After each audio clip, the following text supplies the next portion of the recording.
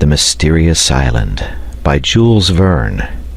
Part 3, called The Secret of the Island. Chapter 1. It was now 2 years and a half since the castaways from the balloon had been thrown on Lincoln Island, and during that period there had been no communication between them and their fellow creatures. Once the reporter had attempted to communicate with the inhabited world by confiding to a bird a letter which contained the secret of their situation, but that was a chance on which it was impossible to reckon seriously. Ayrton alone, under the circumstances which have been related, had come to join the little colony. Now, suddenly on this day, the 17th of October, other men had unexpectedly appeared in sight of the island on that deserted sea. There could be no doubt about it. A vessel was there, but would she pass on, or would she put into port? In a few hours the colonists would definitely know what to expect. Cyrus Harding and Herbert, having immediately called Gideon Spilett, Pencroft, and Neb into the dining room of Granite House, told them what had happened. Pencroft, seizing the telescope, rapidly swept the horizon, and stopping on the indicated point, that is to say, on that which had made the almost imperceptible spot on the photographic negative. "I'm blessed, but it is really a vessel!" he exclaimed, in a voice which did not express any great amount of satisfaction. "Is she coming here?" asked Gideon Spilett.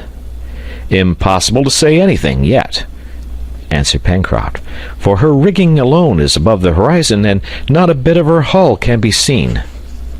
"What is to be done?" asked the lad. "Wait," replied Harding.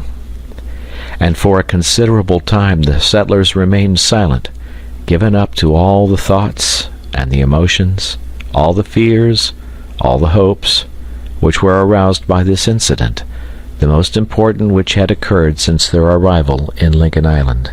Certainly the colonists were not in the situation of castaways abandoned on a sterile islet, constantly contending against a cruel nature for their miserable existence, and incessantly tormented by the longing to return to inhabited countries. Pencroft and Neb especially, who felt themselves at once so happy and so rich, would not have left their island without regret. They were accustomed, besides, to this new life in the midst of the domain which their intelligence had, as it were, civilized. But at any rate this ship brought news from the world, perhaps even from their native land. It was bringing fellow creatures to them, and it might be conceived how deeply their hearts were moved at the sight. From time to time Pencroft took the glass and rested himself at the window. From thence he very attentively examined the vessel, which was at a distance of 20 miles to the east. The colonists had as yet, therefore, no means of signalizing their presence. A flag would not have been perceived, a gun would not have been heard, a fire would not have been visible. However, it was certain that the island, overtopped by Mount Franklin, could not escape the notice of a vessel's lookout. But why was this ship coming there? Was it simple chance which brought it to that part of the Pacific, where the maps mentioned no land except Tabor Island, which itself was out of the route usually followed by vessels from the Polynesian archipelagos, from New Zealand, and from the American coast?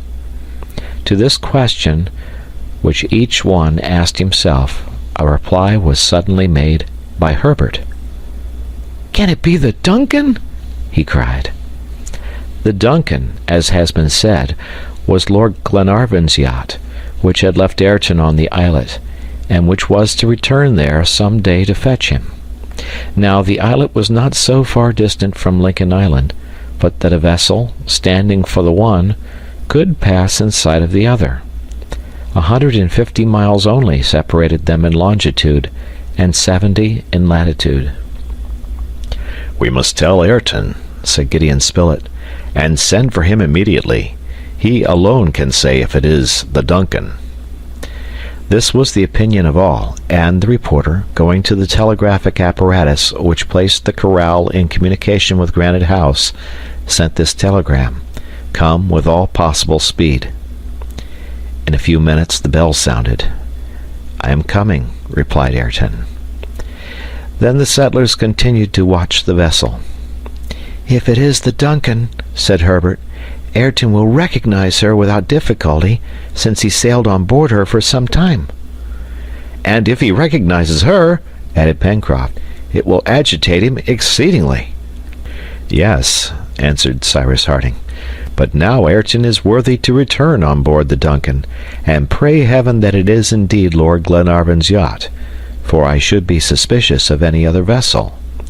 These are ill-famed seas, and I have always feared a visit from Malay pirates to our island."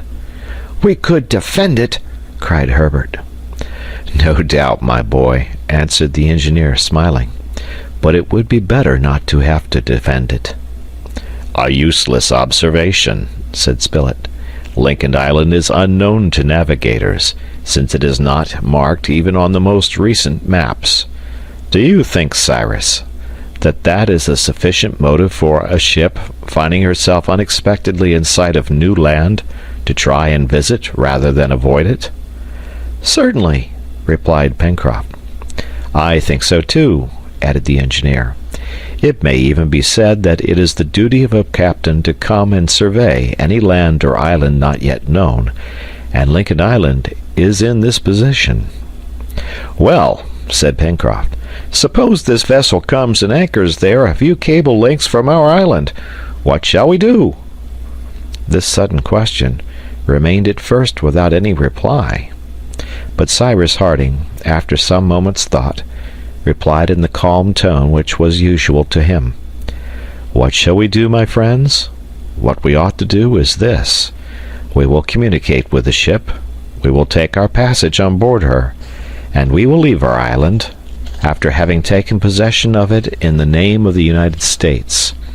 Then we will return with any who may wish to follow us to colonize it definitely, and endow the American Republic with a useful station in this part of the Pacific Ocean."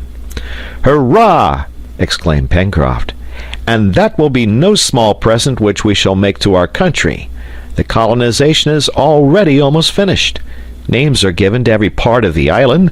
There is a natural port, fresh water, roads, a telegraph, a dockyard, and manufactories, and there will be nothing to be done but to inscribe Lincoln Island on the maps." "But if anyone seizes it in our absence?" observed Gideon Spilett. "Hang it!" cried the sailor. "I would rather remain all alone to guard it, and trust to Pencroft. They shouldn't steal it from him, like a watch from the pocket of a swell." For an hour it was impossible to say with any certainty whether the vessel was or was not standing towards Lincoln Island. She was nearer, but in what direction was she sailing? This Pencroft could not determine. However, as the wind was blowing from the northeast, in all probability the vessel was sailing on the starboard tack. Besides, the wind was favorable for bringing her towards the island, and, the sea being calm, she would not be afraid to approach, although the shallows were not marked on the chart. Towards 4 o'clock, an hour after he had been sent for, Ayrton arrived at Granite House. He entered the dining room, saying, "At your service, gentlemen." Cyrus Harding gave him his hand, as was his custom to do, and leading him to the window, "Ayrton," said he, "we have begged you to come here for an important reason. A ship is in sight of the island." Ayrton at first paled slightly, and for a moment his eyes became dim. Then, leaning out the window, he surveyed the horizon, but could see nothing.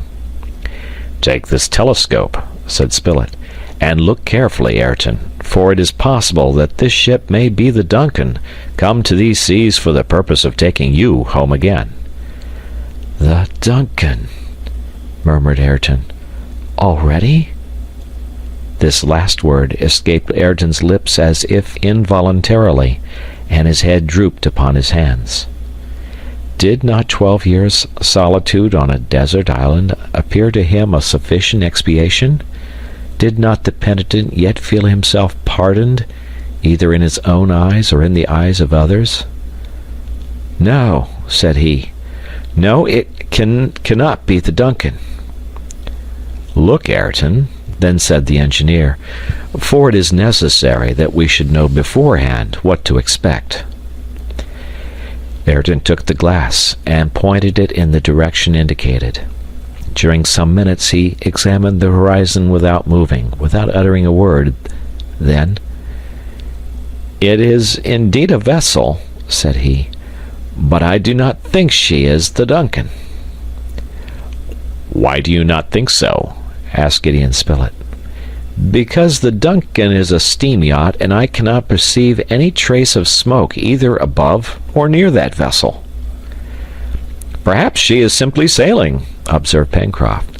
"The wind is favorable for the direction which she appears to be taking, and she may be anxious to economize her coal, being so far from land." "It is possible that you may be right, Mr. Pencroft," answered Ayrton, "and that the vessel has extinguished her fires. We must wait until she is nearer, and then we shall know what to expect." So saying, Ayrton sat down in a corner of the room and remained silent. The colonists again discussed the strange ship, but Ayrton took no part in the conversation. All were in such a mood that they found it impossible to continue their work. Gideon Spilett and Pencroft were particularly nervous, going, coming, not able to remain still in one place. Herbert felt more curiosity. Neb alone maintained his usual calm manner. Was not his country that where his master was? As to the engineer, he remained plunged in deep thought, and in his heart feared rather than desired the arrival of the ship. In the meanwhile, the vessel was a little nearer the island. With the aid of the glass, it was ascertained that she was a brig, and not one of those Malay proas, which are generally used by the pirates of the Pacific. It was, therefore, reasonable to believe that the engineer's apprehensions would not be justified, and that the presence of this vessel in the vicinity of the island was fraught with no danger. Pencroft, after a minute examination, was able positively to affirm that the vessel was rigged as a brig, and that she was standing obliquely towards the coast, on starboard tack, under her topsails and topgallant sails. This was confirmed by Ayrton. But by continuing in this direction she must soon disappear behind Claw Cape, as the wind was from the southwest, and to watch her it would be then necessary to ascend the heights of Washington Bay, near Port Balloon, a provoking circumstance, for it was already 5 o'clock in the evening, and the twilight would soon make any observation extremely difficult. "What shall we do when night comes on?" asked Gideon Spilett. "Shall we light a fire, so as to signal our presence on the coast?" This was a serious question, and yet, although the engineer still retained some of his presentiments, it was answered in the affirmative. During the night the ship might disappear and leave forever, and, this ship gone, would another ever return to the waters of Lincoln Island? Who could foresee what the future would then have in store for the colonists? "Yes," said the reporter, "we ought to make known to that vessel, whoever she may be, that the island is inhabited. To neglect the opportunity which is offered to us might be to create everlasting regrets." It was therefore decided that Neb and Pencroft should go to Port Balloon, and that there at nightfall they should light an immense fire, the blaze of which would necessarily attract the attention of the brig. But at the moment when Neb and the sailor were preparing to leave Granite House, the vessel suddenly altered her course, and stood directly for Union Bay. The brig was a good sailor, for she approached rapidly. Neb and Pencroft put off their departure, therefore, and the glass was put into Ayrton's hands, that he might ascertain for certain whether the ship was or was not the Duncan. The Scotch yacht was also rigged as a brig. The question was whether a chimney could be discerned between the two masts of the vessel, which was now at a distance of only 5 miles. The horizon was still very clear. The examination was easy, and Ayrton soon let the glass fall again, saying, "It is not the Duncan. It could not be." Pencroft again brought the brig within the range of the telescope, and could see that she was of between 300 and 400 tons burden, wonderfully narrow, well masted, admirably built, and must be a very rapid sailor. But to what nation did she belong? That was difficult to say. "And yet," added the sailor, "a flag is floating from her peak, but I cannot distinguish the colors of it." "In half an hour we shall be certain about that," answered the reporter. "Besides, it is very evident that the intention of the captain of this ship is to land, and consequently, if not today, tomorrow at the latest, we shall make his acquaintance." "Never mind," said Pencroft. "It is best to know whom we have to deal with, and I shall not be sorry to recognize that fellow's colors." And while thus speaking, the sailor never left the glass. The day began to fade, and with the day the breeze fell also. The brig's ensign hung in folds, and it became more and more difficult to observe it.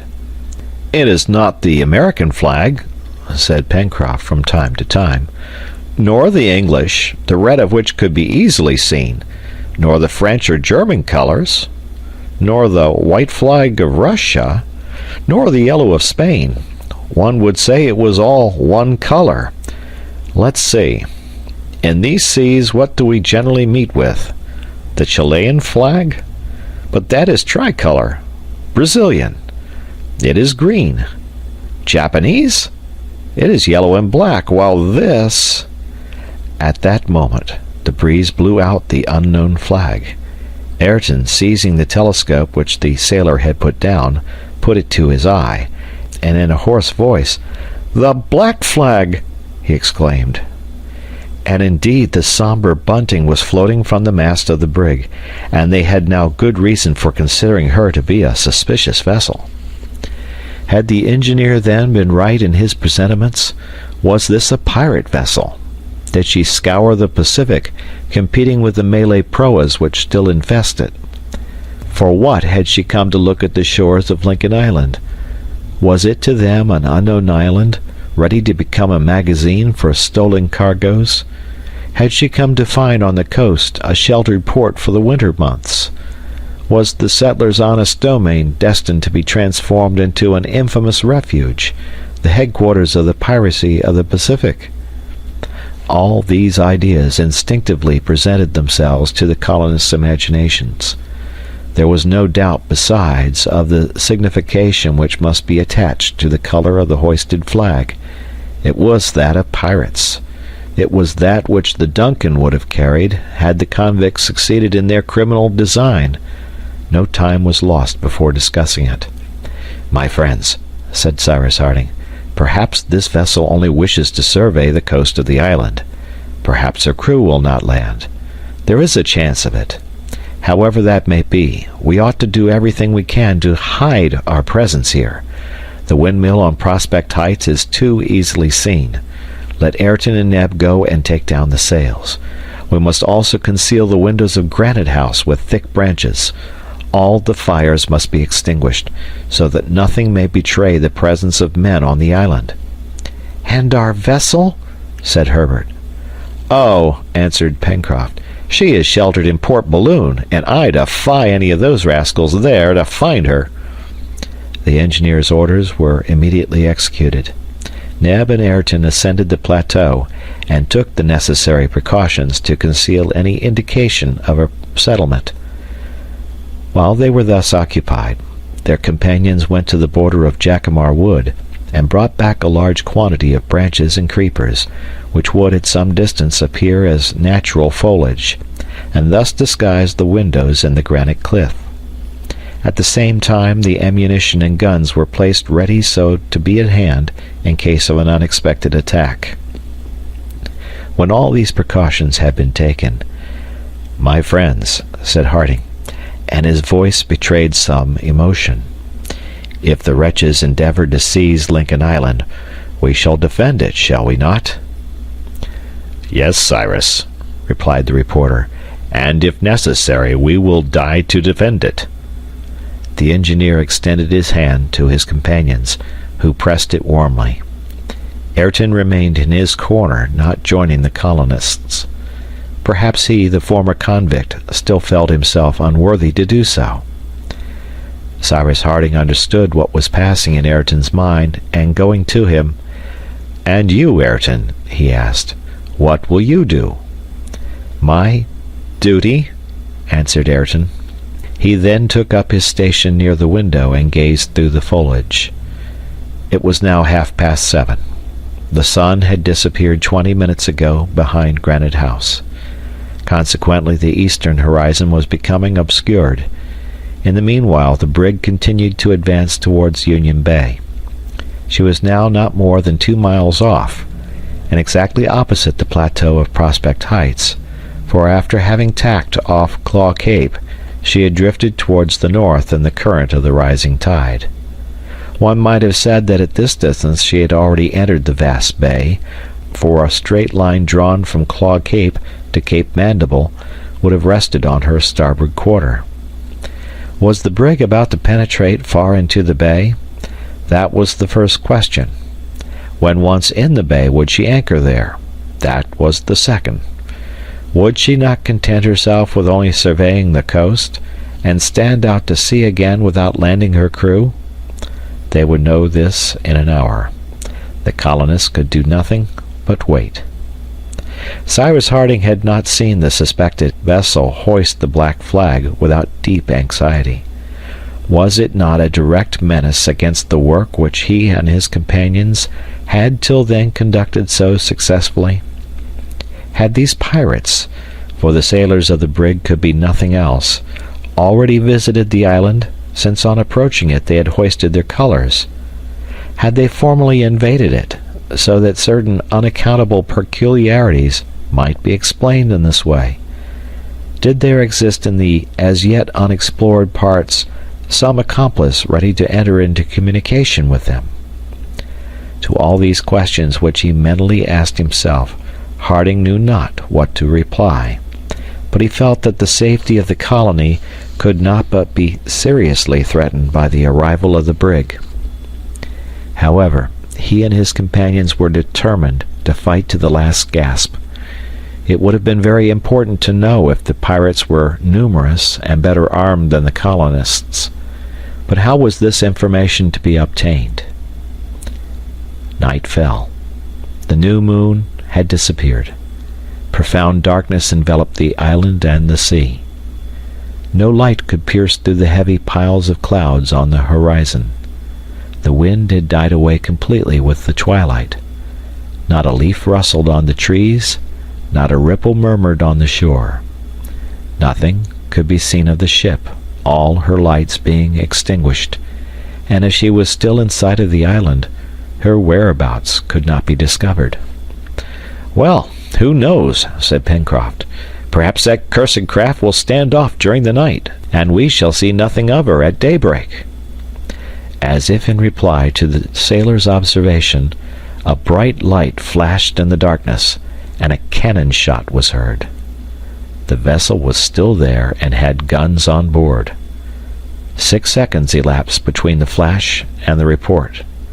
Therefore the brig was about 1.25 miles from the coast. At the same time the chains were heard rattling through the hawse holes. The vessel had just anchored in sight of Granite House. End of chapter. Part 3, Chapter 2. There was no longer any doubt as to the pirates' intentions. They had dropped anchor at a short distance from the island, and it was evident that the next day, by means of their boats, they purposed to land on the beach. Cyrus Harding and his companions were ready to act, but, determined though they were, they must not forget to be prudent. Perhaps their presence might still be concealed in the event of the pirates contenting themselves with landing on the shore, without examining the interior of the island. It might be, indeed, that their only intention was to obtain fresh water from the Mersey, and it was not impossible that the bridge, thrown across 1.5 miles from the mouth, and the manufactory at the Chimneys, might escape their notice. But why was that flag hoisted at the brig's peak? What was that shot fired for? Pure bravado, doubtless, unless it was a sign of the act of taking possession. Harding knew now that the vessel was well armed. And what had the colonists of Lincoln Island to reply to the pirates' guns? A few muskets only. "However," observed Cyrus Harding, "here we are in an impregnable position. The enemy cannot discover the mouth of the outlet, now that it is hidden under reeds and grass, and consequently it would be impossible for them to penetrate into Granite House." "But our plantations, our poultry yard, our corral, everything," exclaimed Pencroft, stamping his foot. "They may spoil everything, destroy everything in a few hours." "Everything, Pencroft," answered Harding, "and we have no means of preventing them." "Are they numerous? That is the question," said the reporter. "If they are not more than a dozen, we shall be able to stop them. But 40, 50, more perhaps." "Captain Harding," then said Ayrton, advancing towards the engineer, "will you give me leave?" "For what, my friend?" "To go to that vessel to find out the strength of her crew." "But Ayrton," answered the engineer, hesitating, "you will risk your life." "Why not, sir?"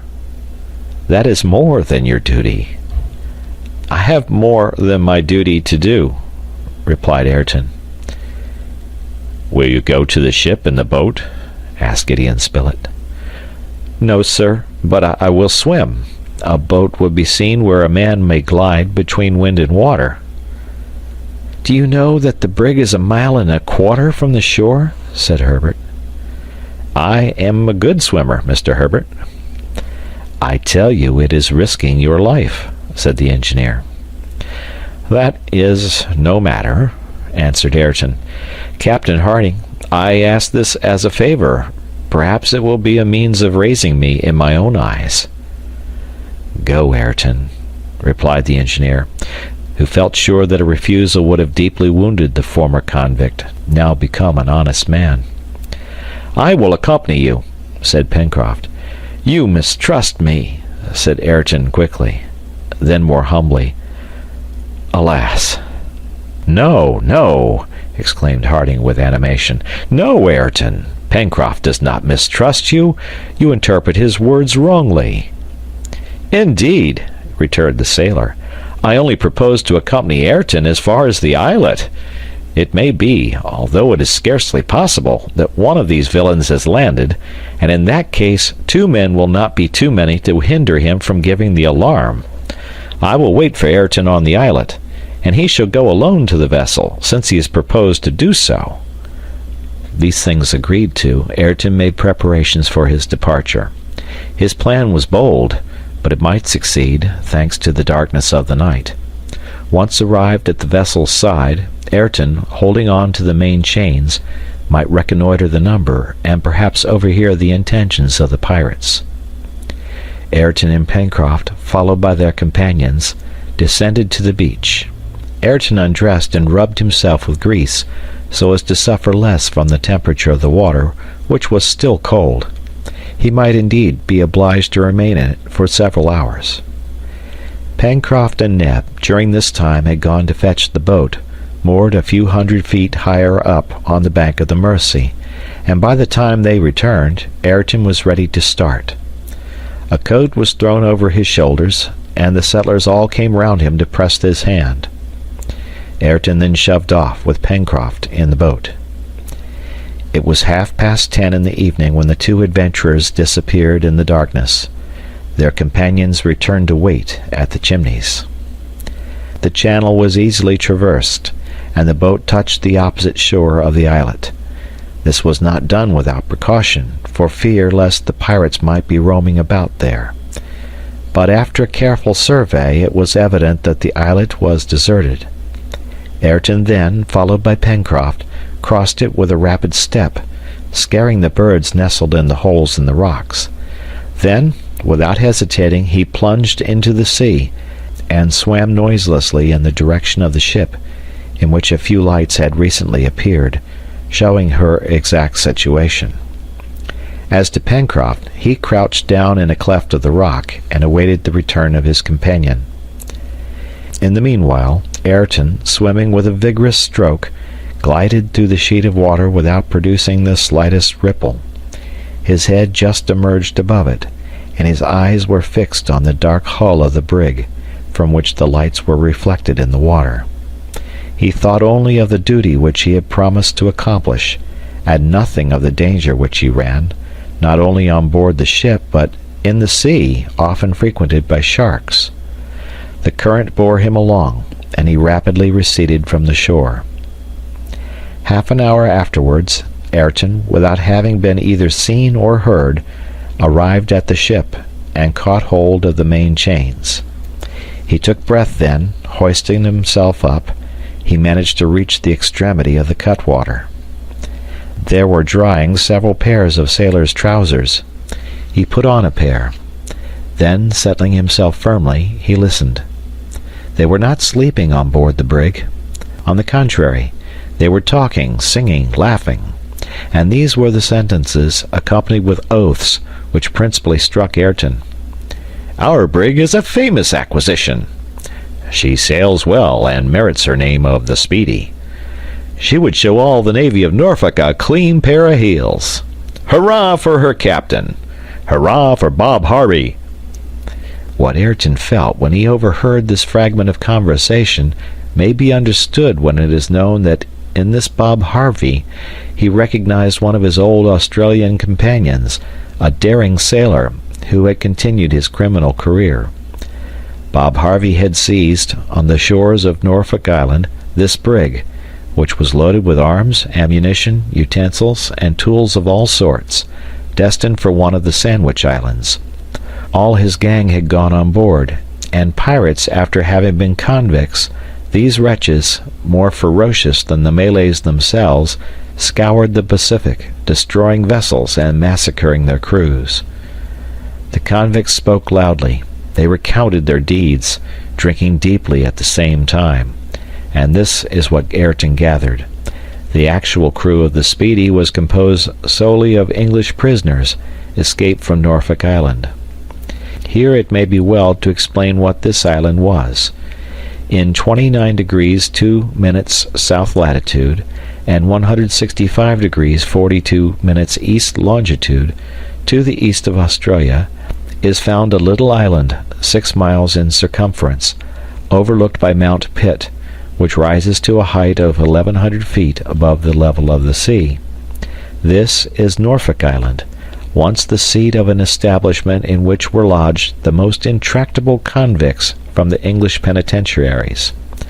They numbered 500 under an iron discipline, threatened with terrible punishments, and were guarded by 150 soldiers, and 150 employed under the orders of the governor. It would be difficult to imagine a collection of greater ruffians.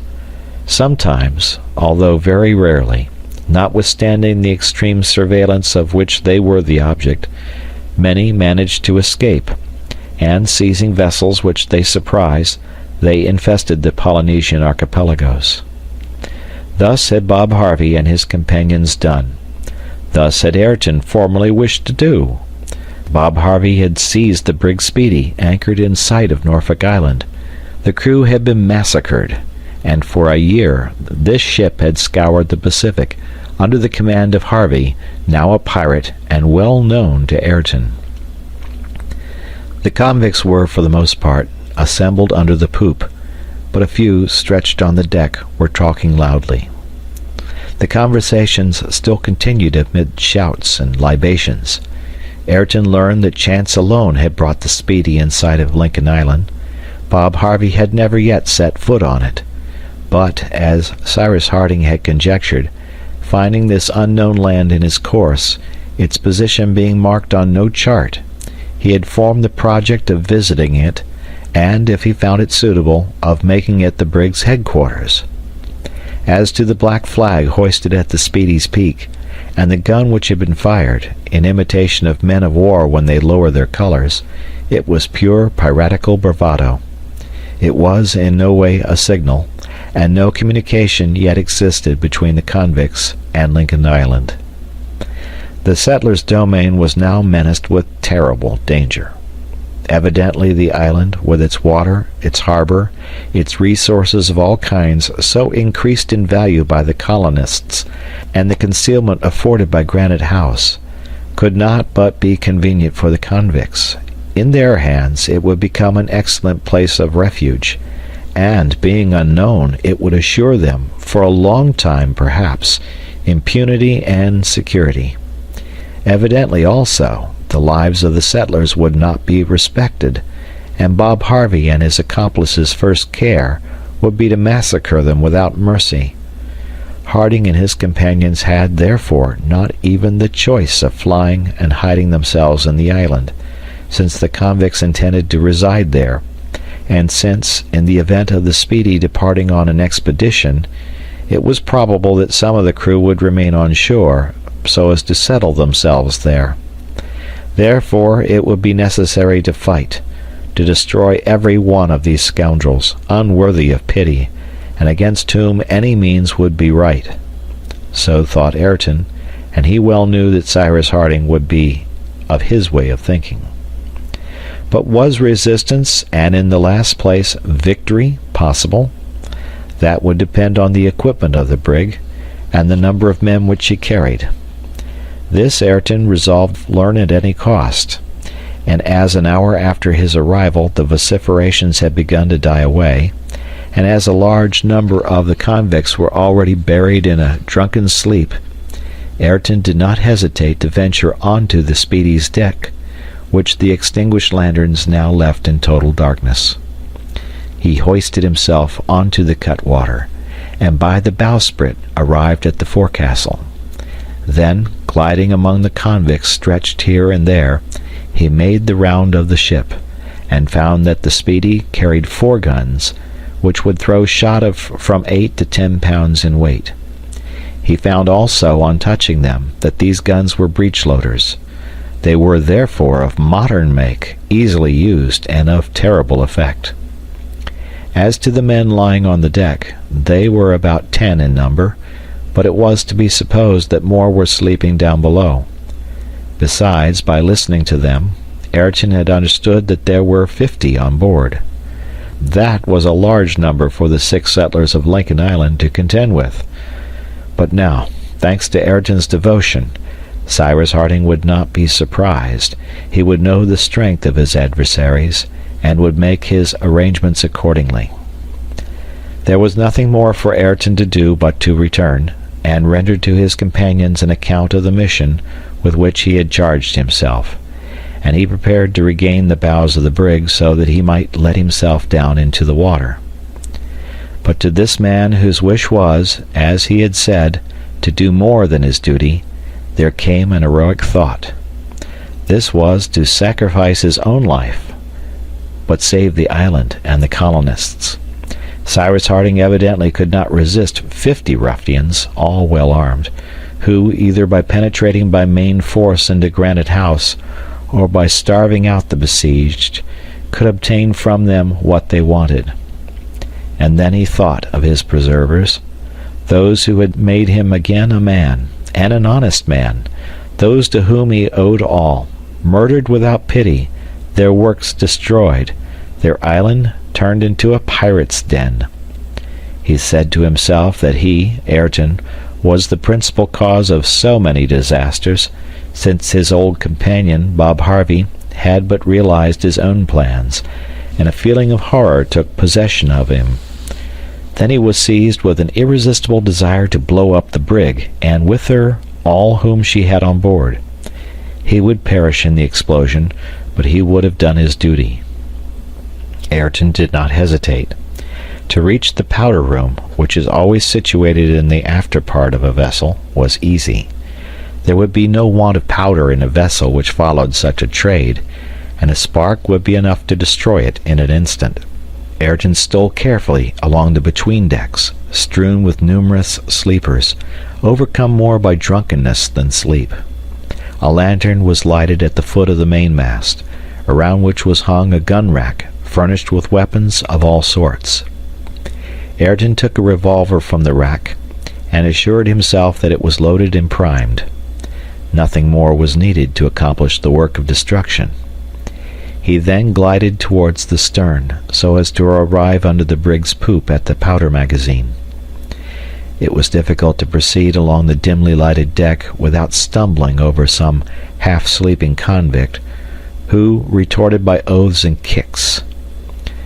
Ayrton was therefore more than once obliged to halt, but at last he arrived at the partition dividing the after cabin, and found the door opening into the magazine itself. Ayrton, compelled to force it open, set to work. It was a difficult operation to perform without noise, for he had to break a padlock. But under his vigorous hand the padlock broke, and the door was open. At that moment a hand was laid on Ayrton's shoulder. "What are you doing here?" asked a tall man in a harsh voice, who, standing in the shadow, quickly threw the light of a lantern on Ayrton's face. Ayrton drew back. In the rapid flash of the lantern he had recognized his former accomplice, Bob Harvey, who could not have known him, as he must have thought Ayrton long since dead. "What are you doing here?" again said Bob Harvey, seizing Ayrton by the waistband. But Ayrton, without replying, wrenched himself from his grasp and attempted to rush into the magazine. A shot fired into the midst of the powder casks, and all would be over. "Help, lads!" shouted Bob Harvey. At his shout 2 or 3 pirates awoke, jumped up, and, rushing on Ayrton, endeavored to throw him down. He soon extricated himself from their grasp. He fired his revolver, and 2 of the convicts fell, but a blow from a knife which he could not ward off made a gash in his shoulder. Ayrton perceived that he could no longer hope to carry out his project. Bob Harvey had reclosed the door of the powder magazine, and a movement on the deck indicated a general awakening of the pirates. Ayrton must reserve himself to fight at the side of Cyrus Harding. There was nothing for him but flight. But was flight still possible? It was doubtful, yet Ayrton resolved to dare everything in order to rejoin his companions. 4 barrels of the revolver were still undischarged. 2 were fired. 1, aimed at Bob Harvey, did not wound him, or at any rate only slightly, and Ayrton, profiting by the momentary retreat of his adversaries, rushed towards the companion ladder to gain the deck. Passing before the lantern, he smashed it with a blow from the butt of his revolver. A profound darkness ensued, which favored his flight. 2 or 3 pirates, awakened by the noise, were descending the ladder at the same moment. A 5th shot from Ayrton laid one low, and the others drew back, not understanding what was going on. Ayrton was on deck in 2 bounds, and 3 seconds later, having discharged his last barrel in the face of a pirate who was about to seize him by the throat, he leaped over the bulwarks into the sea. Ayrton had not made 6 strokes before shots were splashing around him like hail. What were Pencroft's feelings, sheltered under a rock on the islet? What were those of Harding, the reporter, Herbert, and Neb, crouched in the chimneys when they heard the reports on board the brig? They rushed out onto the beach, and their guns shouldered, they stood ready to repel any attack. They had no doubt about it themselves. Ayrton, surprised by the pirates, had been murdered, and perhaps the wretches would profit by the night to make a descent on the island. Half an hour was passed in terrible anxiety. The firing had ceased, and yet neither Ayrton nor Pencroft had reappeared. Was the islet invaded? Ought they not to fly to the help of Ayrton and Pencroft? But how? The tide, being high at that time, rendered the channel impassable. The boat was not there. We may imagine the horrible anxiety which took possession of Harding and his companions. At last, towards 12:30, a boat carrying 2 men touched the beach. It was Ayrton, slightly wounded in the shoulder, and Pencroft, safe and sound, whom their friends received with open arms. All immediately took refuge in the chimneys. There Ayrton recounted all that had passed, even to his plan for blowing up the brig, which he had attempted to put into execution. All hands were extended to Ayrton, who did not conceal from them that their situation was serious. The pirates had been alarmed. They knew that Lincoln Island was inhabited. They would land upon it in numbers and well armed. They would respect nothing. Should the settlers fall into their hands, they must expect no mercy. "Well, we shall know how to die," said the reporter. "Let us go in and watch," answered the engineer. "Have we any chance of escape, Captain?" asked the sailor. "Yes, Pencroft." 6 against 50. "Yes, 6 without counting—" "Who?" asked Pencroft. Cyrus did not reply, but pointed upwards. End of chapter. Part 3, Chapter 3. The night passed without incident. The colonists were on the qui-vive, and did not leave their post at the Chimneys. The pirates, on their side, did not appear to have made any attempt to land. Since the last shots fired at Ayrton, not a report, not even a sound, had betrayed the presence of the brig in the neighborhood of the island. It might have been fancied that she had weighed anchor, thinking that she had to deal with her match, and had left the coast. But it was no such thing, and when day began to dawn, the settlers could see a confused mass through the morning mist. It was the Speedy. "These, my friends," said the engineer, "are the arrangements which appear to me best to make before the fog completely clears away. It hides us from the eyes of the pirates, and we can act without attracting their attention. The most important thing is that the convicts should believe that the inhabitants of the island are numerous, and consequently capable of resisting them. I therefore propose that we divide into 3 parties, the first of which shall be posted at the Chimneys, the second at the mouth of the Mersey. As to the third, I think it would be best to place it on the islet, so as to prevent, or at all events delay, any attempt at landing. We have the use of 2 rifles and 4 muskets. Each of us will be armed, and as we are amply provided with powder and shot, we need not spare our fire. We have nothing to fear from the muskets, nor even from the guns of the brig. What can they do against these rocks? And as we shall not fire from the windows of Granite House, the pirates will not think of causing irreparable damage by throwing shell against it. What is to be feared is the necessity of meeting hand to hand, since the convicts have numbers on their side. We must therefore try to prevent them from landing, but without discovering ourselves. Therefore, do not economize the ammunition. Fire often, but with a sure aim. We have each 8 or 10 enemies to kill, and they must be killed." Cyrus Harding had clearly represented their situation, although he spoke in the calmest voice, as if it was a question of directing a piece of work and not ordering a battle. His companions approved these arrangements without even uttering a word. There was nothing more to be done but for each to take his place before the fog should be completely dissipated. Neb and Pencroft immediately ascended to Granite House and brought back a sufficient quantity of ammunition. Gideon Spilett and Ayrton, both very good marksmen, were armed with the 2 rifles, which carried nearly a mile. The 4 other muskets were divided among Harding, Neb, Pencroft, and Herbert. The posts were arranged in the following manner. Cyrus Harding and Herbert remained in ambush at the Chimneys, thus commanding the shore to the foot of Granite House. Gideon Spilett and Neb crouched among the rocks at the mouth of the Mersey, from which the drawbridges had been raised, so as to prevent anyone from crossing in a boat or landing on the opposite shore. As to Ayrton and Pencroft, they shoved off in the boat and prepared to cross the channel and to take up 2 separate stations on the islet. In this way, shots being fired from 4 different points at once, the convicts would be led to believe that the island was both largely peopled and strongly defended. In the event of a landing being effected without their having been able to prevent it, and also if they saw that they were on the point of being cut off by the brig's boat, Ayrton and Pencroft were to return in their boat to the shore and proceed towards the threatened spot. Before starting to occupy their posts, the colonists for the last time wrung each other's hands. Pencroft succeeded in controlling himself sufficiently to suppress his emotion when he embraced Herbert, his boy, and then they separated.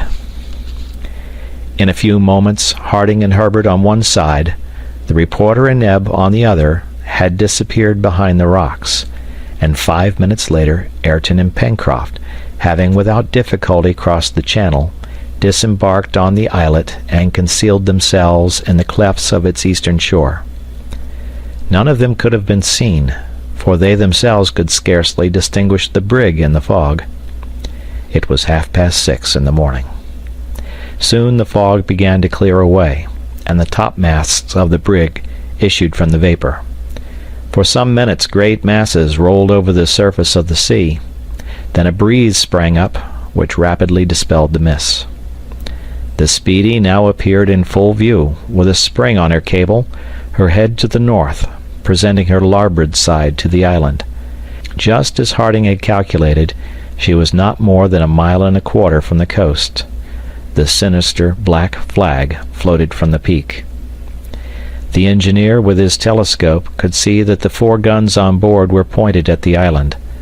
They were evidently ready to fire at a moment's notice. In the meanwhile, the Speedy remained silent. About 30 pirates could be seen moving on the deck. A few more on the poop, 2 others posted in the shrouds and armed with spyglasses, were attentively surveying the island. Certainly, Bob Harvey and his crew would not be able easily to give an account of what had happened during the night on board the brig. Had this half-naked man, who had forced the door of the powder magazine, and with whom they had struggled, who had 6 times discharged his revolver at them, who had killed 1 and wounded 2 others, escaped their shot? Had he been able to swim to shore? Whence did he come? What had been his object? Had his design really been to blow up the brig, as Bob Harvey had thought? All this must be confused enough to the convicts' minds. But what they could no longer doubt was that the unknown island before which the Speedy had cast anchor was inhabited, and that there was, perhaps, a numerous colony ready to defend it. And yet no one was to be seen, neither on the shore nor on the heights. The beach appeared to be absolutely deserted. At any rate, there was no trace of dwellings. Had the inhabitants fled into the interior? Thus probably the pirate captain reasoned, and doubtless, like a prudent man, he wished to reconnoiter the locality before he allowed his men to venture there. During an hour and a half, no indication of attack or landing could be observed on board the brig. Evidently Bob Harvey was hesitating.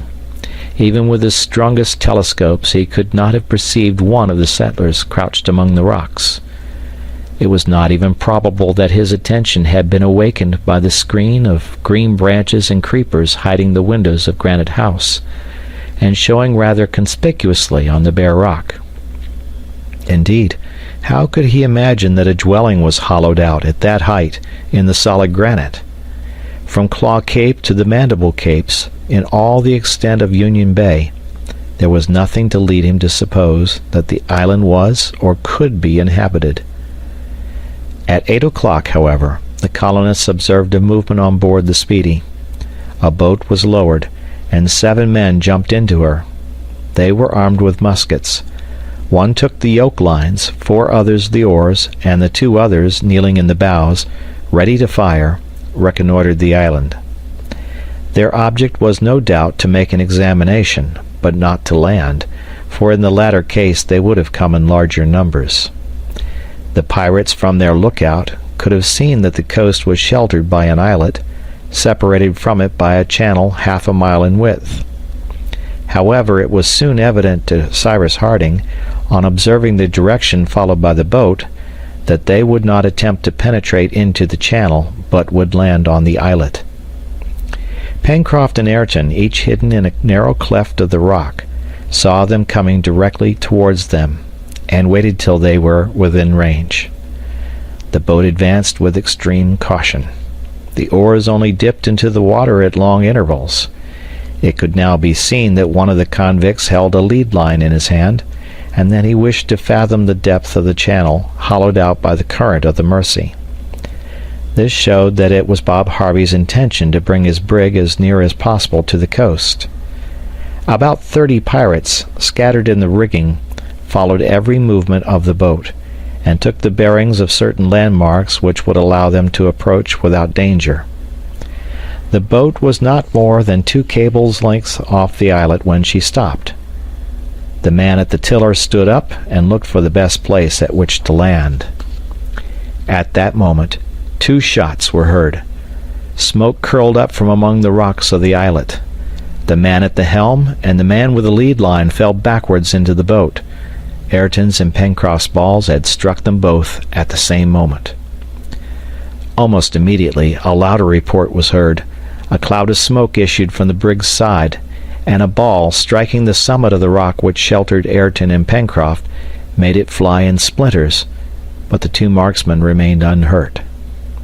Horrible imprecations burst from the boat, which immediately continued its way.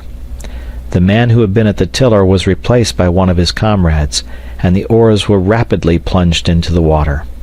However, instead of returning on board as might have been expected, the boat coasted along the islet so as to round its southern point. The pirates pulled vigorously at their oars that they might get out of range of the bullets. They advanced to within 5 cable lengths of that part of the shore terminated by Flotsam Point, and after having rounded it in a semicircular line, still protected by the brig's guns, they proceeded towards the mouth of the Mersey. Their evident intention was to penetrate into the channel and cut off the colonists posted on the islet in such a way that whatever their number might be, being placed between the fire from the boat and the fire from the brig, they would find themselves in a very disadvantageous position. A quarter of an hour passed while the boat advanced in this direction. Absolute silence, perfect calm reigned in the air and on the water. Pencroft and Ayrton, although they knew they ran the risk of being cut off, had not left their post, both that they did not wish to show themselves as yet to their assailants and expose themselves to the Speedy's guns, and that they relied on Neb and Gideon Spilett watching at the mouth of the river, and on Cyrus Harding and Herbert in ambush among the rocks at the Chimneys. 20 minutes after the first shots were fired, the boat was less than 2 cable lengths off the Mersey.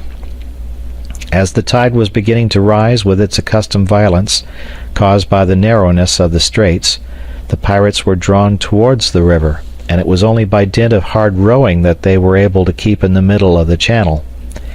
But as they were passing within good range of the mouth of the Mersey, 2 balls saluted them, and 2 more of their number were laid in the bottom of the boat. Neb and Spilett had not missed their aim. The brig immediately sent a second ball on the post betrayed by the smoke, but without any other result than that of splintering the rock. The boat now contained only 3 able men. Carried on by the current, it shot through the channel with the rapidity of an arrow, passed before Harding and Herbert, who, not thinking it within range, withheld their fire. Then, rounding the northern point of the islet with the 2 remaining oars, they pulled towards the brig. Hitherto the settlers had nothing to complain of. Their adversaries had certainly had the worst of it. The latter already counted 4 men seriously wounded, if not dead. They, on the contrary, unwounded, had not missed a shot. If the pirates continued to attack them in this way, if they renewed their attempt to land by means of a boat, they could be destroyed one by one. It was now seen how advantageous the engineers' arrangements had been. The pirates would think that they had to deal with numerous and well-armed adversaries, whom they could not easily get the better of. Half an hour passed before the boat, having to pull against the current, could get alongside the Speedy. Frightful cries were heard when they returned on board with the wounded, and 2 or 3 guns were fired, with no results. But now about a dozen other convicts, maddened with rage, and possibly by the effect of the evening's potations, threw themselves into the boat. A second boat was also lowered, in which 8 men took their places, and while the first pulled straight for the islet, to dislodge the colonists from thence, the second maneuvered so as to force the entrance of the Mersey. The situation was evidently becoming very dangerous for Pencroft and Ayrton, and they saw that they must regain the mainland. However, they waited till the first boat was within range, when 2 well-directed balls threw its crew into disorder. Then Pencroft and Ayrton, abandoning their posts, under fire from the dozen muskets, ran across the islet at full speed, jumped into their boat, crossed the channel at the moment the second boat reached the southern end, and ran to hide themselves in the chimneys. They had scarcely rejoined Cyrus Harding and Herbert before the islet was overrun with pirates in every direction. Almost at the same moment, fresh reports resounded from the Mercy station, to which the second boat was rapidly approaching. 2 out of the 8 men who manned her were mortally wounded by Gideon Spilett and Neb, and the boat herself, carried irresistibly onto the reefs, was stove in at the mouth of the Mercy. But the 6 survivors, holding their muskets above their heads to preserve them from contact with the water, managed to land on the right bank of the river. Then, finding they were exposed to the fire of the ambush there, they fled in the direction of Flotsam Point, out of range of the balls. The actual situation was this. On the islet were a dozen convicts, of whom some were no doubt wounded, but who had still a boat at their disposal. On the island were 6, but who could not by any possibility reach Granite House, as they could not cross the river, all the bridges being raised. "Hallo!" exclaimed Pencroft as he rushed into the chimneys. "Hallo, Captain! What do you think of it now?" "I think," answered the engineer, "that the combat will now take a new form, for it cannot be supposed that the convicts will be so foolish as to remain in a position so unfavorable for them." "They won't cross the channel," said the sailor. "Ayrton and Mr. Spilett's rifles are there to prevent them. You know that they carry more than a mile." "No doubt," replied Herbert, "but what can 2 rifles do against the brig's guns?" "Well, the brig isn't in the channel yet, I fancy," said Pencroft.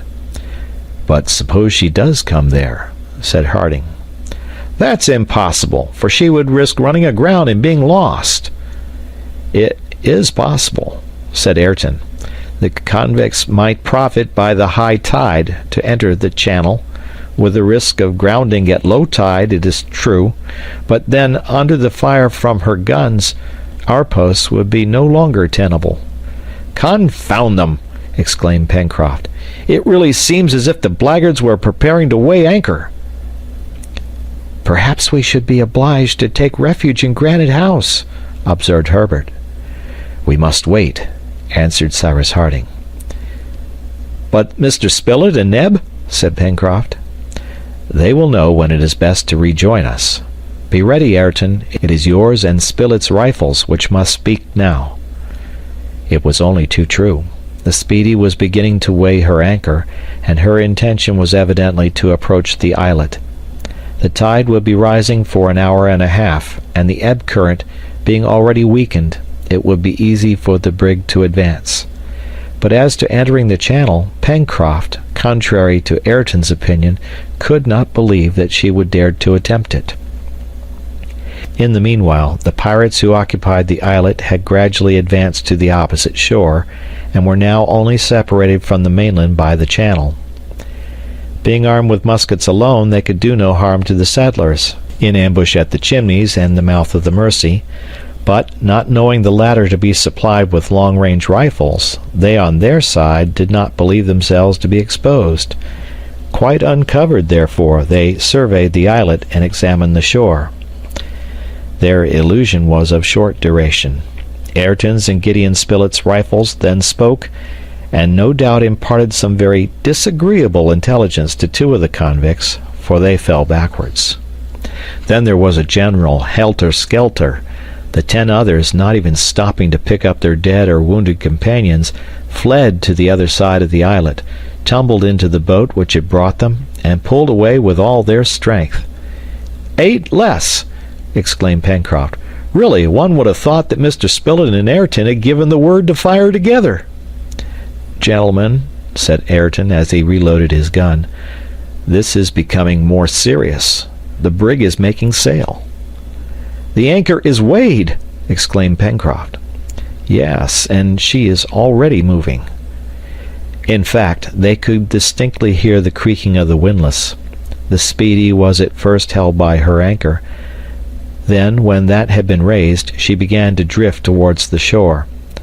The wind was blowing from the sea. The jib and the fore-topsail were hoisted, and the vessel gradually approached the island. From the two posts of the Mercy and the chimneys they watched her without giving a sign of life, but not without some emotion. What could be more terrible for the colonists than to be exposed at a short distance to the brig's guns, without being able to reply with any effect? How could they then prevent the pirates from landing? Cyrus Harding felt this strongly, and he asked himself what it would be possible to do. Before long he would be called upon for his determination, but what was it to be? To shut themselves up in Granite House, to be besieged there, to remain there for weeks, for months even, since they had an abundance of provisions? So far good, but after that, the pirates would not the less be masters of the island, which they would ravage at their pleasure, and in time they would end by having their revenge on the prisoners in Granite House. However, one chance yet remained. It was that Bob Harvey, after all, would not venture his ship into the channel, and that he would keep outside the islet. He would be still separated from the coast by half a mile, and at that distance his shot could not be very destructive. "Never!" repeated Pencroft. "Bob Harvey will never, if he is a good seaman, enter that channel. He knows well that it would risk the brig if the sea got up ever so little, and what would become of him without his vessel?" In the meanwhile the brig approached the islet, and it could be seen that she was endeavoring to make the lower end. The breeze was light, and as the current had then lost much of its force, Bob Harvey had absolute command over his vessel. The route previously followed by the boats had allowed her to reconnoiter the channel, and she boldly entered it. The pirate's design was now only too evident. He wished to bring her broadside to bear on the chimneys, and from there to reply with shell and ball to the shot which had till then decimated her crew. Soon the Speedy reached the point of the islet. She rounded it with ease. The mainsail was braced up, and the brig, hugging the wind, stood across the mouth of the Mercy. "The scoundrels, they are coming!" said Pencroft. At that moment Cyrus Harding, Ayrton, the sailor, and Herbert were rejoined by Neb and Gideon Spilett. The reporter and his companion had judged it best to abandon the post at the Mercy, from which they could do nothing against the ship, and they had acted wisely. It was better that the colonists should be together at the moment when they were about to engage in a decisive action. Gideon Spilett and Neb had arrived by dodging behind the rocks, though not without attracting a shower of bullets, which had not, however, reached them. "Spilett! Neb!" cried the engineer. "You are not wounded?" "No," answered the reporter. "A few bruises only from the ricochet, but that cursed brig has entered the channel." "Yes," replied Pencroft, "and in 10 minutes she will have anchored before Granite House." "Have you formed any plans, Cyrus?" asked the reporter. "We must take refuge in Granite House while there is still time, and the convicts cannot see us." "That is my opinion, too," replied Gideon Spilett. "But once shut up—" "We must be guided by circumstances," said the engineer. "Let us be off, then, and make haste," said the reporter.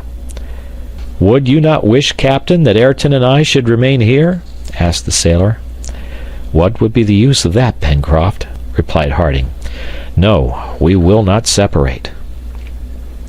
There was not a moment to be lost. The colonists left the chimneys. A bend of the cliff prevented them from being seen by those in the brig, but 2 or 3 reports and the crash of bullets on the rock told them that the Speedy was at no great distance.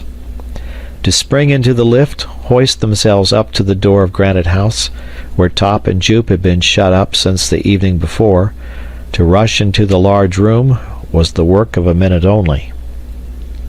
It was quite time, for the settlers, through the branches, could see the Speedy, surrounded with smoke, gliding up the channel.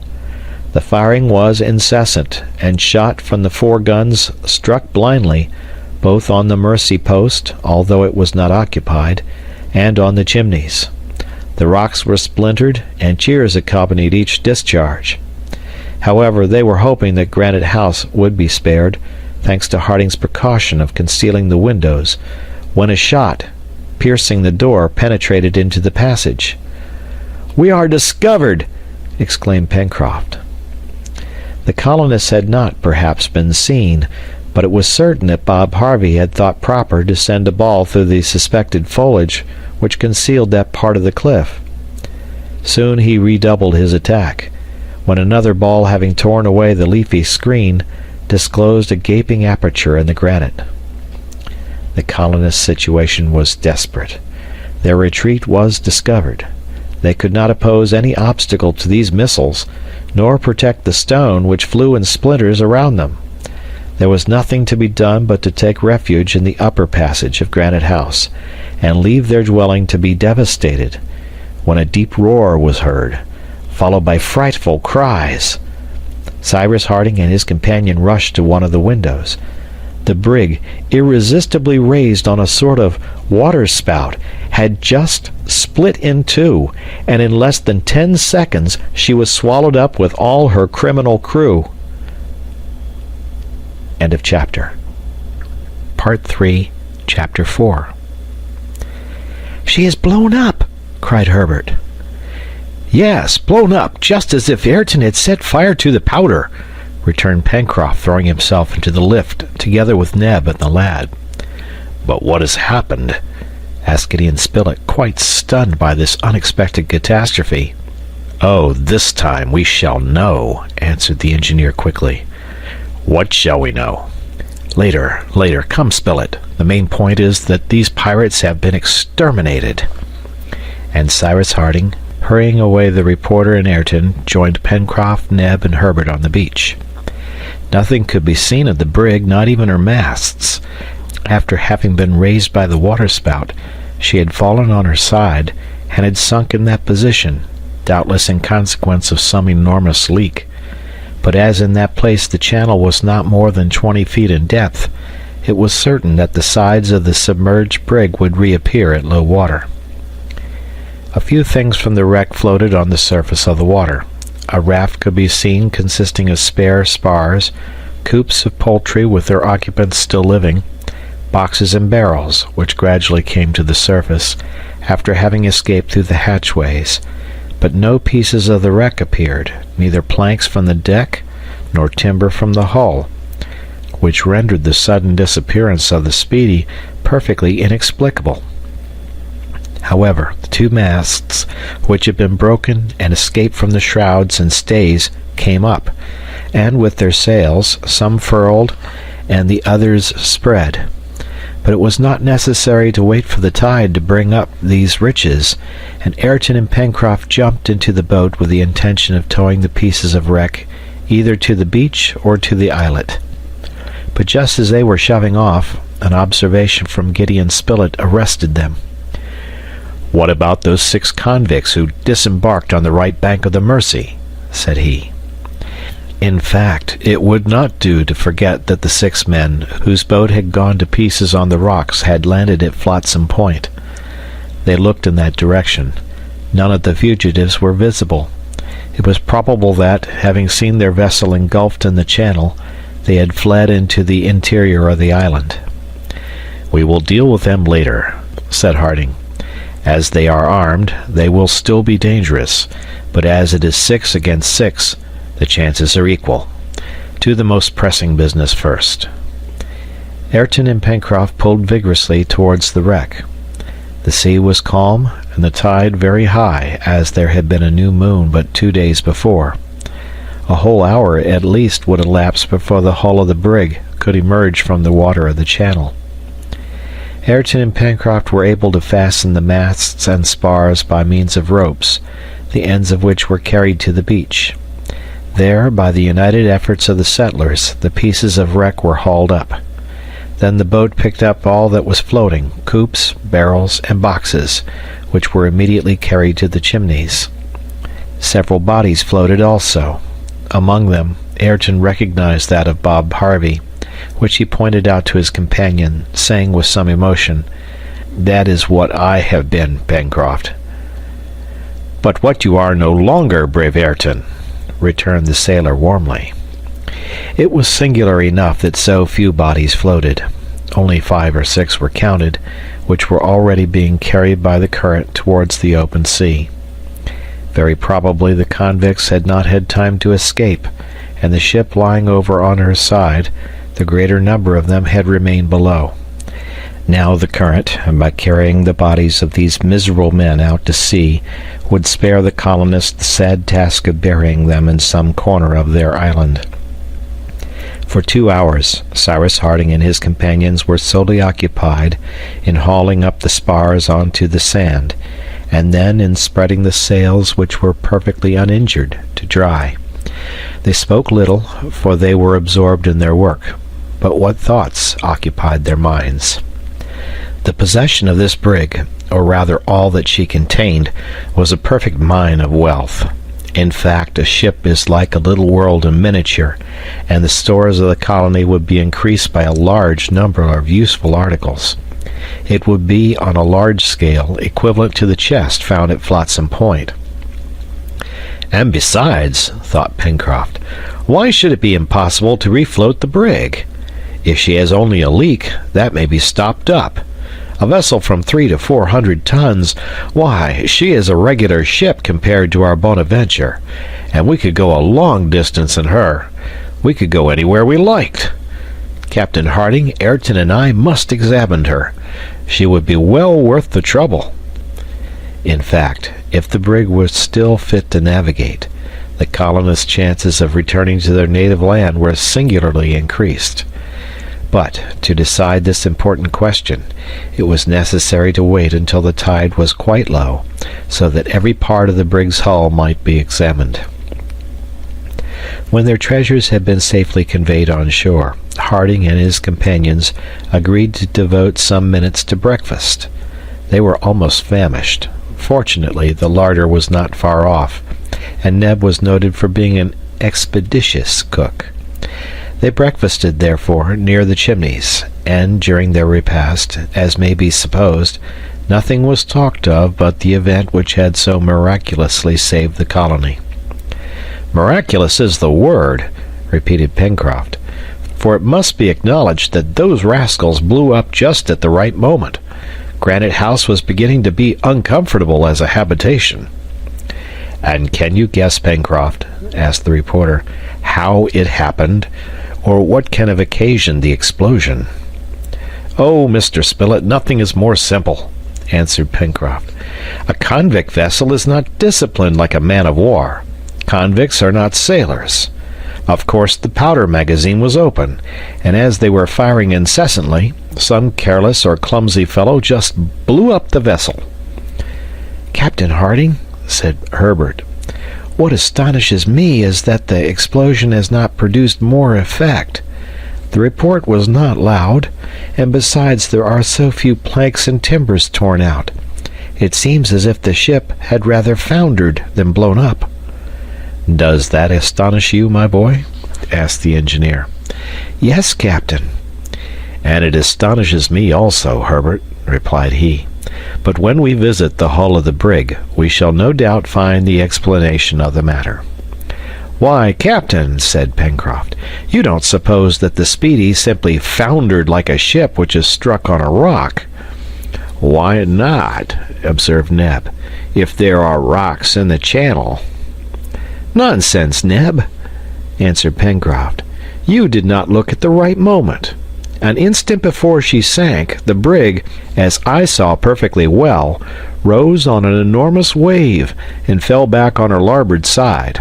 Now, if she had only struck, she would have sunk quietly and gone to the bottom like an honest vessel."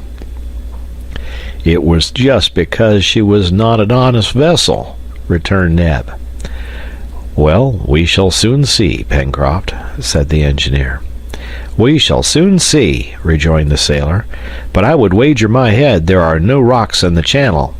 Look here, Captain, to speak candidly, do you mean to say that there is anything marvelous in the occurrence?" Cyrus Harding did not answer. "At any rate," said Gideon Spilett, whether rock or explosion, you will agree, Pencroft, that it occurred just in the nick of time."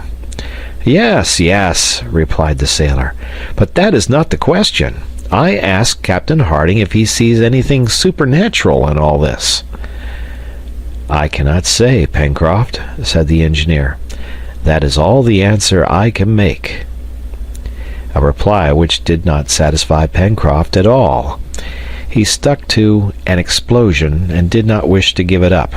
He would never consent to admit that in that channel, with its fine sandy bed, just like the beach, which he had often crossed at low water, there could be an unknown rock. And besides, at the time the brig foundered, it was high water. That is to say, there was enough water to carry the vessel clear over any rocks which would not be uncovered at low tide. Therefore, there could not have been a collision. Therefore, the vessel had not struck. So she had blown up. And it must be confessed that the sailor's arguments were reasonable. Towards 1:30, the colonists embarked in the boat to visit the wreck. It was to be regretted that the brig's 2 boats had not been saved, but one, as has been said, had gone to pieces at the mouth of the Mersey, and was absolutely useless. The other had disappeared when the brig went down, and had not again been seen, having doubtless been crushed. The hull of the Speedy was just beginning to issue from the water. The brig was lying right over on her side, for her masts being broken, pressed down by the weight of the ballast displaced by the shock, the keel was visible along her whole length. She had been regularly turned over by the inexplicable but frightful submarine action, which had been at the same time manifested by an enormous waterspout. The settlers rowed round the hull, and in proportion as the tide went down, they could ascertain, if not the cause which had occasioned the catastrophe, at least the effect produced. Towards the bows, on both sides of the keel, 7 or 8 feet from the beginning of the stem, the sides of the brig were frightfully torn. Over a length of at least 20 feet there opened 2 large leaks which would be impossible to stop up. Not only had the copper sheathing and the planks disappeared, reduced no doubt to powder, but also the ribs, the iron bolts, and tree nails which united them. From the entire length of the hull to the stern the false keel had been separated with an unaccountable violence, and the keel itself, torn from the carline in several places, was split in all its length. "I've a notion," exclaimed Pencroft, "that this vessel will be difficult to get afloat again." "It will be impossible," said Ayrton. "At any rate," observed Gideon Spilett to the sailor, "the explosion, if there has been one, has produced singular effects. It has split the lower part of the hull, instead of blowing up the deck and topsides. These great rents appear rather to have been made by a rock than by the explosion of a powder magazine." "There is not a rock in the channel," answered the sailor. "I will admit anything you like, except the rock." "Let us try to penetrate into the interior of the brig," said the engineer. "Perhaps we shall then know what to think of the cause of her destruction." This was the best thing to be done, and it was agreed, besides, to take an inventory of all the treasures on board, and to arrange for their preservation. Access to the interior of the brig was now easy. The tide was still going down, and the deck was practicable. The ballast, composed of heavy masses of iron, had broken through in several places. The noise of the sea could be heard as it rushed out at the holes in the hull. Cyrus Harding and his companions, hatchets in hand, advanced along the shattered deck. Cases of all sorts encumbered it, and as they had been but a very short time in the water, their contents were perhaps uninjured. They then busied themselves in placing all this cargo in safety. The water would not return for several hours, and these hours must be employed in the most profitable way. Ayrton and Pencroft had, at the entrance made in the hull, discovered tackle, which would serve to hoist up the barrels and chests. The boat received them and transported them to the shore. They took the articles as they came, intending to sort them afterwards. At any rate, the settlers saw at once, with extreme satisfaction, that the brig possessed a very varied cargo, an assortment of all sorts of articles, utensils, manufactured goods, and tools, such as the ships which make the great coasting trade of Polynesia are usually laden with. It was probable that they would find a little of everything, and they agreed that it was exactly what was necessary for the colony of Lincoln Island. However, and Cyrus Harding observed it in silent astonishment, not only, as has been said, had the hull of the brig enormously suffered from the shock, whatever it was, that had occasioned the catastrophe, but the interior arrangements had been destroyed, especially towards the bows. Partitions and stanchions were smashed, as if some tremendous shell had burst in the interior of the brig. The colonists could easily go fore and aft, after having removed the cases as they were extricated. They were not heavy bales, which would have been difficult to remove, but simple packages, of which the stowage, besides, was no longer recognizable. The colonists then reached the stern of the brig, the part formerly surmounted by the poop. It was there that, following Ayrton's directions, they must look for the powder magazine. Cyrus Harding thought that it had not exploded, that it was possible some barrels might be saved, and that the powder, which is usually enclosed in metal coverings, might not have suffered from contact with the water. This, in fact, was just what had happened. They extricated from among a large number of shot 20 barrels, the insides of which were lined with copper. Pencroft was convinced by the evidence of his own eyes that the destruction of the Speedy could not be attributed to an explosion. That part of the hull in which the magazine was situated was, moreover, that which had suffered least. "It may be so," said the obstinate sailor, "but as to a rock, there is not one in the channel." "Then how did it happen?" asked Herbert. "I don't know," answered Pencroft.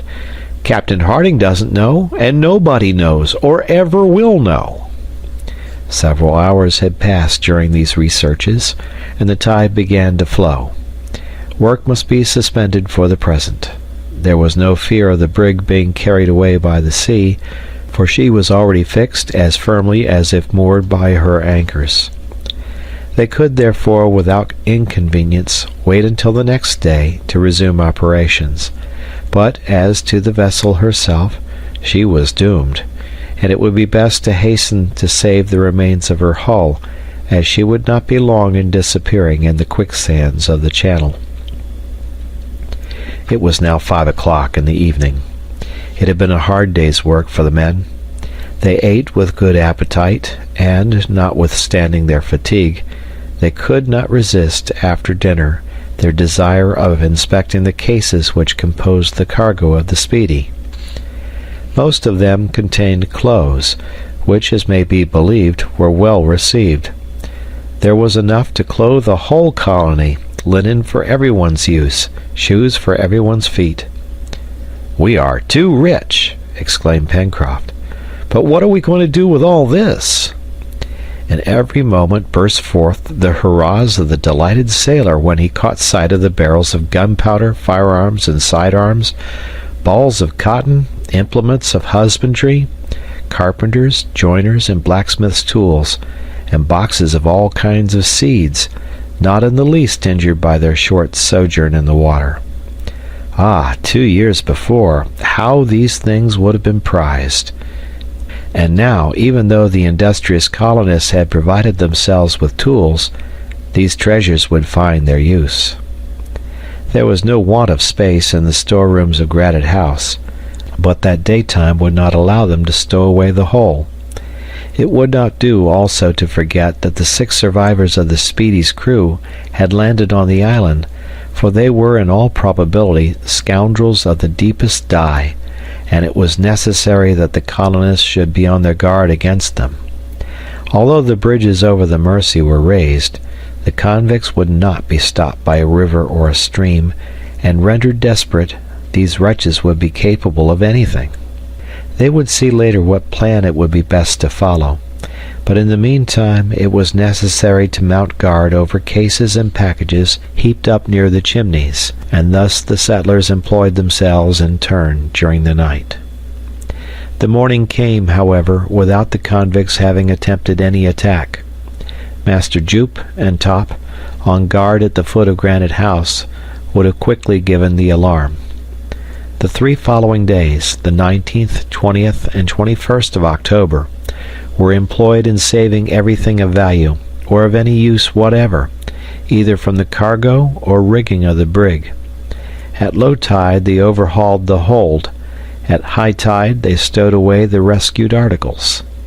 A great part of the copper sheathing had been torn from the hull, which every day sank lower.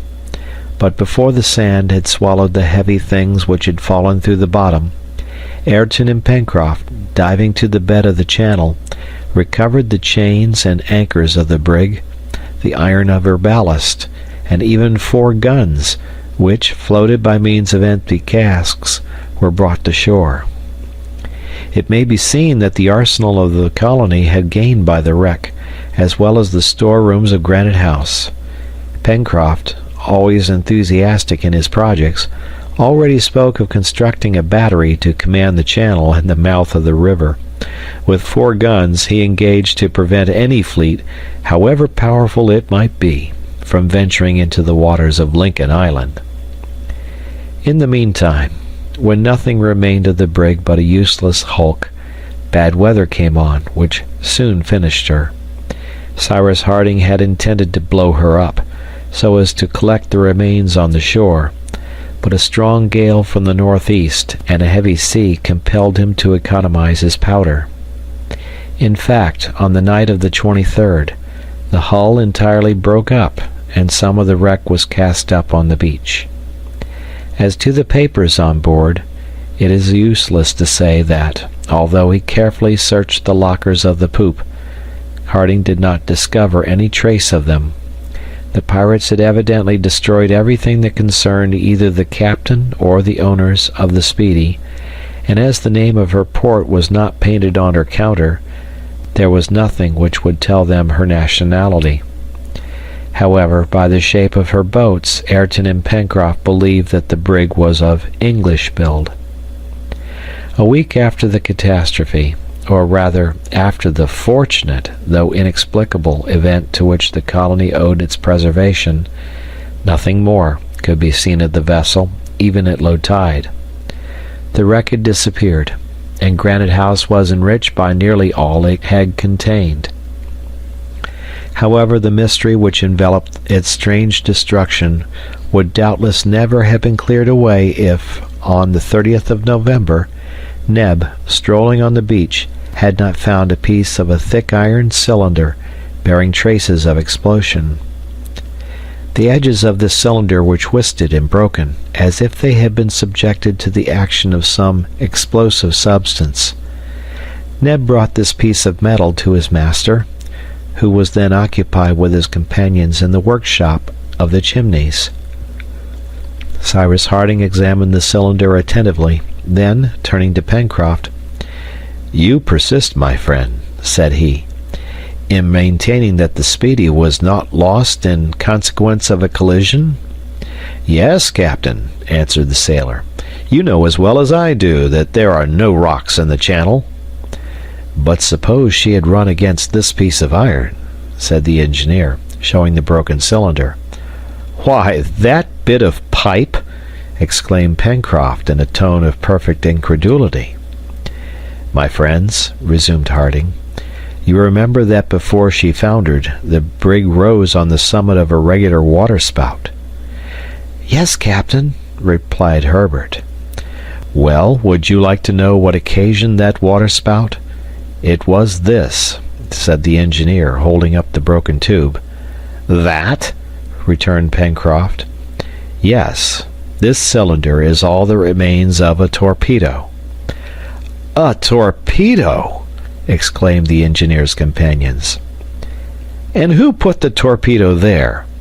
demanded Pencroft, who did not like to yield. "All that I can tell you is that it was not I," answered Cyrus Harding, "but it was there, and you have been able to judge of its incomparable power." End of chapter. Part 3, Chapter 5. So then, all was explained by the submarine explosion of this torpedo. Cyrus Harding could not be mistaken, as, during the War of the Union, he had had occasion to try these terrible engines of destruction. It was under the action of this cylinder, charged with some explosive substance, nitroglycerin, picrate, or some other material of the same nature, that the water of the channel had been raised like a dome, the bottom of the brig crushed in, and she had sunk instantly, the damage done to her hull being so considerable that it was impossible to refloat her. The Speedy had not been able to withstand a torpedo that would have destroyed an ironclad as easily as a fishing boat. Yes, all was explained, everything, except the presence of the torpedo in the waters of the channel. "My friends, then," said Cyrus Harding, "we can no longer be in doubt as to the presence of a mysterious being, a castaway like us, perhaps, abandoned on our island, and I say this in order that Ayrton may be acquainted with all the strange events which have occurred during these 2 years. Who this beneficent stranger is, whose intervention has, so fortunately for us, been manifested on many occasions, I cannot imagine. What his object can be in acting thus, in concealing himself after rendering us so many services, I cannot understand. But his services are not the less real, and are of such a nature that only a man possessed of prodigious power could render them.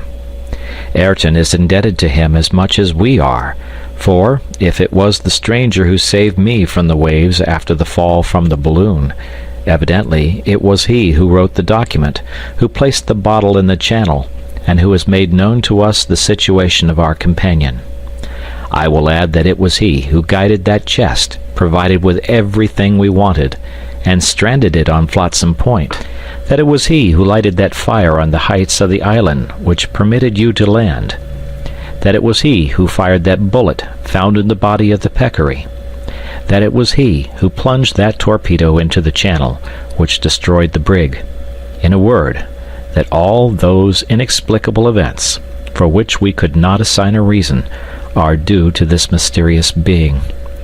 Therefore, whoever he may be, whether shipwrecked or exiled on our island, we shall be ungrateful if we think ourselves freed from gratitude towards him. We have contracted a debt, and I hope that we shall one day pay it." "You are right in speaking thus, my dear Cyrus," replied Gideon Spilett. "Yes, there is an almost all-powerful being, hidden in some part of the island, and whose influence has been singularly useful to our colony. I will add that the unknown appears to possess means of action which border on the supernatural, if in the events of practical life the supernatural were recognizable. Is it he who is in secret communication with us by the well in Granite House, and has he thus a knowledge of all our plans? Was it he who threw us that bottle when the vessel made her first cruise? Was it he who threw Top out of the lake and killed the dugong? Was it he who, as everything leads us to believe, saved you from the waves, and that under circumstances in which anyone else would not have been able to act? If it was he possesses a power which renders him master of the elements." The reporter's reasoning was just, and everyone felt it to be so. "Yes," rejoined Cyrus Harding, "if the intervention of a human being is not more questionable for us, I agree that he has at his disposal means of action beyond those possessed by humanity. There is a mystery still, but if we discover the man, the mystery will be discovered also. The question, then, is, ought we to respect the incognito of this generous being, or ought we to do everything to find him out? What is your opinion on the matter?" "My opinion," said Pencroft, is that, whoever he may be, he is a brave man, and he has my esteem." "Be it so," answered Harding. "But that is not an answer, Pencroft." "Master," then said Neb, "my idea is that we may search as long as we like for this gentleman whom you are talking about, but that we shall not discover him till he pleases." "That's not bad what you say, Neb," observed Pencroft. "I am of Neb's opinion," said Gideon Spilett, "but that is no reason for not attempting the adventure. Whether we find this mysterious being or not, we shall at least have fulfilled our duty towards him."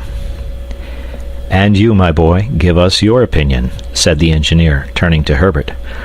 "Oh!" cried Herbert, his countenance full of animation.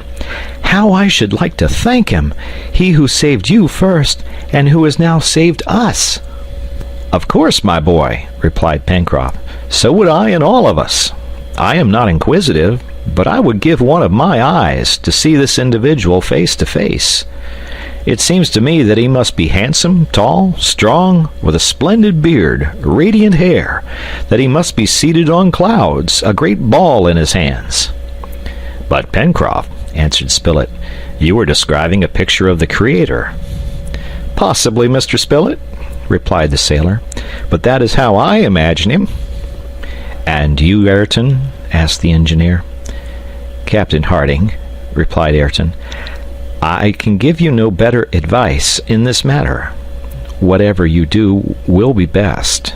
When you wish me to join you in your researches, I am ready to follow you."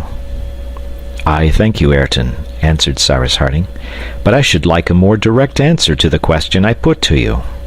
You are our companion. You have already endangered your life several times for us, and you, as well as the rest, ought to be consulted in the matter of any important decision. Speak, therefore." "Captain Harding," replied Ayrton, "I think that we ought to do everything to discover this unknown benefactor. Perhaps he is alone. Perhaps he is suffering. Perhaps he has a life to be renewed. I, too, as you said, have a debt of gratitude to pay him. It was he, it could be only he, who must have come to Tabor Island, who found there the wretch you knew, and who made known to you that there was an unfortunate man there to be saved. Therefore it is thanks to him that I have become a man again. No, I will never forget him." "That is settled, then," said Cyrus Harding. "We will begin our researches as soon as possible. We will not leave a corner of the island unexplored. We will search into its most secret recesses, and will hope that our unknown friend will pardon us in consideration of our intentions." For several days the colonists were actively employed in haymaking and the harvest. Before putting their project of exploring the yet unknown parts of the island into execution, they wished to get all possible work finished. It was also the time for collecting the various vegetables from the Tabor Island plants. All was stowed away, and happily there was no want of room in Granite House, in which they might have housed all the treasures of the island. The products of the colony were there, methodically arranged, and in a safe place, as may be believed, sheltered as much from animals as from man. There was no fear of damp in the middle of that thick mass of granite. Many natural excavations situated in the upper passage were enlarged either by pickaxe or mine, and Granite House thus became a general warehouse, containing all the provisions, arms, tools, and spare utensils, in a word, all the stores of the colony. As to the guns obtained from the brig, they were pretty pieces of ordnance which, at Pencroft's entreaty, were hoisted by means of tackle and pulleys right up into Granite House. Embrasures were made between the windows, and the shining muzzles of the guns could soon be seen through the granite cliff. From this height they commanded all Union Bay. It was like a little Gibraltar, and any vessel anchored off the islet would inevitably be exposed to the fire of this aerial battery. "Captain," said Pencroft one day, it was the 8th of November, "now that our fortifications are finished, it would be a good thing if we tried the range of our guns. "Do you think that is useful?" asked the engineer. "It is more than useful. It is necessary. Without that, how are we to know to what distance we can send one of those pretty shot with which we are provided?" "Try them, Pencroft," replied the engineer. "However, I think that in making the experiment, we ought to employ not the ordinary powder, the supply of which, I think, should remain untouched, but the pyroxyle, which will never fail us." "Can the cannon support the shock of the pyroxyle?" asked the reporter, who was not less anxious than Pencroft to try the artillery of Granite House. "I believe so. However," added the engineer, "we will be prudent." The engineer was right in thinking that the guns were of excellent make. Made of forged steel and breech-loaders, they ought consequently to be able to bear a considerable charge, and also have an enormous range. In fact, as regards practical effect, the transit described by the ball ought to be as extended as possible, and this tension could only be obtained under the condition that the projectile should be impelled with a very great initial velocity. "Now," said Harding to his companions, "the initial velocity is in proportion to the quantity of powder used.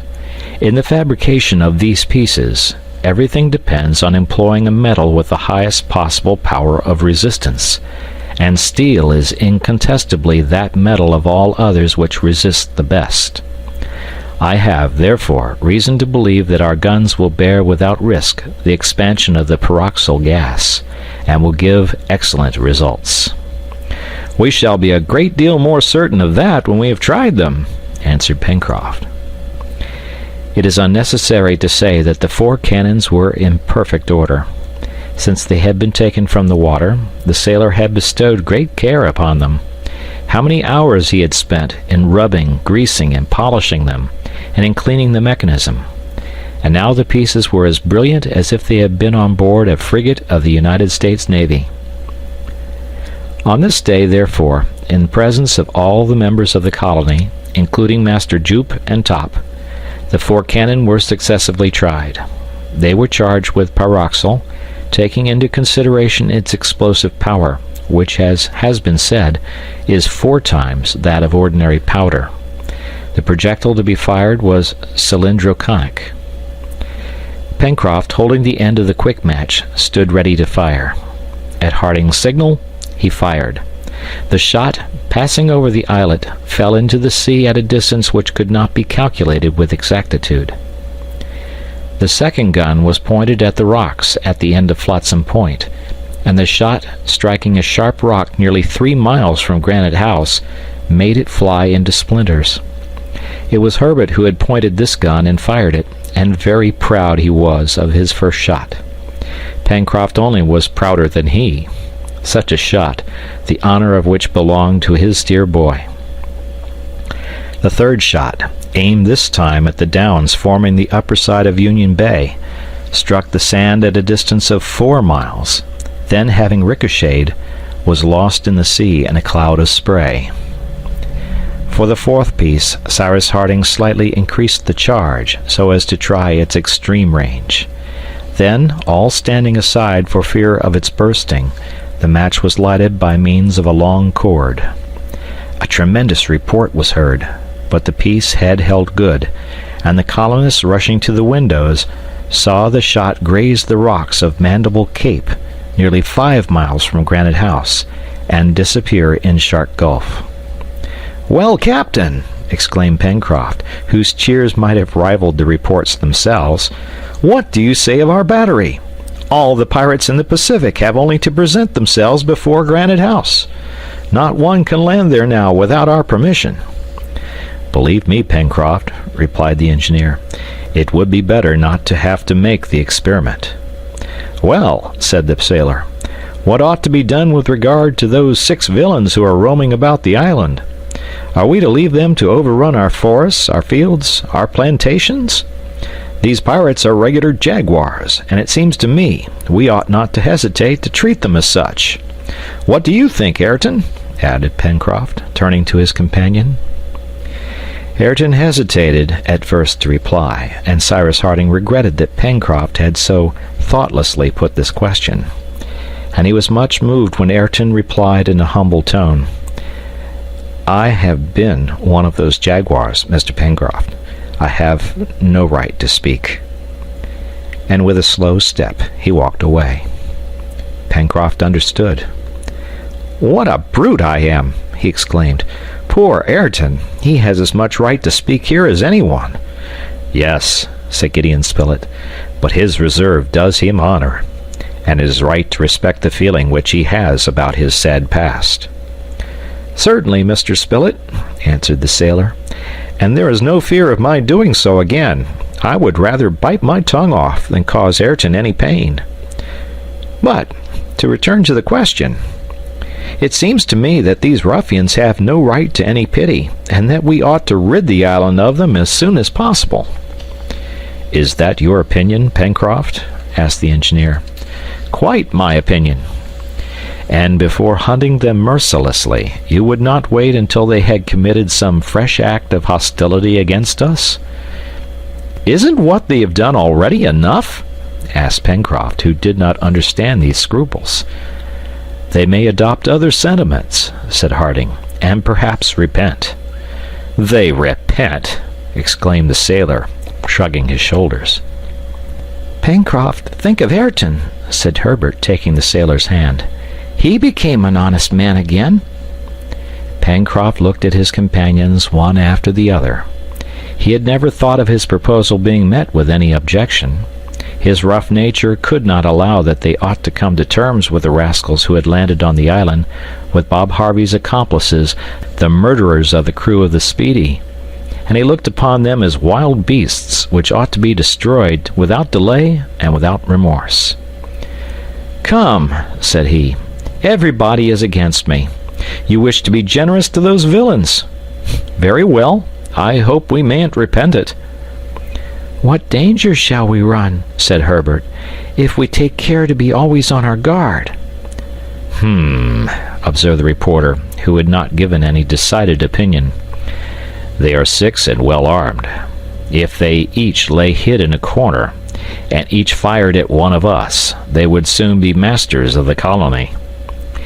"Why have they not done so?" said Herbert.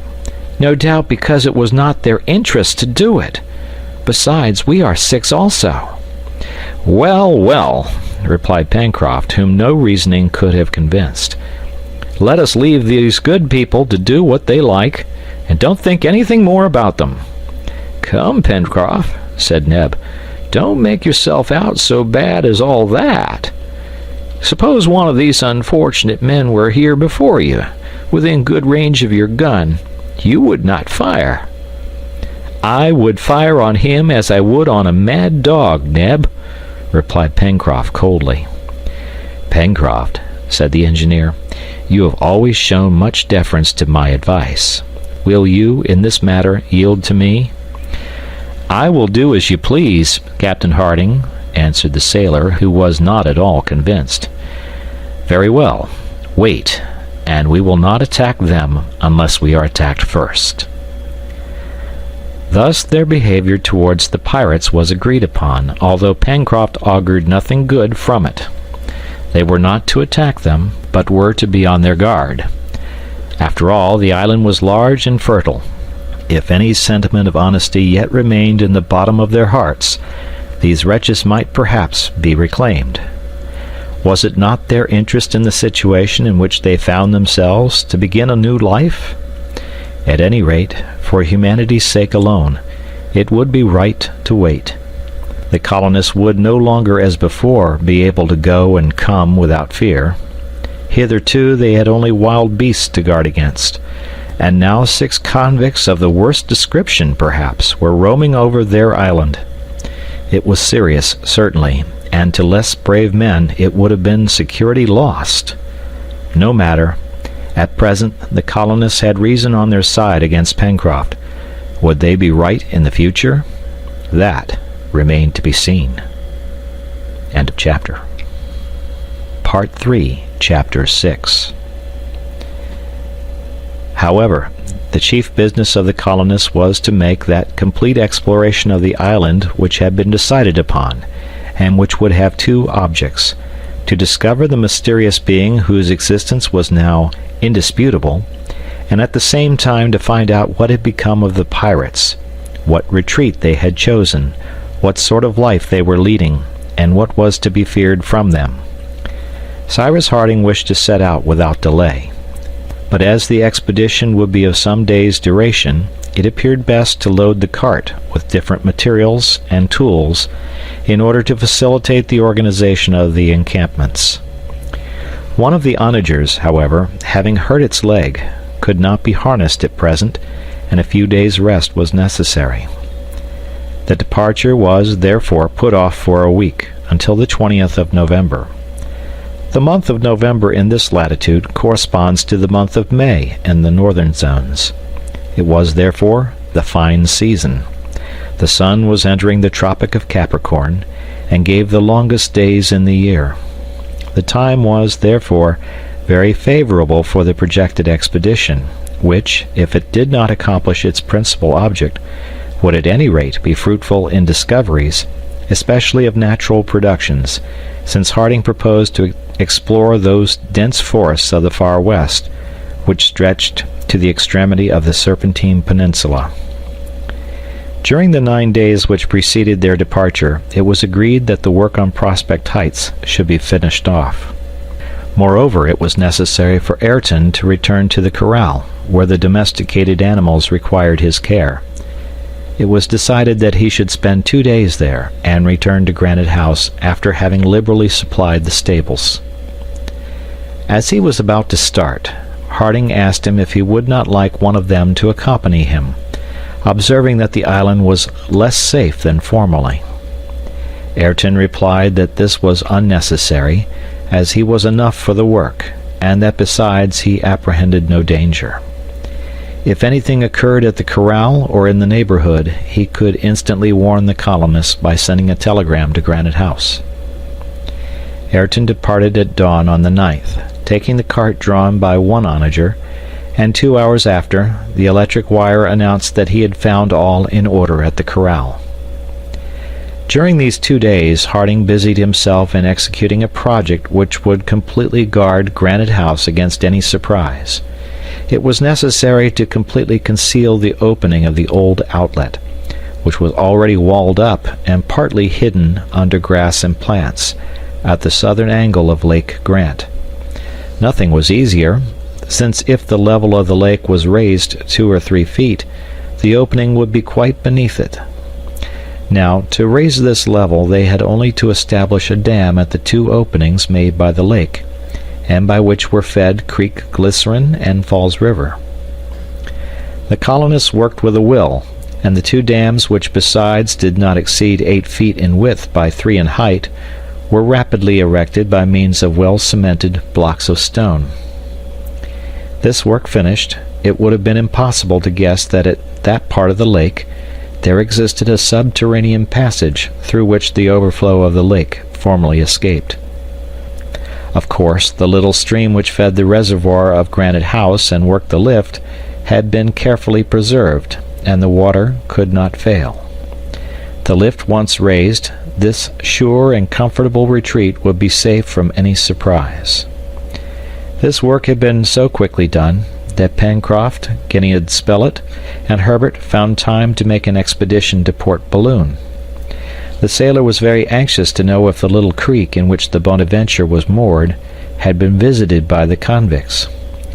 "Those gentlemen," he observed, "landed on the south coast, and if they followed the shore, it is to be feared that they may have discovered the little harbor, and in that case I wouldn't give $50 for our Bonadventure."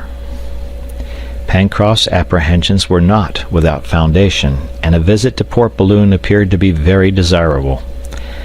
The sailor and his companions set off on the 10th of November, after dinner, well armed. Pencroft, ostentatiously slipping 2 bullets into each barrel of his rifle, shook his head in a way which betokened nothing good to anyone who approached too near him, whether man or beast, as he said. Gideon Spilett and Herbert also took their guns, and about 3 o'clock all 3 left Granite House. Neb accompanied them to the turn of the Mercy, and after they had crossed, he raised the bridge. It was agreed that a gunshot should announce the colonists' return, and that at the signal Neb should return and re-establish the communication between the two banks of the river. The little band advanced directly along the road which led to the southern coast of the island. This was only a distance of 3.5 miles, but Gideon Spilett and his companions took 2 hours to traverse it. They examined all the border of the road, the thick forest, as well as Tabor Marsh. They found no trace of the fugitives who, no doubt, not having yet discovered the number of the colonists, or the means of defense which they had at their disposal, had gained the less accessible parts of the island. Arrived at Port Balloon, Pencroft saw with extreme satisfaction that the Bonadventure was tranquilly floating in the narrow creek. However, Port Balloon was so well hidden among high rocks that it could scarcely be discovered either from the land or the sea. "Come," said Pencroft, "the blackguards have not been there yet. Long grass suits reptiles best, and evidently we shall find them in the far west." "And it's very lucky, for if they had found the Bonadventure," added Herbert, "they would have gone off in her, and we should have been prevented from returning to Tabor Island." "Indeed," remarked the reporter, "it will be important to take a document there which will make known the situation of Lincoln Island, and Ayrton's new residence, in case the Scotch yacht returns to fetch him." "Well, the Bonadventure is always there, Mr. Spilett," answered the sailor. "She and her crew are ready to start at a moment's notice." "I think, Pencroft, that is a thing to be done after our exploration of the island is finished. It is possible, after all, that the stranger, if we manage to find him, may know as much about Tabor Island as about Lincoln Island. Do not forget that he is certainly the author of the document, and he may, perhaps, know how far we may count on the return of the yacht." "But," exclaimed Pencroft, "who in the world can he be? The fellow knows us, and we know nothing about him. If he is a simple castaway, why should he conceal himself? We are honest men, I suppose, and the society of honest men isn't unpleasant to anyone. Did he come here voluntarily? Can he leave the island if he likes? Is he here still? Will he remain any longer?" Chatting thus, Pencroft, Gideon Spilett, and Herbert got on board and looked about the deck of the Bonadventure. All at once, the sailor, having examined the bits to which the cable of the anchor were secured, "Hallo!" he cried. "This is queer." "What is the matter, Pencroft?" asked the reporter. "The matter is that it was not I who made this knot." And Pencroft showed a rope which fastened the cable to the bit itself. "What? It was not you?" asked Gideon Spilett. "No, I can swear to it. This is a reef knot, and I always make a running bowline." "You must be mistaken, Pencroft." "I am not mistaken," declared the sailor. "My hand does it so naturally, and one's hand is never mistaken." "How can the convicts have been on board?" asked Herbert. "I know nothing about that," answered Pencroft. "But what is certain is that someone has weighed the Bonadventure's anchor and dropped it again. And look here, here is another proof. The cable of the anchor has been run out, and its service is no longer at the hawse-hole. I repeat that someone has been using our vessel." "But if the convicts had used her, they would have pillaged her, or rather gone off with her." "Gone off? Where to? To Tabor Island?" replied Pencroft. "Do you think they would risk themselves in a boat of such small tonnage?" "We must besides be sure that they know of the islet," rejoined the reporter. "However that may be," said the sailor, "as sure as my name is Bonadventure Pencroft of the Vineyard, our Bonadventure has sailed without us." The sailor was so positive that neither Gideon Spilett nor Herbert could dispute his statement. It was evident that the vessel had been moved, more or less, since Pencroft had brought her to Port Balloon. As to the sailor, he had not the slightest doubt that the anchor had been raised and then dropped again. Now, what was the use of these two maneuvers unless the vessel had been employed in some expedition? "But how was it we did not see the Bonadventure pass in sight of the island?" observed the reporter, who was anxious to bring forward every possible objection. "Why, Mr. Spilett," replied the sailor, "they would only have to start in the night with a good breeze, and they would be out of sight of the island in 2 hours." "Well," resumed Gideon Spilett, "I ask again, what object could the convicts have had in using the Bonadventure, and why, after they had made use of her, should they have brought her back to port?" "Why, Mr. Spilett," replied the sailor, "we must put that among the unaccountable things, and not think anything more about it. The chief thing is that the Bonadventure was there, and she is there now. Only, unfortunately, if the convicts take her a second time, we shall very likely not find her again in her place." "Then, Pencroft," said Herbert, "would it not be wisest to bring the Bonadventure off to Granite House?" "Yes and no," answered Pencroft. "Or rather, no. The mouth of the Mersey is a bad place for a vessel, and the sea is heavy there." "But by hauling her up on the sand to the foot of the Chimneys?" "Perhaps yes," replied Pencroft. "At any rate, since we must leave Granite House for a long expedition, I think the Bonadventure will be safer here during our absence, and we shall do best to leave her here until the island is rid of those blackguards." "That is exactly my opinion," said the reporter. "At any rate, in the event of bad weather, she will not be exposed here as she would be at the mouth of the Mersey." "But suppose the convicts pay her another visit?" said Herbert. "Well, my boy," replied Pencroft, "not finding her here, they would not be long in finding her on the sands of Granite House, and during our absence nothing could hinder them from seizing her. I agree, therefore, with Mr. Spilett, that she must be left in Port Balloon. But if on our return we have not rid the island of those rascals, it will be prudent to bring our boat to Granite House, until the time when we need not fear any unpleasant visits." "That's settled. Let us be off," said the reporter. Pencroft, Herbert, and Gideon Spilett, on their return to Granite House, told the engineer all that had passed, and the latter approved of their arrangements both for the present and the future. He also promised the sailor that he would study that part of the channel situated between the islet and the coast, so as to ascertain if it would not be possible to make an artificial harbor there by means of dams. In this way the Bonadventure would be always within reach, under the eyes of the colonists, and if necessary, under lock and key. That evening a telegram was sent to Ayrton, requesting him to bring from the corral a couple of goats, which Neb wished to acclimatize to the plateau. Singularly enough, Ayrton did not acknowledge the receipt of the dispatch, as he was accustomed to do. That could not but astonish the engineer. But it might be that Ayrton was not at that moment in the corral, or even that he was on his way back to Granite House. In fact, 2 days had already passed since his departure, and it had been decided that on the evening of the 10th, or at the latest the morning of the 11th, he should return. The colonists waited, therefore, for Ayrton to appear on Prospect Heights. Neb and Herbert even watched at the bridge, so as to be ready to lower it the moment their companion presented himself.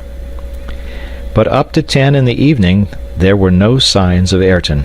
It was, therefore, judged best to send a fresh dispatch, requiring an immediate reply. The bell of the telegraph at Granite House remained mute. The colonists' uneasiness was great. What had happened? Was Ayrton no longer at the corral? Or if he was still there, had he no longer control over his movements?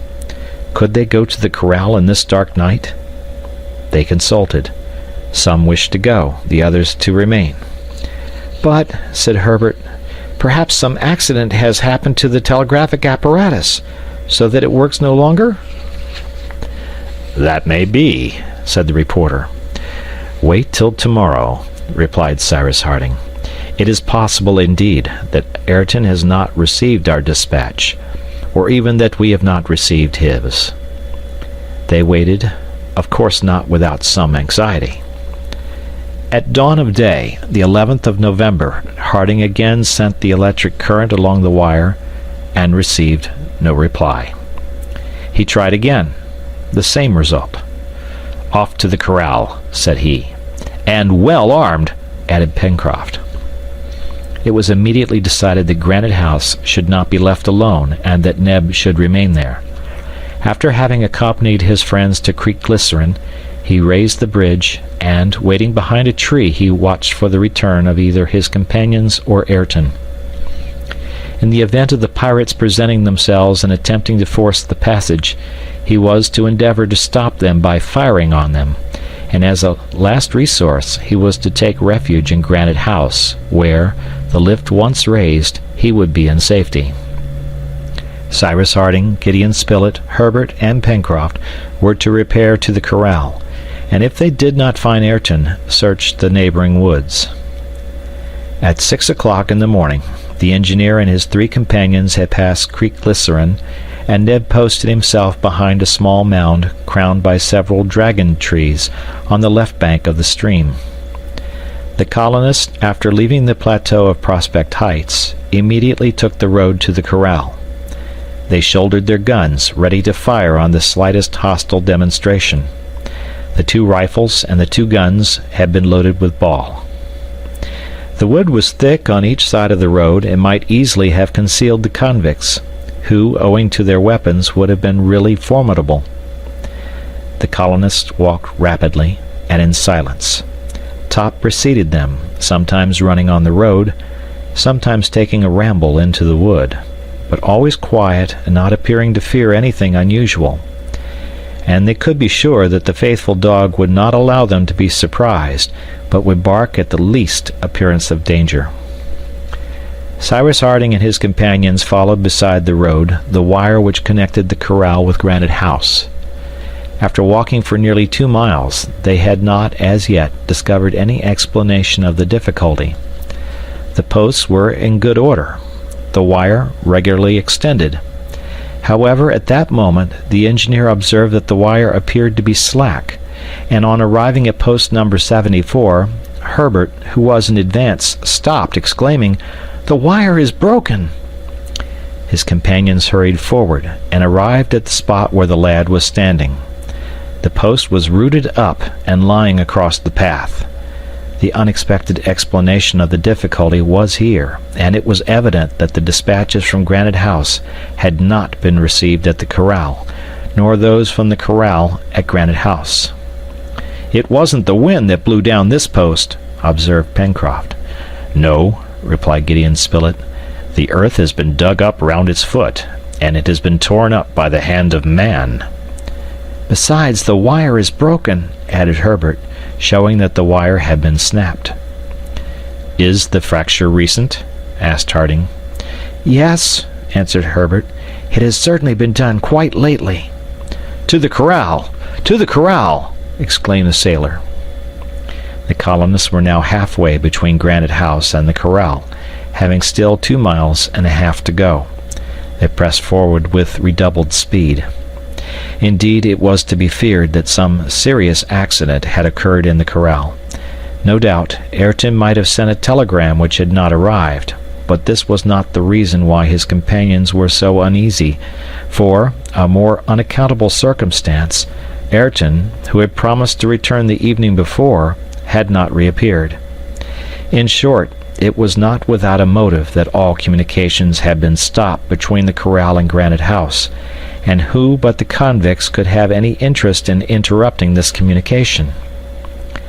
The settlers hastened on, their hearts oppressed with anxiety. They were sincerely attached to their new companion.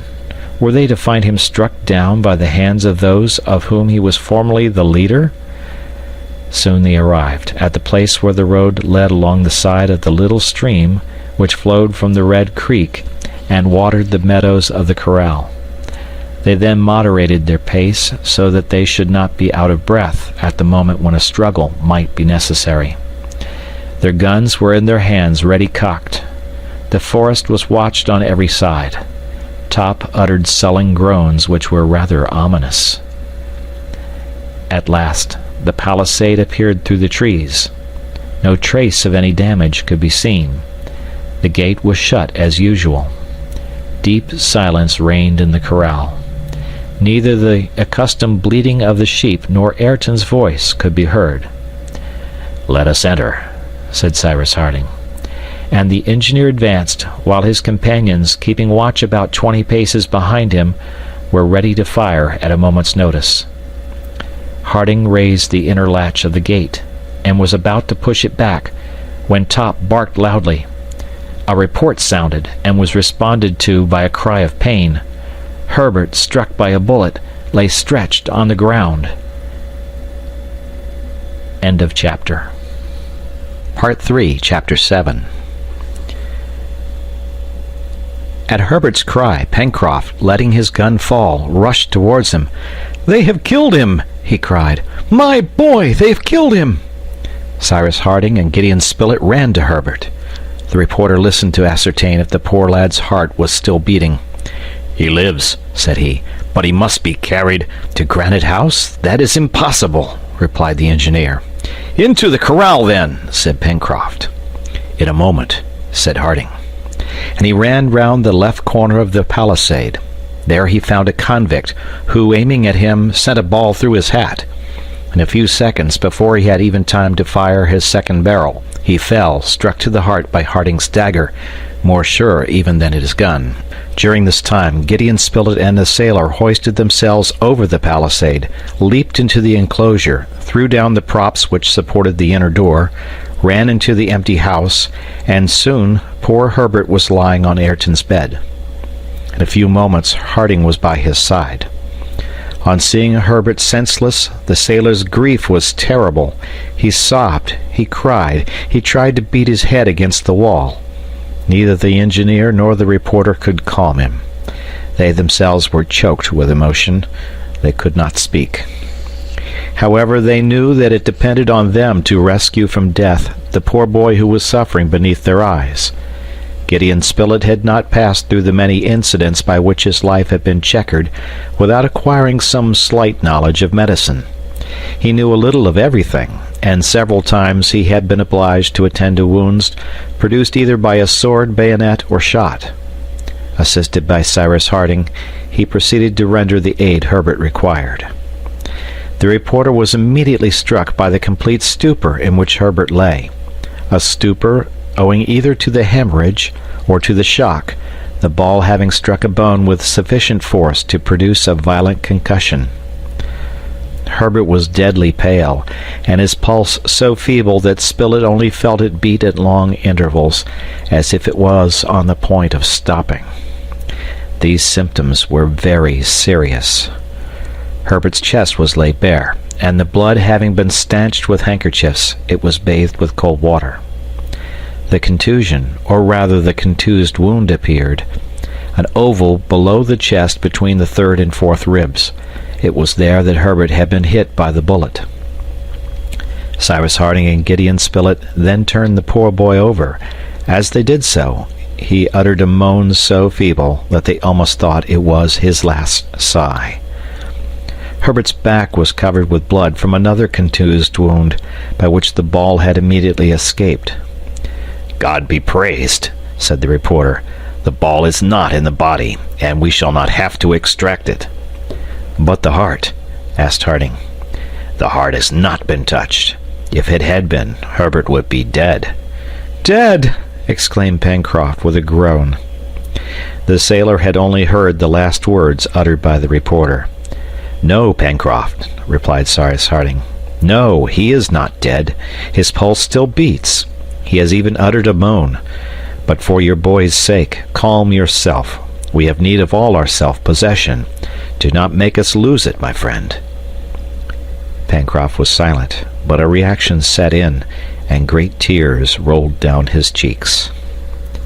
In the meanwhile, Gideon Spilett endeavored to collect his ideas and proceed methodically.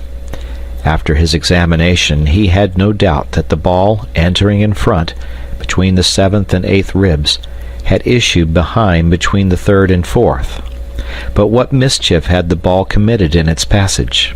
What important organs had been reached? A professional surgeon would have had difficulty in determining this at once, and still more so the reporter. However, he knew one thing. This was that he would have to prevent the inflammatory strangulation of the injured parts, then to contend with the local inflammation and fever which would result from the wound, perhaps mortal. Now, what styptics, what antiphlogistics ought to be employed? By what means could inflammation be prevented? At any rate, the most important thing was that the 2 wounds should be dressed without delay. It did not appear necessary to Gideon Spilett that a fresh flow of blood should be caused by bathing them in tepid water and compressing their lips. The hemorrhage had been very abundant, and Herbert was already too much enfeebled by the loss of blood. The reporter therefore thought it best to simply bathe the 2 wounds with cold water. Herbert was placed on his left side, and was maintained in that position. "He must not be moved," said Gideon Spilett. "He is in the most favorable position for the wounds in his back and chest to suppurate easily, and absolute rest is necessary." "What? Can't we carry him to Granite House?" asked Pencroft. "No, Pencroft," replied the reporter. "I'll pay the villains off!" cried the sailor, shaking his fist in a menacing manner. "Pencroft," said Cyrus Harding. Gideon Spilett had resumed his examination of the wounded boy. Herbert was still so frightfully pale that the reporter felt anxious. "Cyrus," said he, "I am not a surgeon. I am in terrible perplexity. You must aid me with your advice, your experience." "Take courage, my friend," answered the engineer, pressing the reporter's hand. "Judge coolly. Think only of this: Herbert must be saved." These words restored in Gideon Spilett that self-possession which he had lost in a moment of discouragement on feeling his great responsibility. He seated himself close to the bed. Cyrus Harding stood near. Pencroft had torn up his shirt and was mechanically making lint. Spilett then explained to Cyrus Harding that he thought he ought first of all to stop the hemorrhage, but not close the 2 wounds or cause their immediate cicatrization, for there had been internal perforation, and the suppuration must not be allowed to accumulate in the chest. Harding approved entirely, and it was decided that the 2 wounds should be dressed without attempting to close them by immediate coaptation. And now did the colonists possess an efficacious agent to act against the inflammation which might occur? Yes, they had one, for nature had generously lavished it.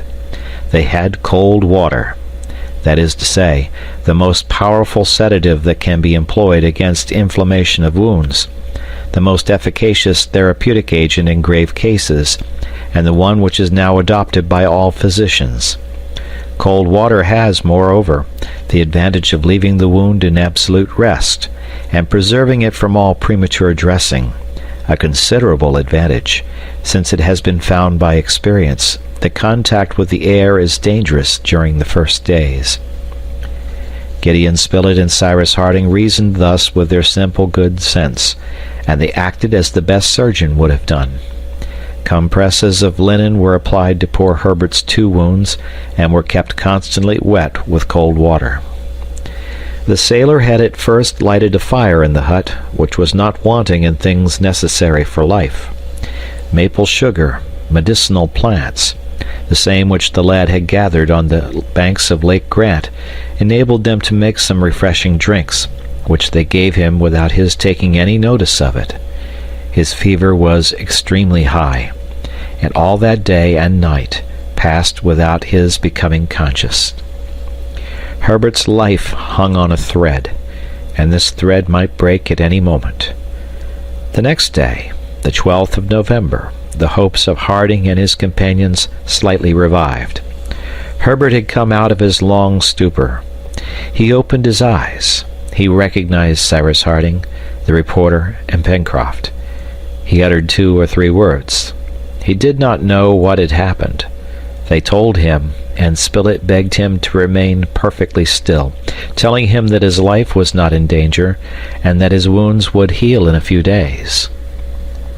However, Herbert scarcely suffered at all, and the cold water with which they were continually bathed prevented any inflammation of the wounds.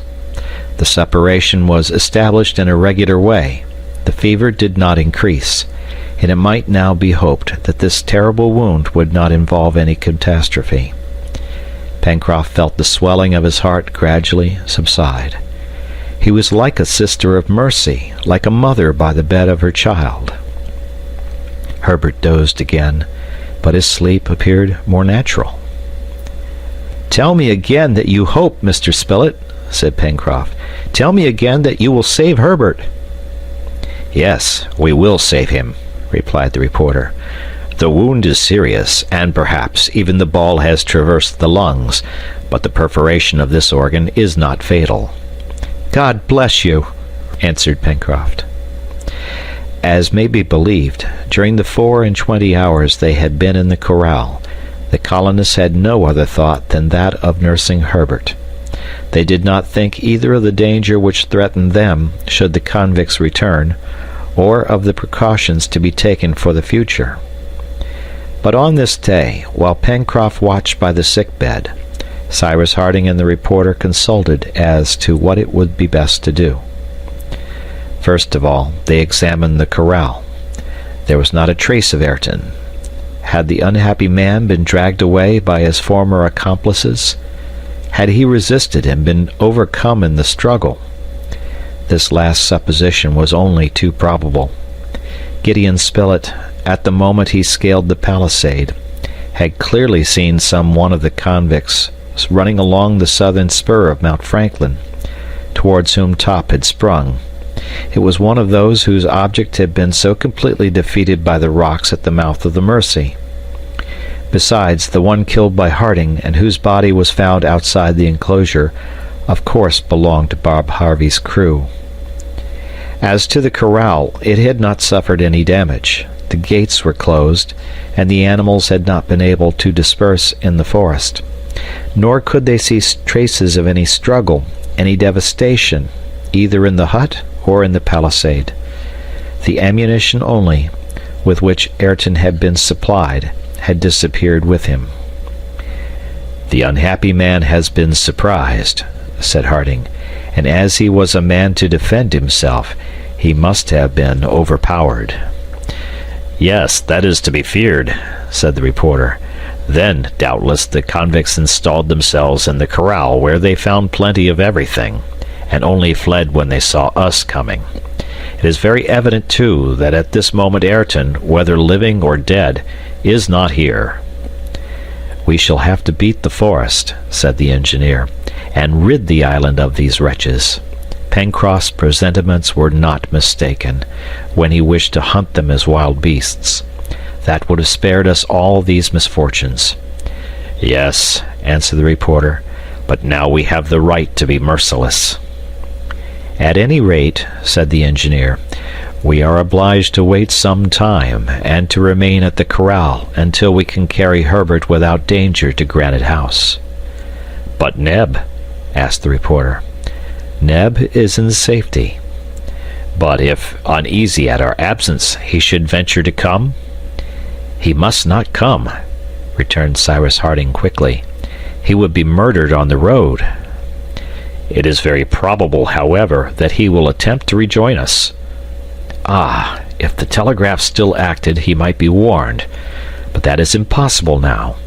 As to leaving Pencroft and Herbert here alone, we could not do it." "Well, I will go alone to Granite House." "No, no, Cyrus," answered the reporter. "You must not expose yourself. Your courage would be of no avail. The villains are evidently watching the corral. They are hidden in the thick woods which surround it. And if you go, we shall soon have to regret 2 misfortunes instead of 1. "But Neb," repeated the engineer. "It is now 24 hours since he has had any news of us. He will be sure to come." "And as he will be less on his guard than we should be ourselves," added Spilett, "he will be killed." "Is there really no way of warning him?" While the engineer thought, his eyes fell on Top, who, going backwards and forwards, seemed to say, "Am I not here?" "Top!" exclaimed Cyrus Harding. The animal sprang at his master's call. "Yes, Top will go," said the reporter, who had understood the engineer. "Top can go where we cannot. He will carry to Granite House the news of the corral, and he will bring back to us that from Granite House." "Top can go where we cannot. He will carry to Granite House the news of the corral, and he will bring back to us that from Granite House." "Quick," said Harding, "quick!" Spilett rapidly tore a leaf from his notebook and wrote these words: "Herbert wounded. We are at the corral. Be on your guard. Do not leave Granite House. Have the convicts appeared in the neighborhood? Reply by Top." This laconic note contained all that Neb ought to know, and at the same time asked all that the colonist wished to know. It was folded and fastened to Top's collar in a conspicuous position. "Top, my dog," said the engineer, caressing the animal. "Neb, Top. Neb. Go. Go." Top bounded at these words. He understood. He knew what was expected of him. The road to the corral was familiar to him.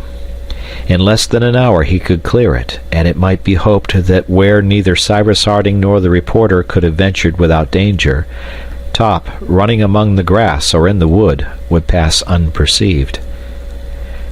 The engineer went to the gate of the corral and opened it.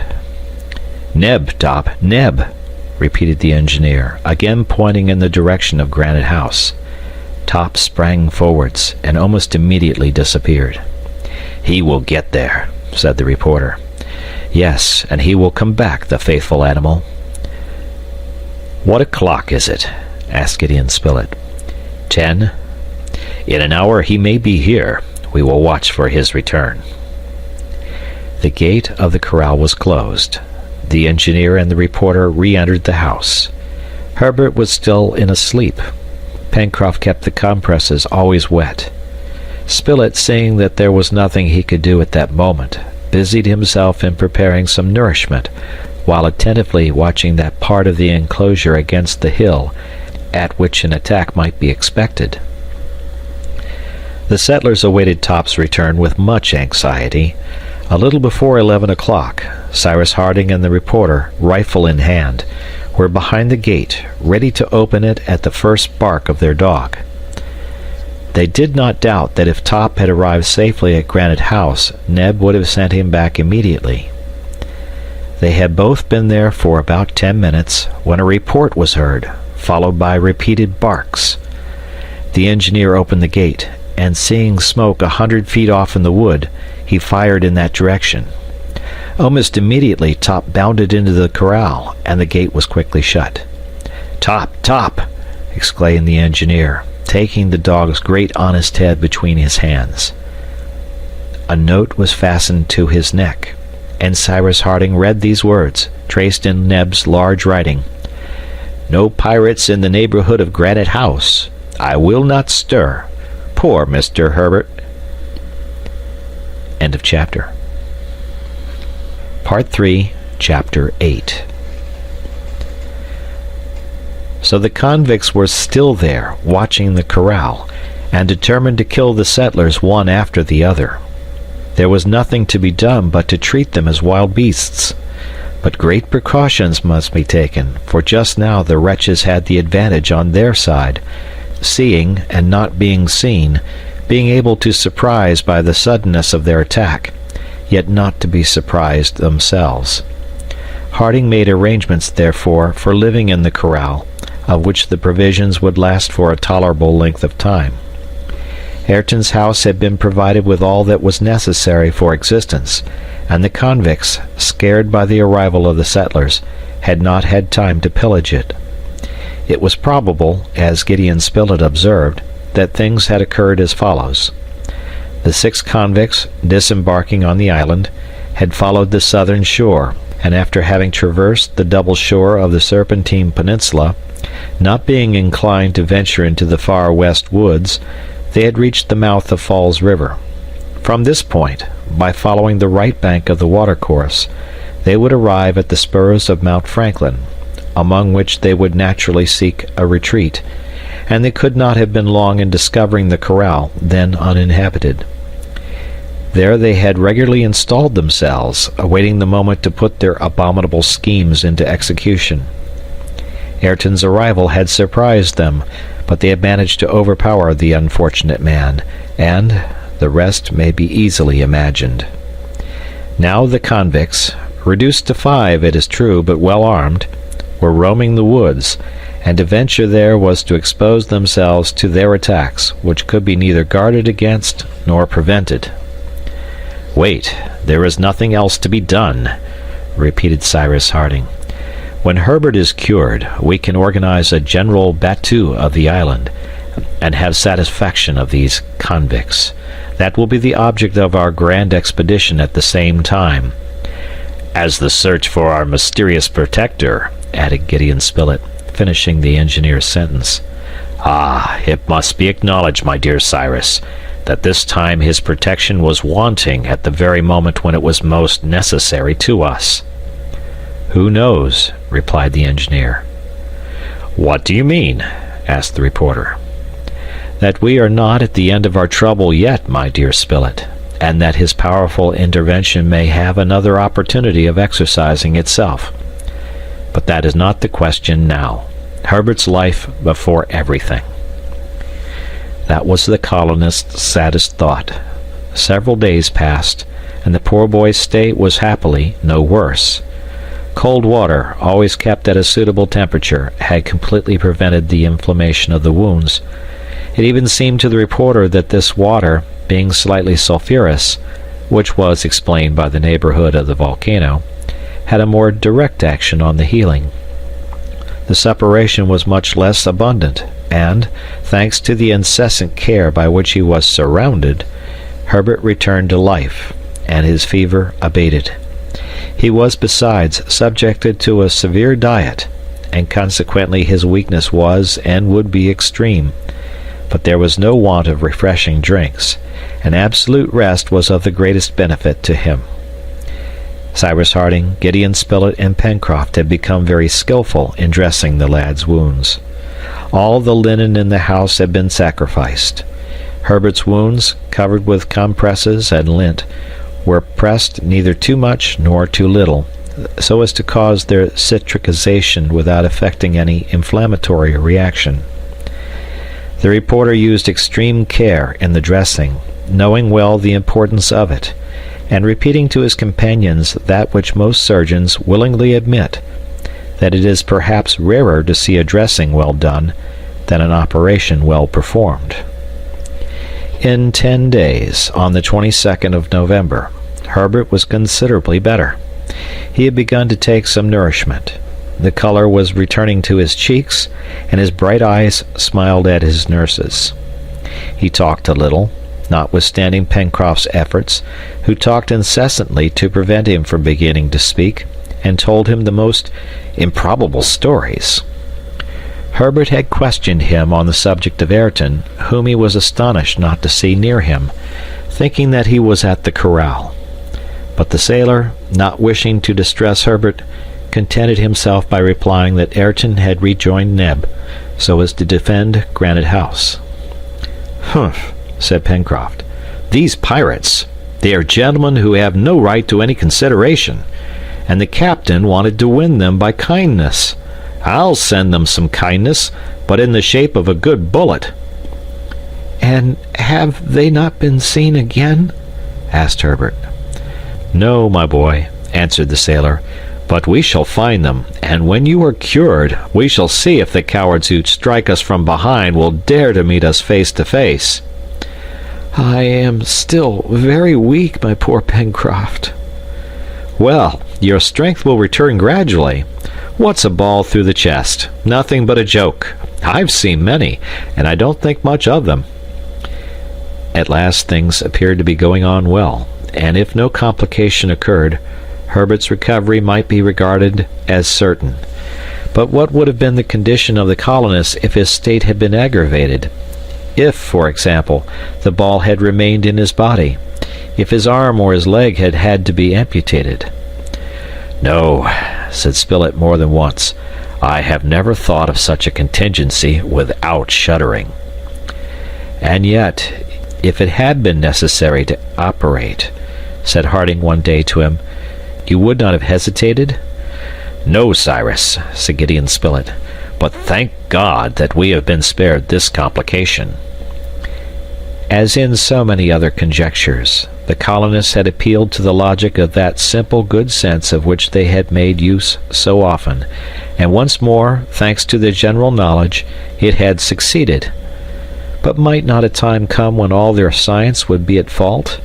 They were alone on the island. Now men in all states of society are necessary to each other. Cyrus Harding knew this well, and sometimes he asked if some circumstance might not occur which they would be powerless to surmount. It appeared to him, besides, that he and his companions, till then so fortunate, had entered into an unlucky period. During the 2 years and a half which had elapsed since their escape from Richmond, it might be said that they had had everything their own way. The island had abundantly supplied them with minerals, vegetables, animals, and as nature had constantly loaded them, their science had known how to take advantage of what she offered them. The well-being of the colony was therefore complete. Moreover, in certain occurrences, an inexplicable influence had come to their aid, but all that could only be for a time. In short, Cyrus Harding believed that fortune had turned against them. In fact, the convicts' ship had appeared in the waters of the island, and if the pirates had been, so to speak, miraculously destroyed, 6 of them at least had escaped the catastrophe. They had disembarked on the island, and it was almost impossible to get at the 5 who survived. Ayrton had no doubt been murdered by these wretches, who possessed firearms, and at the first use that they had made of them, Herbert had fallen, wounded almost mortally. Were these the first blows aimed by adverse fortune at the colonists? This was often asked by Harding. This was often repeated by the reporter, and it appeared to him also that the intervention, so strange, yet so efficacious, which till then had served them so well, had now failed them. Had this mysterious being, whatever he was, whose existence could not be denied, abandoned the island? Had he in his turn succumbed? No reply was possible to these questions, but it must not be imagined that because Harding and his companions spoke of these things, they were meant to despair. Far from that. They looked their situation in the face. They analyzed their chances. They prepared themselves for any event. They stood firm and straight before the future, and if adversity was at last to strike them, it would find in them men prepared to struggle against it. End of chapter. Part 3, Chapter 9. The convalescence of the young invalid was regularly progressing. One thing only was now to be desired, that his state would allow him to be brought to Granite House. However well built and supplied the corral house was, it could not be so comfortable as the healthy granite dwelling. Besides, it did not offer the same security, and its tenants, notwithstanding their watchfulness, were here always in fear of some shot from the convicts. There, on the contrary, in the middle of that impregnable and inaccessible cliff, they would have nothing to fear, and any attacks on their persons would certainly fail.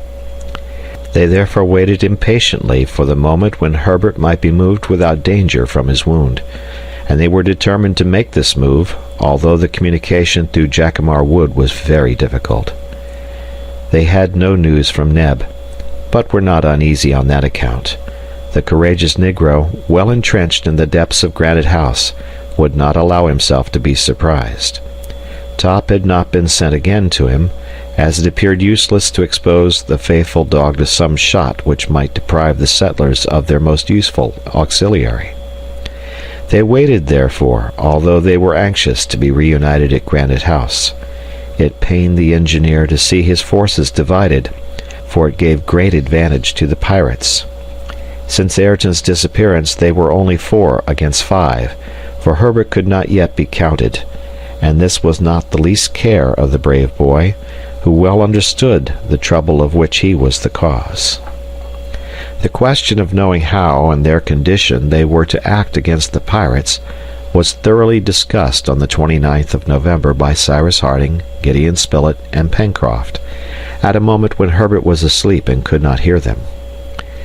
"My friends," said the reporter, after they had talked of Neb and of the impossibility of communicating with him, "I think, like you, that to venture on the road to the corral would be to risk receiving a gunshot without being able to return it.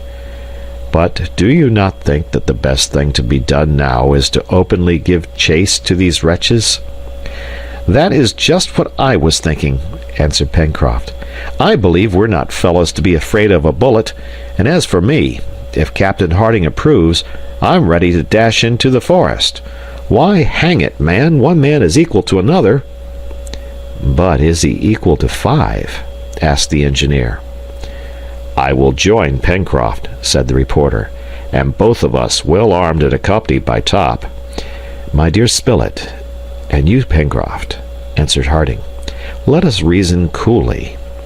If the convicts were hid in one spot of the island, if we knew that spot, and had only to dislodge them, I would undertake a direct attack. But is there not occasion to fear, on the contrary, that they are sure to fire the first shot?" "Well, Captain," cried Pencroft, "a bullet does not always reach its mark." "That which struck Herbert did not miss, Pencroft," replied the engineer. "Besides, observe that if both of you left the corral, I should remain here alone to defend it. Do you imagine that the convicts will not see you leave it? That they will not allow you to enter the forest, and that they will not attack it during your absence, knowing that there is no one here but a wounded boy and a man?" "You are right, Captain," replied Pencroft, his chest swelling with sullen anger. "You are right, and they will do all they can to retake the corral, which they know to be well stored, and alone you could not hold it against them."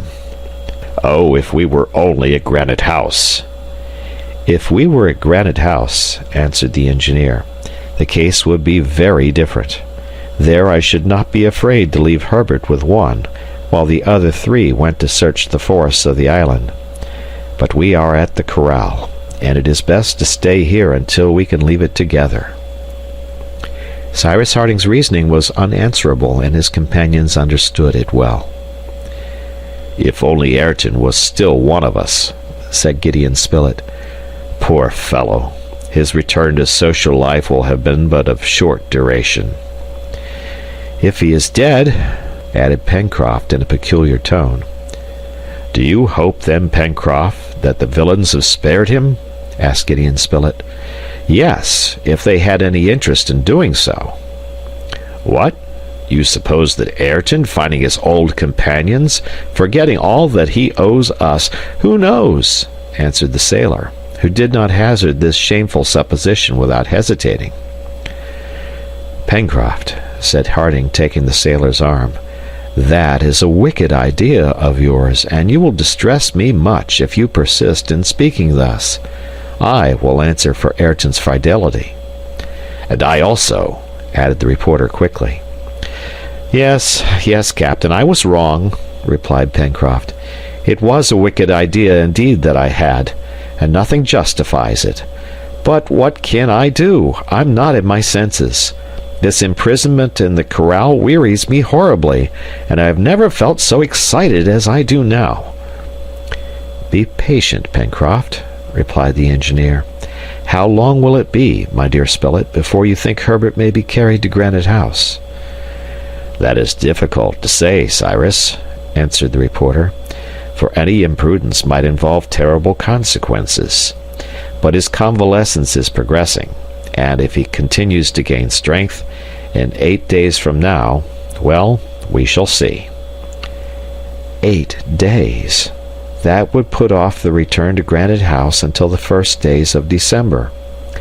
At this time 2 months of spring had already passed. The weather was fine, and the heat began to be great. The forests of the island were in full leaf, and the time was approaching when the usual crops ought to be gathered. The return to the plateau of Prospect Heights would, therefore, be followed by extensive agricultural labors, interrupted only by the projected expedition through the island. It can therefore be well understood how injurious this seclusion in the corral must have been to the colonists. But if they were compelled to bow before necessity, they did not do so without impatience. Once or twice the reporter ventured out into the road and made the tour of the palisade. Top accompanied him, and Gideon Spilett, his gun cocked, was ready for any emergency. He met with no misadventure and found no suspicious traces. His dog would have warned him of any danger, and, as Top did not bark, it might be concluded that there was nothing to fear, at that moment at least, and that the convicts were occupied in another part of the island. However, on his second sortie, on the 27th of November, Gideon Spilett, who had ventured a quarter of a mile into the woods, towards the south of the mountain, remarked that Top scented something. The dog had no longer his unconcerned manner. He went backwards and forwards, ferreting among the grass and bushes as if his smell had revealed some suspicious object to him. Gideon Spilett followed Top, encouraged him, excited him by his voice, while keeping a sharp lookout, his gun ready to fire, and sheltering himself behind the trees. It was not probable that Top scented the presence of man, for in that case he would have announced it by half-uttered, sullen, angry barks. Now, as he did not growl, it was because danger was neither near nor approaching.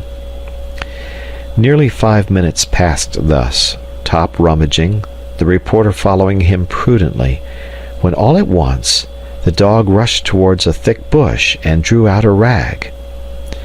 It was a piece of cloth, stained and torn, which Spilett immediately brought back to the corral. There it was examined by the colonists, who found that it was a fragment of Ayrton's waistcoat, a piece of that felt manufactured solely by the Granite House factory. "You see, Pencroft," observed Harding, "there has been resistance on the part of the unfortunate Ayrton. The convicts have dragged him away in spite of himself. Do you still doubt his honesty?" "No, Captain," answered the sailor, "and I repented of my suspicion a long time ago. But it seems to me that something may be learned from the incident." "What is that?" asked the reporter. "It is that Ayrton was not killed at the corral, that they dragged him away living, since he has resisted. Therefore, perhaps, he is still living." "Perhaps, indeed," replied the engineer, who remained thoughtful. This was a hope to which Ayrton's companions could still hold. Indeed, they had before believed that, surprised in the corral, Ayrton had fallen by a bullet, as Herbert had fallen. But if the convicts had not killed him at first, if they had brought him living to another part of the island, might it not be admitted that he was still their prisoner? Perhaps, even, one of them had found in Ayrton his old Australian companion Ben Joyce, the chief of the escaped convicts. And who knows but that they had conceived the impossible hope of bringing Ayrton to themselves? He would have been very useful to them if they had been able to make him turn traitor. This incident was, therefore, favorably interpreted at the corral, and it no longer appeared impossible that they should find Ayrton again. On his side, if he was only a prisoner, Ayrton would no doubt do all he could to escape from the hands of the villains, and this would be a powerful aid to the settlers. "At any rate," observed Gideon Spilett, "if happily Ayrton did manage to escape, he would go directly to Granite House, for he could not know of the attempted assassination of which Herbert has been a victim, and consequently would never think of our being imprisoned in the corral." "Oh, I wish that he was there at Granite House," cried Pencroft, "and that we were there too. For although the rascals can do nothing to our house, they may plunder the plateau, our plantations, our poultry yard." Pencroft had become a thorough farmer, heartily attached to his crops. But it must be said that Herbert was more anxious than any to return to Granite House, for he knew how much the presence of the settlers was needed there, and it was he who was keeping them at the corral. Therefore, one idea occupied his mind: to leave the corral, and when. He believed he could bear removal to Granite House. He was sure his strength would return more quickly in his room, with the air and sight of the sea. Several times he pressed Gideon Spilett, but the latter, fearing, with good reason, that Herbert's wounds, half healed, might reopen on the way, did not give the order to start. However, something occurred which compelled Cyrus Harding and his two friends to yield to the lad's wish, and God alone knew that this determination might cause them grief and remorse. It was the 29th of November, 7 o'clock in the evening. The three settlers were talking in Herbert's room when they heard Top utter quick barks. Harding, Pencroft, and Spilett seized their guns and ran out of the house. Top, at the foot of the palisade, was jumping, barking, but it was with pleasure, not anger. "Someone is coming." "Yes, it is not an enemy." "Neb, perhaps? Or Ayrton?" These words had hardly been exchanged between the engineer and his two companions when a body leaped over the palisade and fell on the ground inside the corral. It was Jup, Master Jup in person, to whom Top immediately gave a most cordial reception. "Jup!" exclaimed Pencroft. "Neb has sent him to us," said the reporter. "Then," replied the engineer, "he must have some note on him." Pencroft rushed up to the orang. Certainly, if Neb had any important matter to communicate to his master, he could not employ a more sure or more rapid messenger, who could pass where neither the colonists could, nor even Top himself. Cyrus Harding was not mistaken. At Jup's neck hung a small bag, and in this bag was found a little note traced by Neb's hand. The despair of Harding and his companions may be imagined when they read these words: "Friday, 6 o'clock in the morning. Plateau invaded by convicts. Neb." They gazed at each other without uttering a word. Then they re-entered the house. What were they to do? The convicts on Prospect Heights! That was disaster, devastation, ruin. Herbert, on seeing the engineer, the reporter, and Pencroft re-enter, guessed that their situation was aggravated, and when he saw Jup, he no longer doubted that some misfortune menaced Granite House. "Captain Harding," said he, "I must go. I can bear the journey. I must go." Gideon Spilett approached Herbert, then, having looked at him, "Let us go, then," said he. The question was quickly decided whether Herbert should be carried on a litter or in the cart which had brought Ayrton to the corral. The motion of the litter would have been more easy for the wounded lad, but it would have necessitated two bearers. That is to say, there would have been two guns less for defense if an attack was made on the road. Would they not, on the contrary, by employing the cart, leave every arm free? Was it impossible to place the mattress on which Herbert was lying in it, and to advance with so much care that any jolt should be avoided? It could be done. The cart was brought. Pencroft harnessed the onager. Cyrus Harding and the reporter raised Herbert's mattress and placed it on the bottom of the cart. The weather was fine. The sun's bright rays glanced through the trees. "Are the guns ready?" asked Cyrus Harding. They were. The engineer and Pencroft, each armed with a double-barreled gun, and Gideon Spilett carrying his rifle, had nothing to do but start. "Are you comfortable, Herbert?" asked the engineer. "Ah, Captain," replied the lad, "don't be uneasy. I shall not die on the road." While speaking thus, it could be seen that the poor boy had called up all his energy, and by the energy of a powerful will had collected his failing strength. The engineer felt his heart sink painfully. He still hesitated to give the signal for departure, but that would have driven Herbert to despair, killed him perhaps. "Forward," said Harding. The gate of the corral was opened. Jup and Top, who knew when to be silent, ran in advance. The cart came out, the gate was reclosed, and the onager, led by Pencroft, advanced at a slow pace. Certainly it would have been safer to have taken a different road than that which led straight from the corral to Granite House, but the cart would have met with great difficulties in moving under the trees. It was necessary, therefore, to follow this way, although it was well known to the convicts. Cyrus Harding and Gideon Spilett walked one on each side of the cart, ready to answer to any attack. However, it was not probable that the convicts would have left the plateau of Prospect Heights. Neb's note had evidently been written and sent as soon as the convicts had shown themselves there. Now, this note was dated 6 o'clock in the morning, and the active orang, accustomed to come frequently to the corral, had taken scarcely 3/4 of an hour to cross the 5 miles which separated it from Granite House. They would, therefore, be safe at that time, and if there was any occasion for firing, it would probably not be until they were in the neighborhood of Granite House. However, the colonists kept a strict watch. Top and Jup, the latter armed with his club, sometimes in front, sometimes beating the wood at the sides of the road, signalized no danger. The cart advanced slowly under Pencroft's guidance. It had left the corral at 7:30. An hour after, 4 out of the 5 miles had been cleared, without any incident having occurred. The road was as deserted as all that part of the Jacamar Wood which lay between the Mercy and the lake. There was no occasion for any warning. The wood appeared as deserted as on the day when the colonists first landed on the island.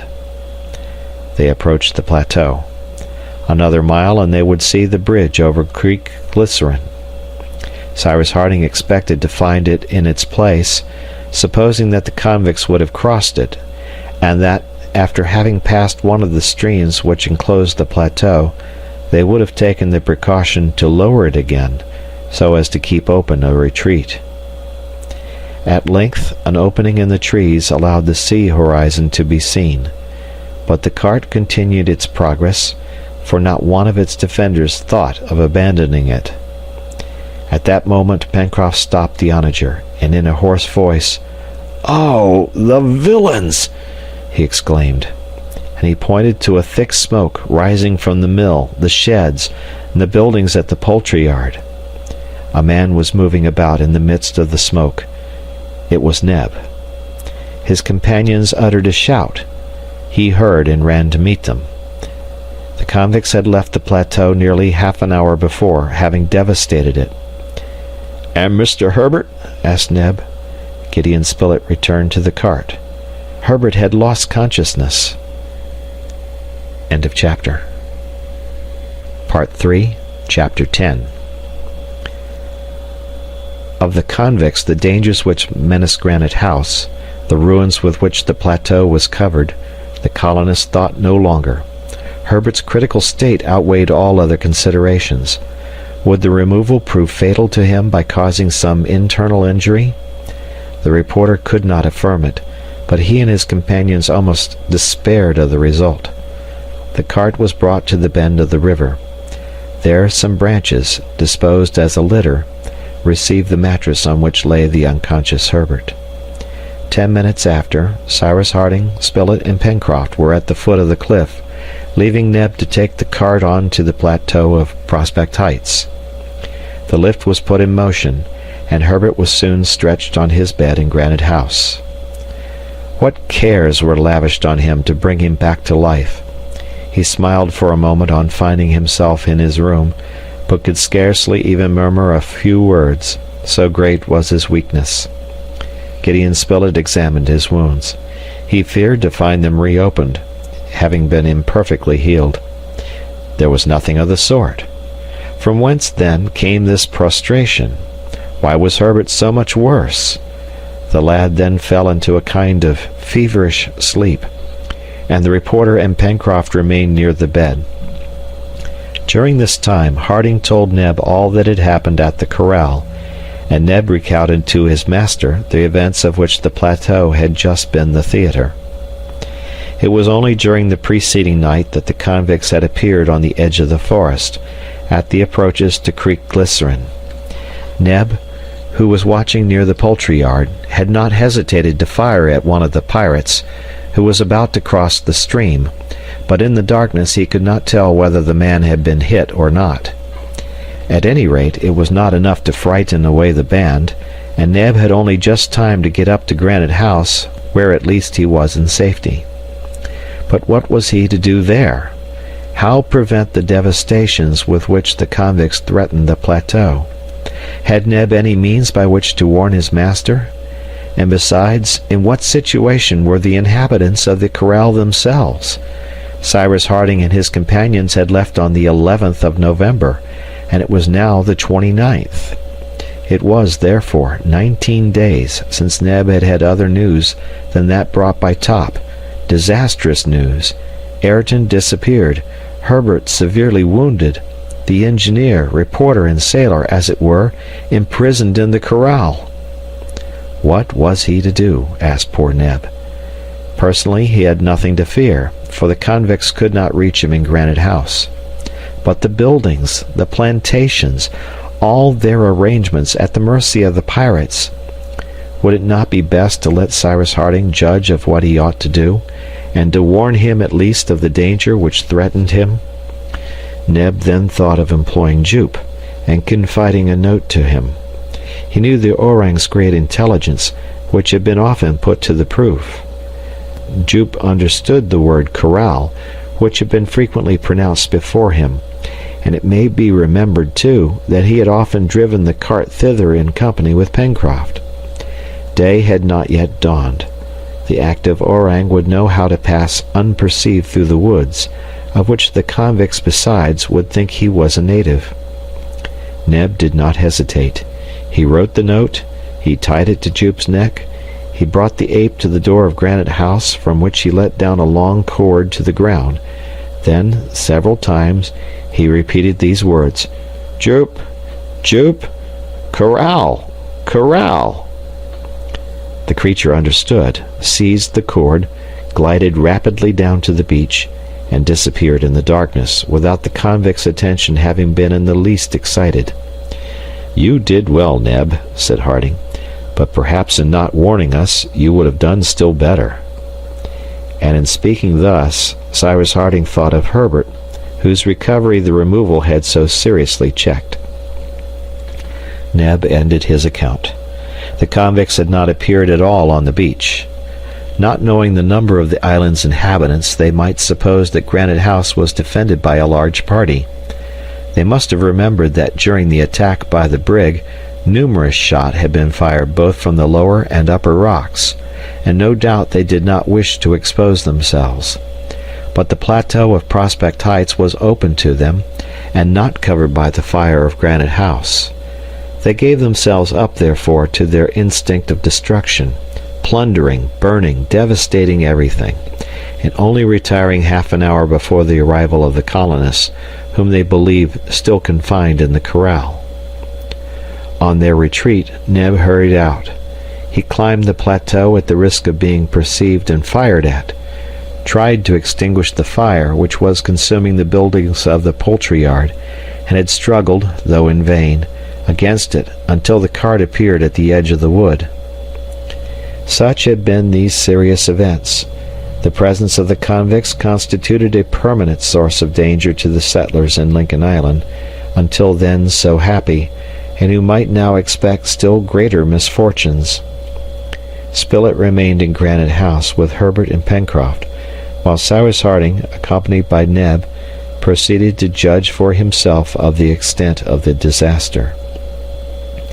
It was fortunate that the convicts had not advanced to the foot of Granite House.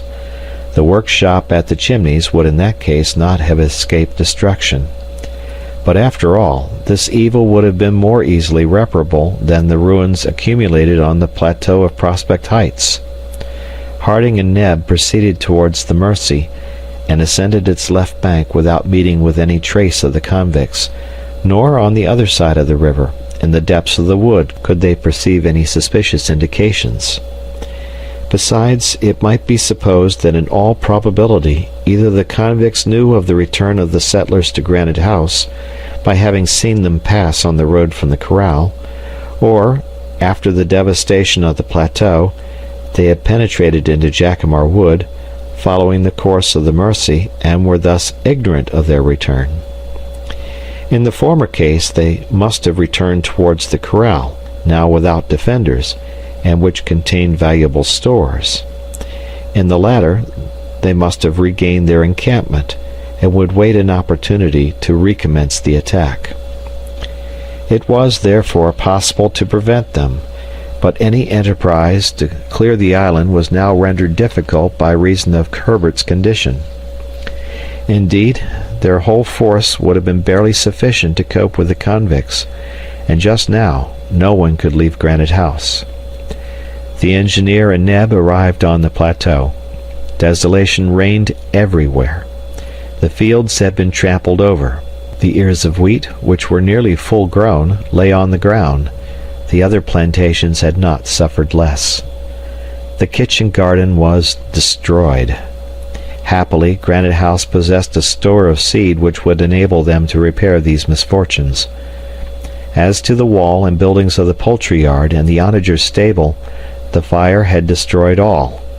A few terrified creatures roamed over the plateau. The birds, which during the fire had taken refuge on the waters of the lake, had already returned to their accustomed spot and were dabbling on the banks. Everything would have to be reconstructed. Cyrus Harding's face, which was paler than usual, expressed an internal anger which he commanded with difficulty, but he did not utter a word. Once more he looked at his devastated fields, and at the smoke which still rose from the ruins. Then he returned to Granite House. The following days were the saddest of any that the colonists had passed on the island. Herbert's weakness visibly increased. It appeared that a more serious malady, the consequence of the profound physiological disturbance he had gone through, threatened to declare itself, and Gideon Spilett feared such an aggravation of his condition that he would be powerless to fight against it. In fact, Herbert remained in an almost continuous state of drowsiness, and symptoms of delirium began to manifest themselves. Refreshing drinks were the only remedies at the colonists' disposal. The fever was not as yet very high, but it soon appeared that it would probably recur at regular intervals. Gideon Spilett first recognized this on the 6th of December. The poor boy, whose fingers, nose, and ears had become extremely pale, was at first seized with slight shiverings, horripilations, and tremblings. His pulse was weak and irregular, his skin dry, his thirst intense. To this soon succeeded a hot fit. His face became flushed, his skin reddened, his pulse quick. Then a profuse perspiration broke out, after which the fever seemed to diminish. The attack had lasted nearly 5 hours. Gideon Spilett had not left Herbert, who, it was only too certain, was now seized by an intermittent fever, and this fever must be cured at any cost before it should assume a more serious aspect. "And in order to cure it," said Spilett to Cyrus Harding, "we need a febrifuge." "A febrifuge," answered the engineer. "We have neither Peruvian bark nor sulfate of quinine." "No," said Gideon Spilett, "but there are willows on the border of the lake, and the bark of the willow might, perhaps, prove to be a substitute for quinine." "Let us try it without losing a moment," replied Cyrus Harding. The bark of the willow has, indeed, been justly considered as a succedaneum for Peruvian bark, as has also that of the horse-chestnut tree, the leaf of the holly, the snake-root, etc. It was evidently necessary to make trial of this substance, although not so valuable as Peruvian bark, and to employ it in its natural state, since they had no means of extracting its essence. Cyrus Harding went himself to cut from the trunk of a species of black willow a few pieces of bark. He brought them back to Granite House, and reduced them to a powder, which was administered that same evening to Herbert. The night passed without any important change. Herbert was somewhat delirious, but the fever did not reappear in the night, and did not return either during the following day. Pencroft again began to hope. Gideon Spilett said nothing. It might be that the fever was not quotidian, but tertian, and that it would return next day. Therefore he awaited the next day with the greatest anxiety. It might have been remarked besides that during this period Herbert remained utterly prostrate, his head weak and giddy. Another symptom alarmed the reporter to the highest degree. Herbert's liver became congested, and soon a more intense delirium showed that his brain was also affected. Gideon Spilett was overwhelmed by this new complication. He took the engineer aside. "It is a malignant fever," said he. "A malignant fever!" cried Harding. "You are mistaken, Spilett. A malignant fever does not declare itself spontaneously. Its germ must previously have existed." "I am not mistaken," replied the reporter. "Herbert no doubt contracted the germ of this fever in the marshes of the island. He has already had one attack. Should a second come on, and should we not be able to prevent a third, he is lost."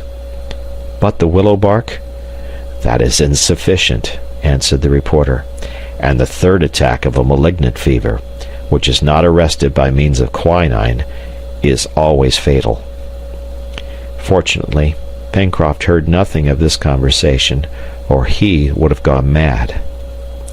It may be imagined what anxiety the engineer and the reporter suffered during the day of the 7th of December and the following night. Towards the middle of the day the second attack came on. The crisis was terrible. Herbert felt himself sinking. He stretched his arms towards Cyrus Harding, towards Spilett, towards Pencroft. He was so young to die. The scene was heart-rending. They were obliged to send Pencroft away. The fit lasted 5 hours. It was evident that Herbert could not survive a third. The night was frightful. In his delirium Herbert uttered words which went to the heart of his companions. He struggled with the convicts, he called to Ayrton, he poured forth entreaties to that mysterious being, that powerful unknown protector, whose image was stamped upon his mind. Then he again fell into a deep exhaustion, which completely prostrated him. Several times Gideon Spilett thought that the poor boy was dead. The next day, the 8th of December, was but a succession of the fainting fits. Herbert's thin hands clutched the sheets. They had administered further doses of pounded bark, but the reporter expected no result from it. "If before tomorrow morning we have not given him a more energetic febrifuge," said the reporter, "Herbert will be dead." Night arrived. The last night, it was too much to be feared, of the good, brave, intelligent boy, so far in advance of his years, and who was loved by all as their own child. The only remedy which existed against this terrible malignant fever, the only specific which could overcome it, was not to be found in Lincoln Island. During the night of the 8th of December, Herbert was seized by a more violent delirium. His liver was fearfully congested, his brain affected, and already it was impossible for him to recognize anyone. Would he live until the next day, until that third attack which must infallibly carry him off? It was not probable. His strength was exhausted, and in the intervals of fever he lay as one dead. Towards 3 o'clock in the morning Herbert uttered a piercing cry. He seemed to be torn by a supreme convulsion. Neb, who was near him, terrified, ran into the next room where his companions were watching. Top at that moment barked in a strange manner. All rushed in immediately and managed to restrain the dying boy, who was endeavoring to throw himself out of his bed, while Spilett, taking his arm, felt his pulse gradually quicken. It was 5 in the morning. The rays of the rising sun began to shine in at the windows of Granite House. It promised to be a fine day, and this day was to be poor Herbert's last. A ray glanced on the table placed near the bed. Suddenly, Pencroft, uttering a cry, pointed to the table. On it lay a little oblong box, of which the cover bore these words, "Sulfate of quinine." End of chapter. Part 3, Chapter 11. Gideon Spilett took the box and opened it. It contained nearly 200 grains of a white powder, a few particles of which he carried to his lips. The extreme bitterness of the substance precluded all doubt. It was certainly the precious extract of quinine, that preeminent antifebrile. This powder must be administered to Herbert without delay. How it came there might be discussed later. "Some coffee," said Spilett. In a few moments Ned brought a cup of the warm infusion. Gideon Spilett threw into it about 18 grains of quinine, and they succeeded in making Herbert drink the mixture. There was still time, for the third attack of the malignant fever had not yet shown itself. How they longed to be able to add that it would not return. Besides, it must be remarked, the hopes of all had now revived. The mysterious influence had been again exerted, and in a critical moment when they had despaired of it. In a few hours, Herbert was much calmer. The colonists could now discuss this incident. The intervention of the stranger was more evident than ever. But how had he been able to penetrate during the night into Granite House? It was inexplicable, and in truth, the proceedings of the genius of the island were not less mysterious than was that genius himself. During this day, the sulfate of quinine was administered to Herbert every 3 hours. The next day, some improvement in Herbert's condition was apparent. Certainly he was not out of danger, intermittent fevers being subject to frequent and dangerous relapses, but the most assiduous care was bestowed on him. And besides, the specific was at hand, nor, doubtless, was he who had brought it far distant. And the hearts of all were animated by returning hope. This hope was not disappointed. 10 days after, on the 20th of December, Herbert's convalescence commenced. He was still weak, and strict diet had been imposed upon him, but no access of fever supervened. And then the poor boy submitted with such docility to all the prescriptions ordered him. He longed so to get well. Pencroft was as a man who had been drawn up from the bottom of an abyss. Fits of joy approaching delirium seized him. When the time for the third attack had passed by, he nearly suffocated the reporter in his embrace. Since then he always called him Dr. Spilett. The real doctor, however, remained undiscovered. "We will find him," repeated the sailor. Certainly this man, whoever he was, might expect a somewhat too energetic embrace from the worthy Pencroft. The month of December ended, and with it the year 1867, during which the colonists of Lincoln Island had of late been so severely tried. They commenced the year 1868 with magnificent weather, great heat, and a tropical temperature, delightfully cooled by the sea breeze. Herbert's recovery progressed, and from his bed, placed near one of the windows of Granite House, he could inhale the fresh air charged with ozone, which could not fail to restore his health. His appetite returned, and what numberless delicate, savory little dishes Ned prepared for him. "It is enough to make one wish to have a fever oneself," said Pencroft. During all this time the convicts did not once appear in the vicinity of Granite House. There was no news of Ayrton, and though the engineer and Herbert still had some hopes of finding him again, their companions did not doubt but that the unfortunate man had perished. However, this uncertainty could not last, and when once the lad should have recovered, the expedition, the result of which must be so important, would be undertaken. But they would have to wait a month perhaps, for all the strength of the colony must be put into requisition to obtain satisfaction from the convicts. However, Herbert's convalescence progressed rapidly. The congestion of the liver had disappeared, and his wounds might be considered completely healed. During the month of January, important work was done on the plateau of Prospect Heights, but it consisted solely in saving as much as was possible from the devastated crops, either of corn or vegetables. The grain and the plants were gathered so as to provide a new harvest for the approaching half-season. With regard to rebuilding the poultry wall, yard, or stables, Cyrus Harding preferred to wait. While he and his companions were in pursuit of the convicts, the latter might very probably pay another visit to the plateau, and it would be useless to give them an opportunity of recommencing their work of destruction.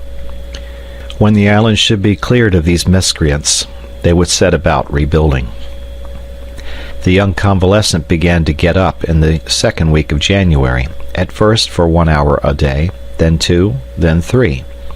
His strength visibly returned, so vigorous was his constitution. He was now 18 years of age. He was tall and promised to become a man of noble and commanding presence. From this time his recovery, while still requiring care, and Dr. Spilett was very strict, made rapid progress. Towards the end of the month, Herbert was already walking about on Prospect Heights and the beach. He derived from several sea baths, which he took in company with Pencroft and Neb, the greatest possible benefit. Cyrus Harding thought he might now settle the day for their departure, for which the 15th of February was fixed. The nights, very clear at this time of year, would be favorable to the researches they intended to make all over the island.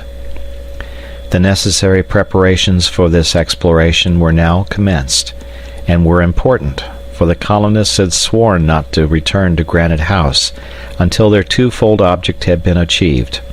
On the one hand, to exterminate the convicts and rescue Ayrton if he was still living. On the other, to discover who it was that presided so effectually over the fortunes of the colony.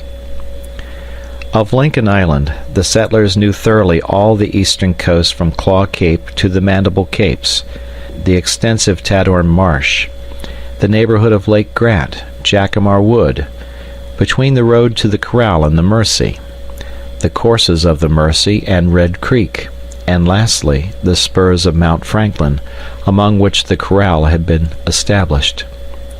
They had explored, though only in an imperfect manner, the vast shore of Washington Bay from Claw Cape to Reptile End, the woody and marshy border of the west coast, and the interminable downs ending at the open mouth of Shark Gulf.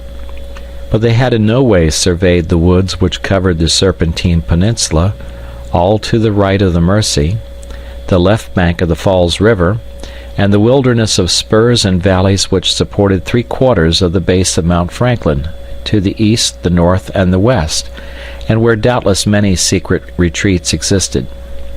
Consequently, many millions of acres of the island had still escaped their investigations. It was, therefore, decided that the expedition should be carried through the far west, so as to include all that region situated on the right of the Mersey.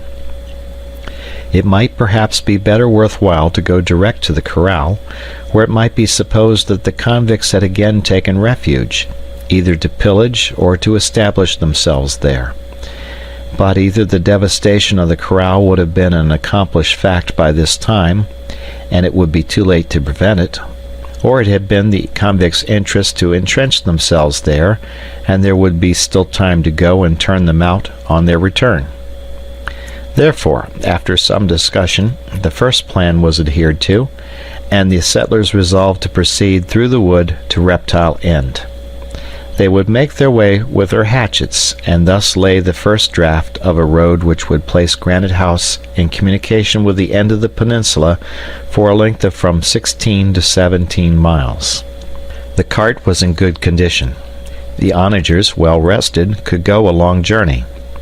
Provisions, camp effects, a portable stove, and various utensils were packed in the cart, as also weapons and ammunition, carefully chosen from the now complete arsenal of Granite House.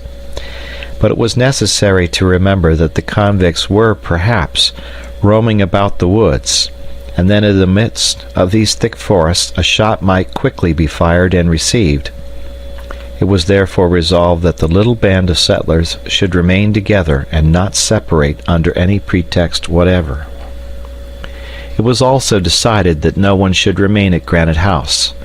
Top and Jupe themselves were to accompany the expedition, the inaccessible dwelling needing no guard. The 14th of February, eve of the departure, was consecrated entirely to repose, and thanksgiving addressed by the colonists to the Creator. A place in the cart was reserved for Herbert, who, though thoroughly convalescent, was still a little weak. The next morning, at daybreak, Cyrus Harding took the necessary measures to protect Granite House from any invasion. The ladders, which were formerly used for the ascent, were brought to the chimneys and buried deep in the sand, so that they might be available on the return of the colonists, for the machinery of the lift had been taken to pieces, and nothing of the apparatus remained. Pencroft stayed the last in Granite House in order to finish this work, and he then lowered himself down by means of a double rope held below, and which, when once hauled down, left no communication between the upper landing and the beach. The weather was magnificent. "We shall have a warm day of it," said the reporter, laughing. "Pooh, Dr. Spilett," answered Pencroft. "We shall walk under the shade of the trees and shan't even see the sun." "Forward," said the engineer. The cart was waiting on the beach before the chimneys. The reporter made Herbert take his place in it during the first hours at least of the journey, and the lad was obliged to submit to his doctor's orders. Neb placed himself at the onagers' heads. Cyrus Harding, the reporter, and the sailor walked in front. Top bounded joyfully along. Herbert offered a seat in his vehicle to Jupe, who accepted it without ceremony. The moment for departure had arrived, and the little band set out. The cart first turned the angle of the mouth of the Mersey, then, having ascended the left bank for a mile, crossed the bridge, at the other side of which commenced the road to Port Balloon, and there the explorers, leaving this road on their left, entered the cover of the immense woods which formed the region of the far west. For the first 2 miles, the widely scattered trees allowed the cart to pass with ease. From time to time it became necessary to cut away a few creepers and bushes, but no serious obstacle impeded the progress of the colonists. The thick foliage of the trees threw a grateful shade on the ground. Deodars, Douglas firs, casuarinas, banksias, gum trees, dragon trees, and other well-known species succeeded each other far as the eye could reach. The feathered tribes of the island were all represented: grouse, jacamars, pheasants, lories, as well as the chattering cockatoos, parrots, and paroquets. Agoutis, kangaroos, and capybaras fled swiftly at their approach, and all this reminded the settlers of the first excursions they had made on their arrival at the island. "Nevertheless," observed Cyrus Harding, "I notice that these creatures, both birds and quadrupeds, are more timid than formerly. These woods have therefore been recently traversed by the convicts, and we shall certainly find some traces of them." And in fact, in several places they could distinguish traces, more or less recent, of the passage of a band of men. Here branches broken off the trees, perhaps to mark out the way; there the ashes of a fire, and footprints in clayey spots, but nothing which appeared to belong to a settled encampment. The engineer had recommended his companions to refrain from hunting. The reports of the firearms might give the alarm to the convicts, who were perhaps roaming through the forest. Moreover, the hunters would necessarily ramble some distance from the cart, which it was dangerous to leave unguarded. In the after part of the day, when about 6 miles from Granite House, their progress became much more difficult. In order to make their way through some thickets, they were obliged to cut down trees. Before entering such places, Harding was careful to send in Top and Jupe, who faithfully accomplished their commission, and when the dog and orang returned without giving any warning, there was evidently nothing to fear, either from convicts or wild beasts. two varieties of the animal kingdom whose ferocious instincts placed them on the same level. On the evening of the first day, the colonists encamped about 9 miles from Granite House, on the border of a little stream falling into the Mersey, and of the existence of which they had till then been ignorant. It evidently, however, belonged to the hydrographical system to which the soil owed its astonishing fertility. The settlers made a hearty meal, for their appetites were sharpened, and measures were then taken that the night might be passed in safety. If the engineer had had only to deal with wild beasts, jaguars or others, he would have simply lighted fires all around his camp, which would have sufficed for its defense. But the convicts would be rather attracted than terrified by the flames, and it was, therefore, better to be surrounded by the profound darkness of night. The watch was, however, carefully organized. 2 of the settlers were to watch together, and every 2 hours it was agreed that they should be relieved by their comrades. And so, notwithstanding his wish to the contrary, Herbert was exempted from guard. Pencroft and Gideon Spilett in one party, the engineer and Neb in another, mounted guard in turns over the camp. The night, however, was but a few hours. The darkness was due rather to the thickness of the foliage than to the disappearance of the sun. The silence was scarcely disturbed by the howling of jaguars and the chattering of the monkeys, the latter appearing to particularly irritate Master Jup. The night passed without incident, and on the next day, the 15th of February, the journey through the forest, tedious rather than difficult, was continued. This day they could not accomplish more than 6 miles, for every moment they were obliged to cut a road with their hatchets. Like true settlers, the colonists spared the largest and most beautiful trees, which would besides have cost immense labor to fell, and the small ones only were sacrificed. But the result was that the road took a very winding direction, and lengthened itself by numerous detours. During the day, Herbert discovered several new specimens not before met with in the island, such as the tree fern, with its leaves spread out like the waters of a fountain, locust trees, on the long pods of which the onagers browsed greedily, and which supplied a sweet pulp of excellent flavor. There, too, the colonists again found groups of magnificent quarries, their cylindrical trunks, crowned by a cone of verdure, rising to a height of 200 feet. These were the tree kings of New Zealand, as celebrated as the cedars of Lebanon. As to the fauna, there was no addition to those species already known to the hunters. However, they saw, though unable to get near them, a couple of those large birds peculiar to Australia, a sort of cassowary, called emu, 5 feet in height, and with brown plumage, which belonged to the tribe of waders. Top darted after them as fast as his 4 legs could carry him, but the emus distanced him with ease, so prodigious was their speed. As to the traces left by the convicts, a few more were discovered. Some footprints found near an apparently recently extinguished fire were attentively examined by the settlers. By measuring them one after the other, according to their length and breadth, the marks of 5 men's feet were easily distinguished. The 5 convicts had evidently camped on this spot, but, and this was the object of so minute an examination, a 6th footprint could not be discovered, which in that case would have been that of Ayrton. "Ayrton was not with them," said Herbert. "No," answered Pencroft, "and if he was not with them, it was because the wretches had already murdered him. But then these rascals have not a den to which they may be tracked like tigers." "No," said the reporter, "it is more probable that they wander at random, and it is their interest to rove about until the time when they will be masters of the island." "The masters of the island!" exclaimed the sailor. "The masters of the island!"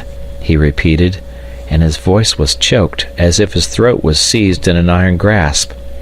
Then, in a calmer tone, "Do you know, Captain Harding," said he, what the ball is which I have rammed into my gun?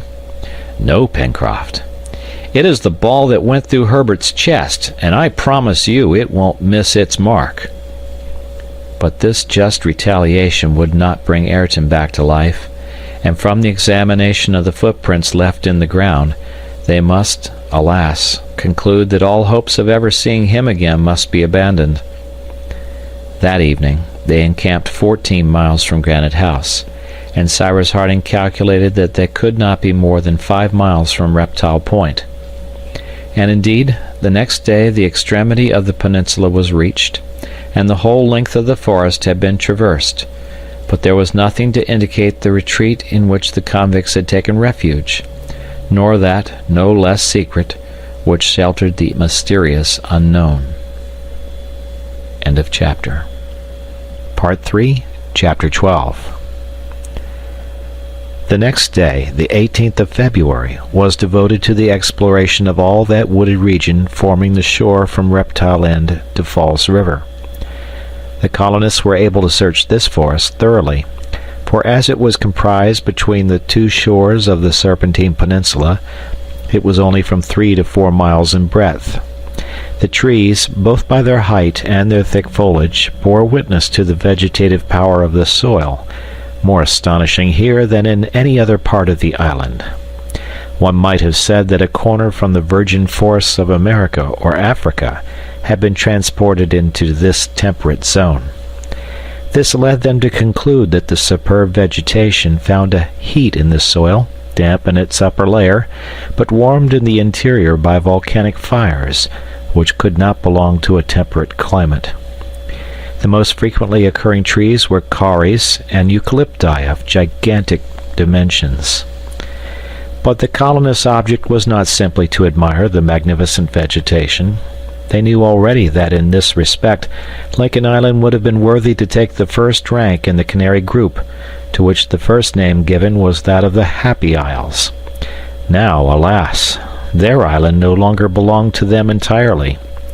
Others had taken possession of it. Miscreants polluted its shores, and they must be destroyed to the last man. No traces were found on the western coast, although they were carefully sought for. No more footprints, no more broken branches, no more deserted camps.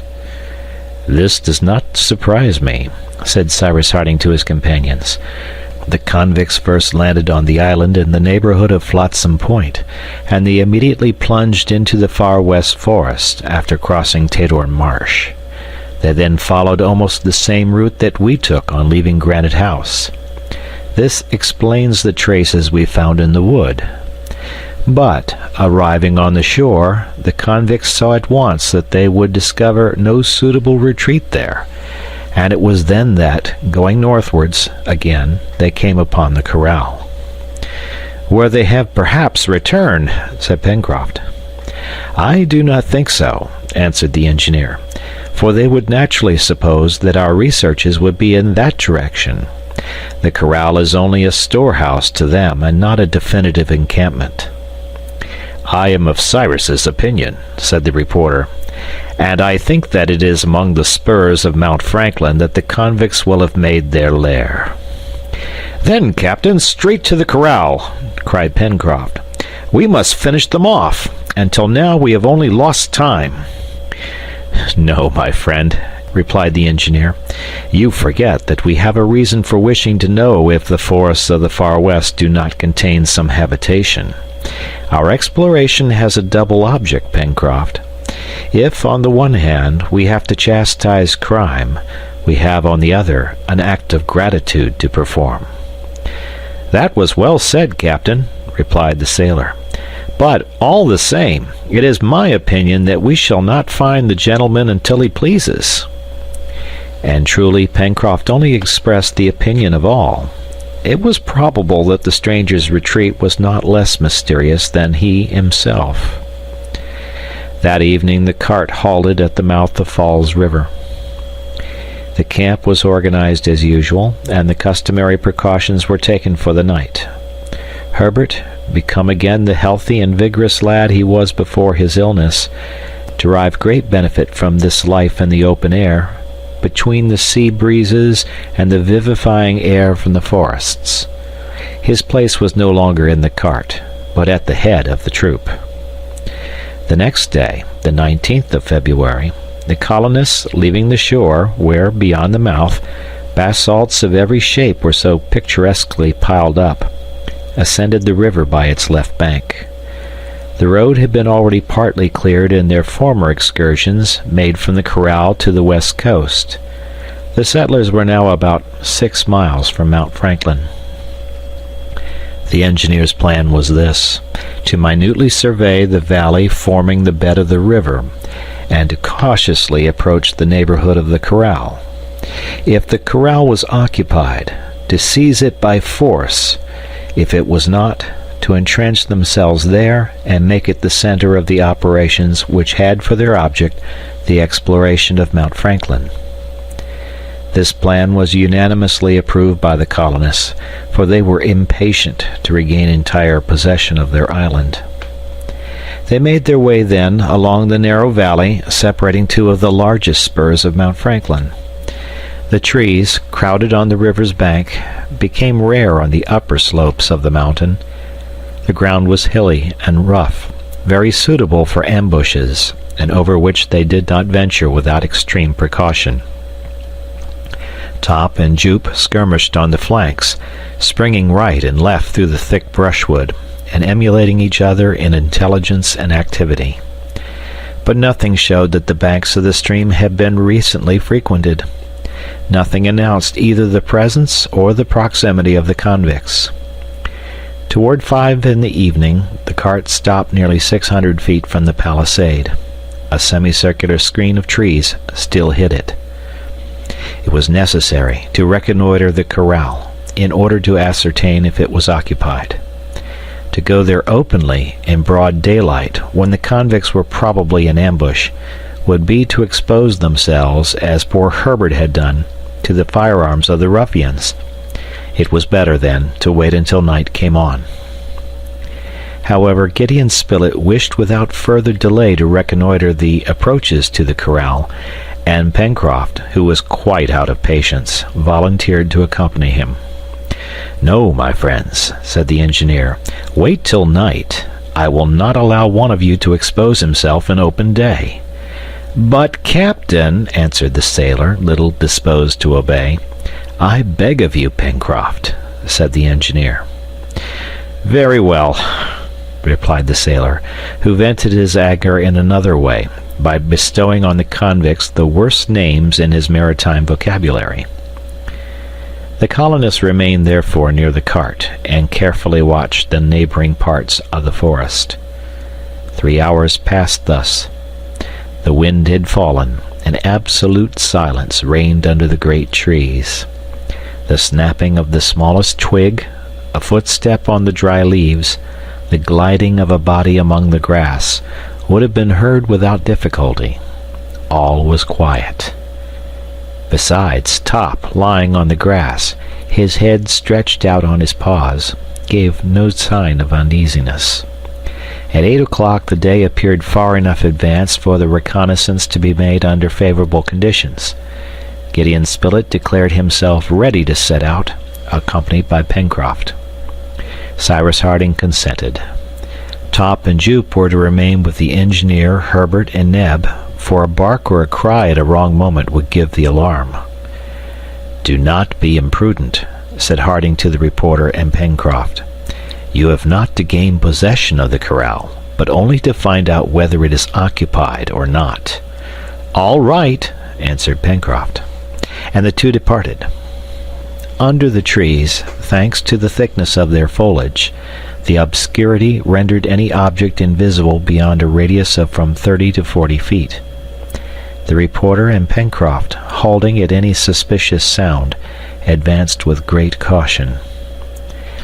They walked a little distance apart from each other so as to offer a less mark for a shot, and, to tell the truth, they expected every moment to hear a report. 5 minutes after leaving the cart, Gideon Spilett and Pencroft arrived at the edge of the wood before the clearing beyond which rose the palisade. They stopped. A few straggling beams still fell on the field clear of trees. 30 feet distant was the gate of the corral, which appeared to be closed. The 30 feet, which it was necessary to cross from the wood to the palisade, constituted the dangerous zone, to borrow a ballistic term. In fact, one or more bullets fired from behind the palisade might knock over anyone who ventured onto this zone. Gideon Spilett and the sailor were not men to draw back, but they knew that any imprudence on their part, of which they would be the first victims, would fall afterwards on their companions. If they themselves were killed, what would become of Harding, Neb, and Herbert? But Pencroft, excited at feeling himself so near the corral where he supposed the convicts had taken refuge, was about to press forward, when the reporter held him back with a grasp of iron. "In a few minutes it will be quite dark," whispered Spilett in the sailor's ear. "Then will be the time to act." Pencroft, convulsively clasping the butt end of his gun, restrained his energies and waited, swearing to himself. Soon the last of the twilight faded away. Darkness, which seemed as if it issued from the dense forest, covered the clearing. Mount Franklin rose like an enormous screen before the western horizon, and night spread rapidly over all, as it does in regions of low latitudes. Now was the time.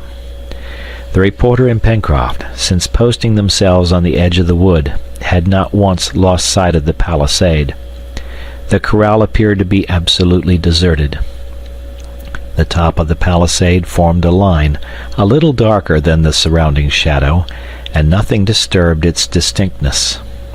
Nevertheless, if the convicts were there, they must have posted one of their number to guard against any surprise.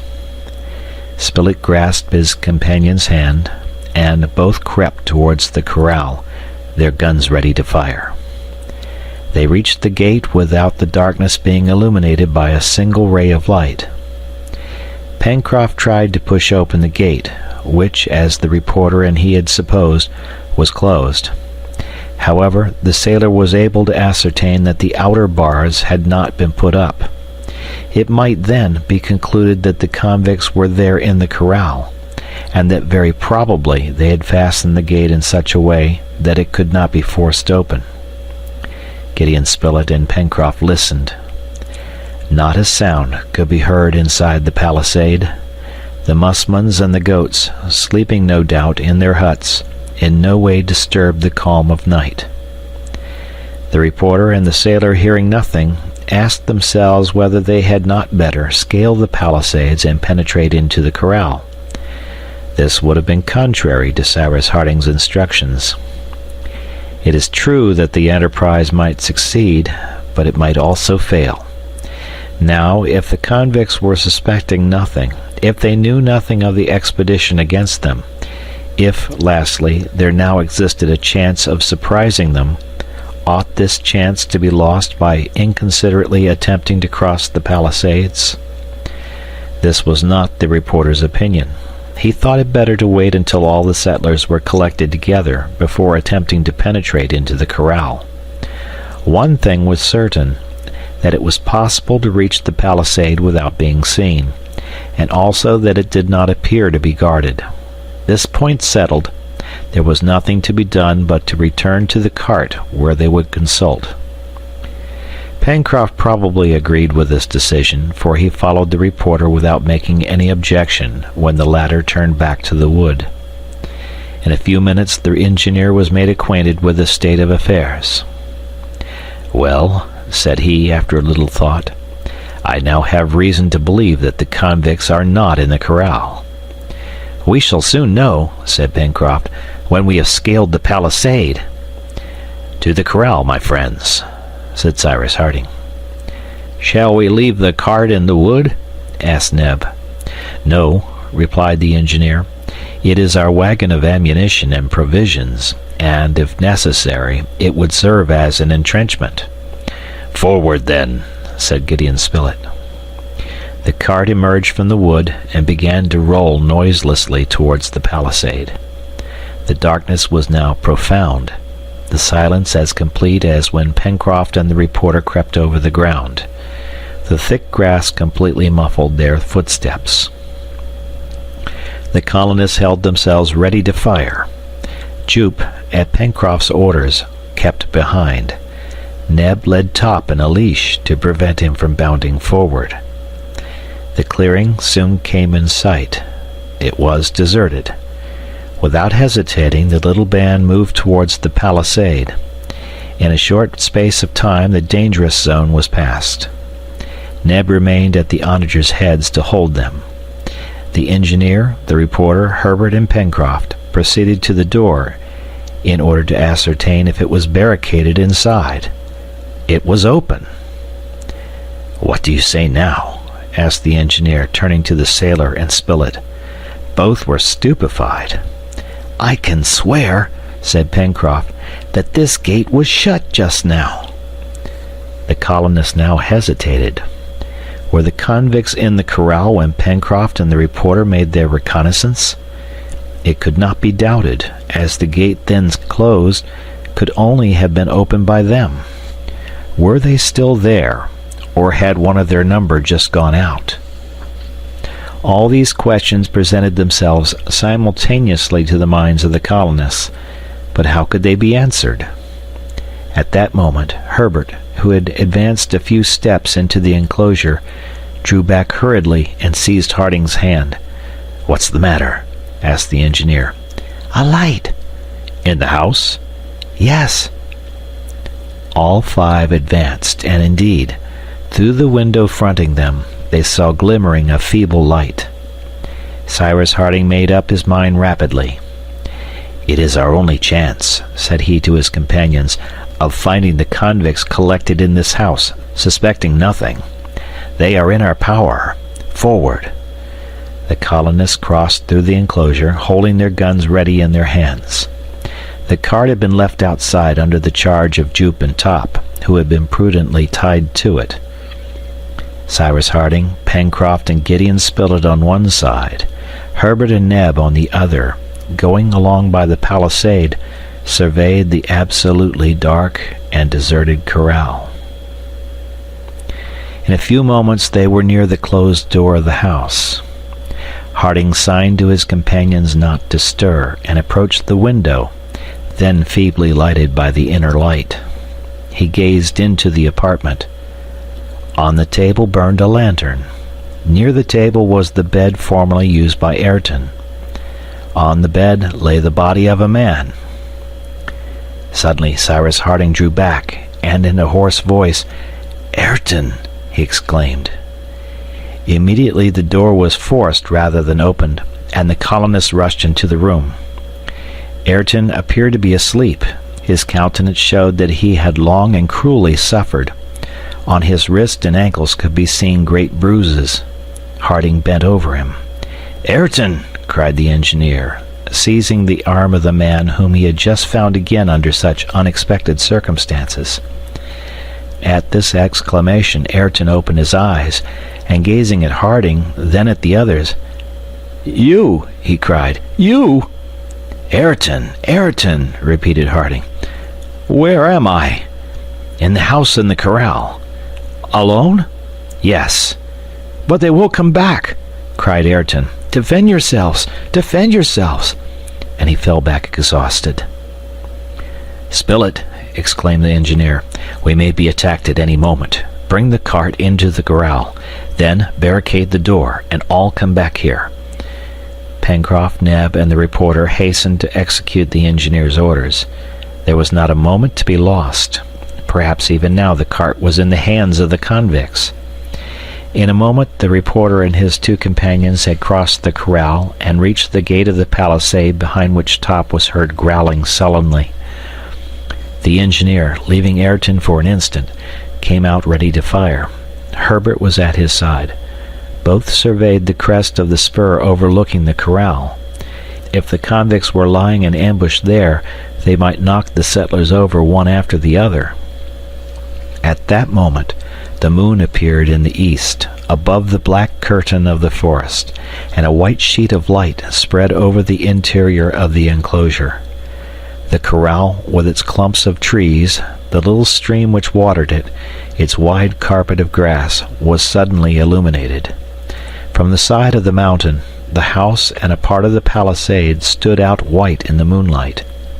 On the opposite side, towards the door, the enclosure remained dark. A black mass soon appeared. This was the cart entering the circle of light, and Cyrus Harding could hear the noise made by the door as his companion shut it and fastened the interior bars. But at that moment, Top, breaking loose, began to bark furiously and rushed to the back of the corral, to the right of the house. "Be ready to fire, my friends!" cried Harding. The colonists raised their pieces and waited the moment to fire. Top still barked, and Jupe, running towards the dog, uttered shrill cries. The colonists followed him and reached the borders of the little stream, shaded by large trees. And there, in the bright moonlight, what did they see? 5 corpses stretched on the bank. They were those of the convicts who, 4 months previously, had landed on Lincoln Island. End of chapter. Part 3, Chapter 13. How had it happened? Who had killed the convicts? Was it Ayrton? No, for a moment before he was dreading their return. But Ayrton was now in a profound stupor, from which it was no longer possible to rouse him. After uttering those few words, he had again become unconscious, and had fallen back motionless on the bed. The colonists, a prey to 1,000 confused thoughts, under the influence of violent excitement, waited all night without leaving Ayrton's house, or returning to the spot where lay the bodies of the convicts.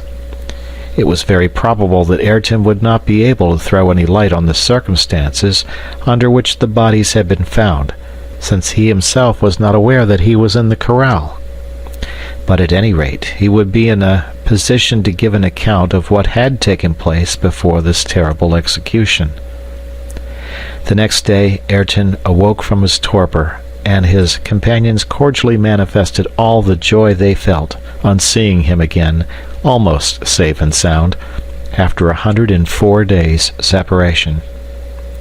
Ayrton then in a few words recounted what had happened, or at least as much as he knew. The day after his arrival at the corral, on the 10th of last November, at nightfall, he was surprised by the convicts, who had scaled the palisade. They bound and gagged him. Then he was led to a dark cavern at the foot of Mount Franklin, where the convicts had taken refuge. His death had been decided upon, and the next day the convicts were about to kill him, when one of them recognized him and called him by the name which he bore in Australia. The wretches had no scruples as to murdering Ayrton. They spared Ben Joyce. But from that moment Ayrton was exposed to the importunities of his former accomplices. They wished him to join them again, and relied upon his aid to enable them to gain possession of Granite House, to penetrate into that hitherto inaccessible dwelling, and to become masters of the island after murdering the colonists. Ayrton remained firm. The once convict, now repentant and pardoned, would rather die than betray his companions. Ayrton, bound, gagged, and closely watched, lived in this cave for 4 months. Nevertheless, the convicts had discovered the corral a short time after their arrival in the island, and since then they had subsisted on Ayrton's stores, but did not live at the corral. On the 11th of November, 2 of the villains, surprised by the colonists' arrival, fired at Herbert, and one of them returned, boasting of having killed one of the inhabitants of the island, but he returned alone. His companion, as is known, fell by Cyrus Harding's dagger.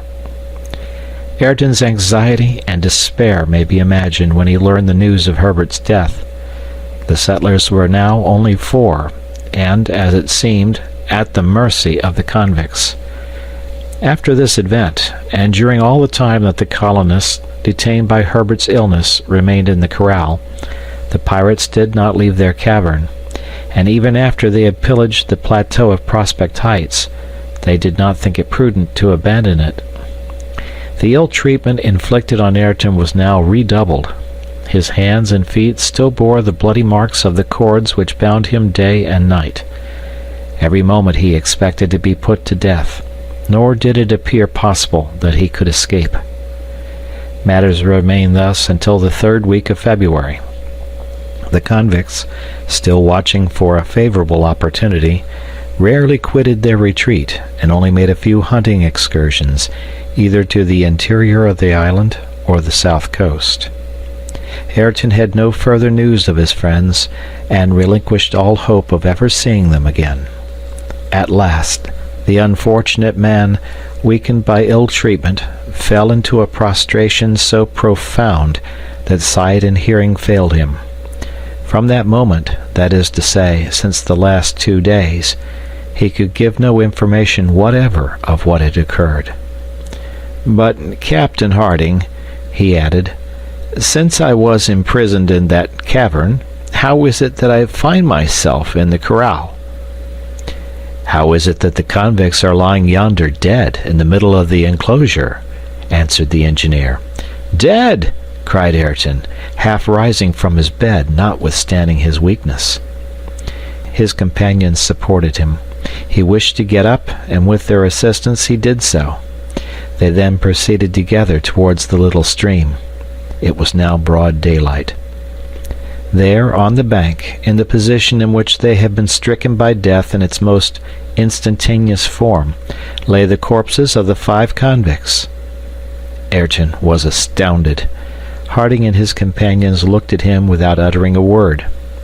On a sign from the engineer, Neb and Pencroft examined the bodies, already stiffened by the cold.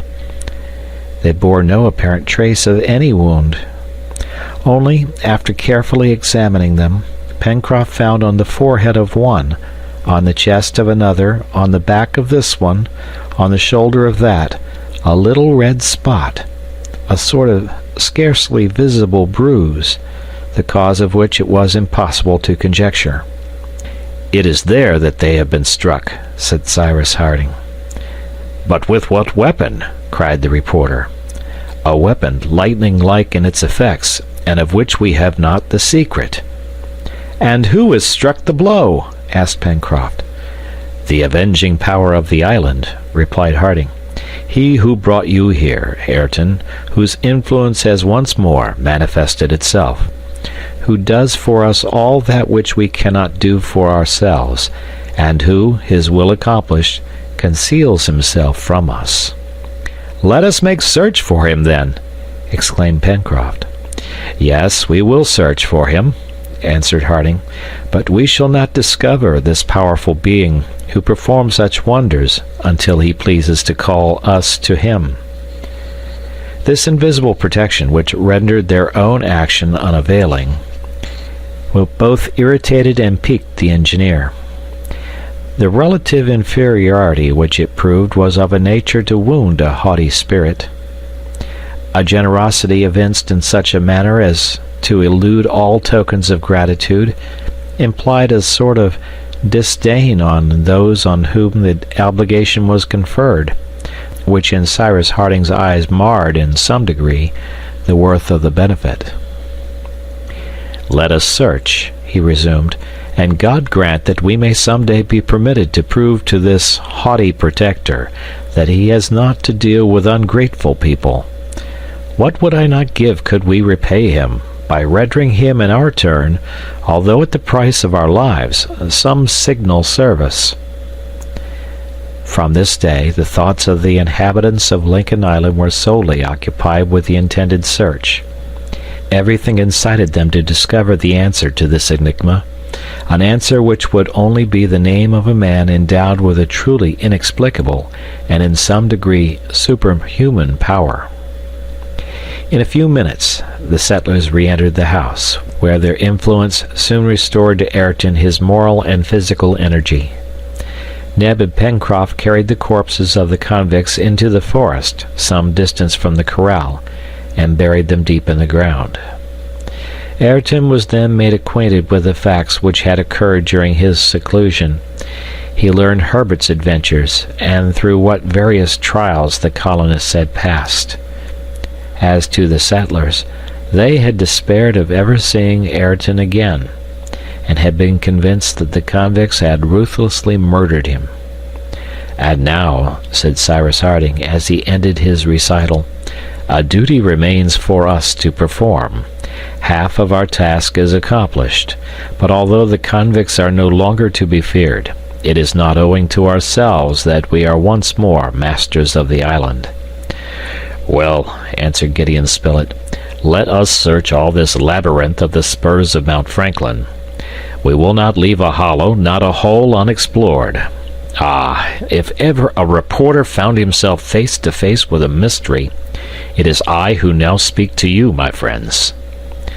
"And we will not return to Granite House until we have found our benefactor," said Herbert. "Yes," said the engineer, "we will do all that is humanly possible to do. But I repeat, we shall not find him until he himself permits us." "Well, shall we stay at the corral?" asked Pencroft. "We shall stay here," answered Harding. "Provisions are abundant, and we are here in the very center of the circle we have to explore. Besides, if necessary, the cart will take us rapidly to Granite House." "Good," answered the sailor. "Only I have a remark to make." "What is it?" "Here is the fine season getting on, and we must not forget that we have a voyage to make." "A voyage?" asked Gideon Spilett. "Yes, to Tabor Island," answered Pencroft. "It is necessary to carry a notice there to point out the position of our island, and say that Ayrton is here in case the Scotch yacht should come to take him off. Who knows if it is not already too late?" "But, Pencroft," asked Ayrton, "how do you intend to make this voyage?" "In the Bonaventure?" "The Bonaventure!" exclaimed Ayrton. "She no longer exists." "My Bonaventure exists no longer!" shouted Pencroft, bounding from his seat. "No," answered Ayrton. "The convicts discovered her in her little harbor only 8 days ago. They put to sea in her and," said Pencroft, his heart beating, "and not having Bob Harvey to steer her, they ran on the rocks, and the vessel went to pieces." "Oh, the villains, the cutthroats, the infamous scoundrels!" exclaimed Pencroft. "Pencroft," said Herbert, taking the sailor's hand, "we will build another Bonaventure, a larger one. We have all the ironwork, all the rigging of the brig at our disposal." "But do you know," returned Pencroft, "that it will take at least 5 or 6 months to build a vessel of from 30 to 40 tons?" "We can take our time," said the reporter, "and we must give up the voyage to Tabor Island for this year." "Oh, my Bonaventure, my poor Bonaventure!" cried Pencroft, almost broken-hearted at the destruction of the vessel of which he was so proud. The loss of the Bonaventure was certainly a thing to be lamented by the colonists, and it was agreed that this loss should be repaired as soon as possible. This settled, they now occupied themselves with bringing their researches to bear on the most secret parts of the island. The exploration was commenced at daybreak on the 19th of February and lasted an entire week. The base of the mountain, with its spurs and their numberless ramifications, formed a labyrinth of valleys and elevations. It was evident that there, in the depths of these narrow gorges, perhaps even in the interior of Mount Franklin itself, was the proper place to pursue their researches. No part of the island could have been more suitable to conceal a dwelling whose occupant wished to remain unknown. But so irregular was the formation of the valleys that Cyrus Harding was obliged to conduct the exploration in a strictly methodical manner. The colonists first visited the valley opening to the south of the volcano, and which first received the waters of Falls River. There Ayrton showed them the cavern where the convicts had taken refuge, and in which he had been imprisoned until his removal to the corral. This cavern was just as Ayrton had left it. They found there a considerable quantity of ammunition and provisions conveyed thither by the convicts in order to form a reserve. The whole of the valley bordering on the cave, shaded by fir and other trees, was thoroughly explored, and on turning the point of the southwestern spur, the colonists entered a narrower gorge similar to the picturesque columns of basalt on the coast. Here the trees were fewer. Stones took the place of grass. Goats and musmons gamboled among the rocks. Here began the barren part of the island. It could already be seen that, of the numerous valleys branching off at the base of Mount Franklin, 3 only were wooded and rich in pasturage like that of the Corral, which bordered on the west on the Falls River Valley, and on the east on the Red Creek Valley. These 2 streams, which lower down became rivers by the absorption of several tributaries, were formed by all the springs of the mountain and thus caused the fertility of its southern part.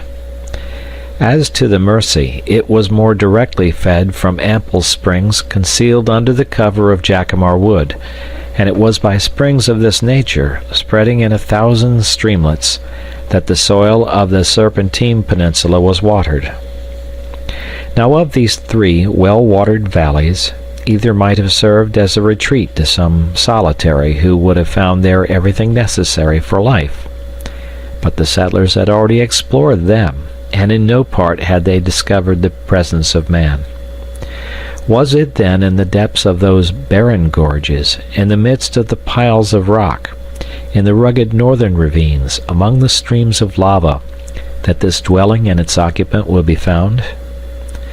The northern part of Mount Franklin was at its base composed solely of 2 valleys, wide, not very deep, without any appearance of vegetation, strewn with masses of rock, paved with lava, and varied with great blocks of mineral.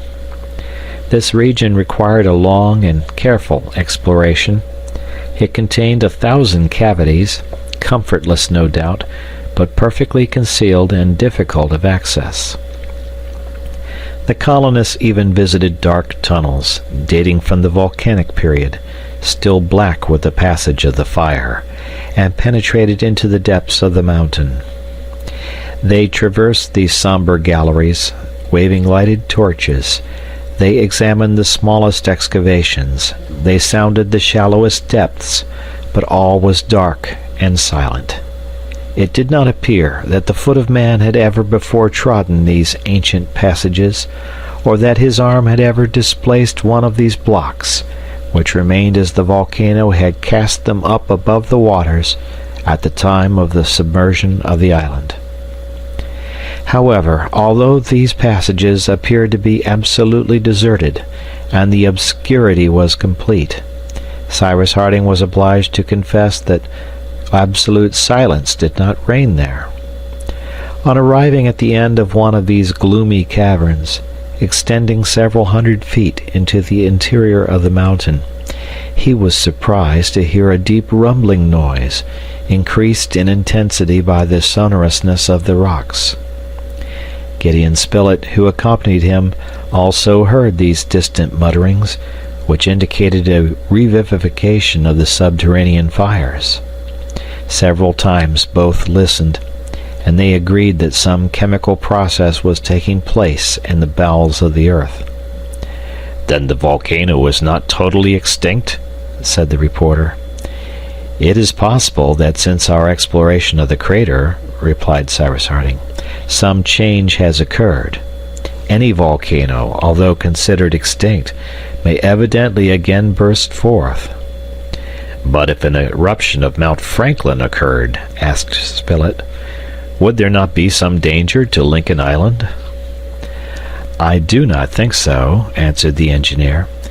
"The crater, that is to say the safety valve, exists, and the overflow of smoke and lava would escape, as it did formerly, by this customary outlet." "Unless the lava opened a new way for itself towards the fertile parts of the island." "And why, my dear Spilett," answered Cyrus Harding, "should it not follow the road naturally traced out for it?" "Well, volcanoes are capricious," returned the reporter. "Notice," answered the engineer, "that the inclination of Mount Franklin favors the flow of water towards the valleys which we are exploring just now. To turn aside this flow, an earthquake would be necessary to change the mountain's center of gravity." "But an earthquake is always to be feared at these times," observed Gideon Spilett.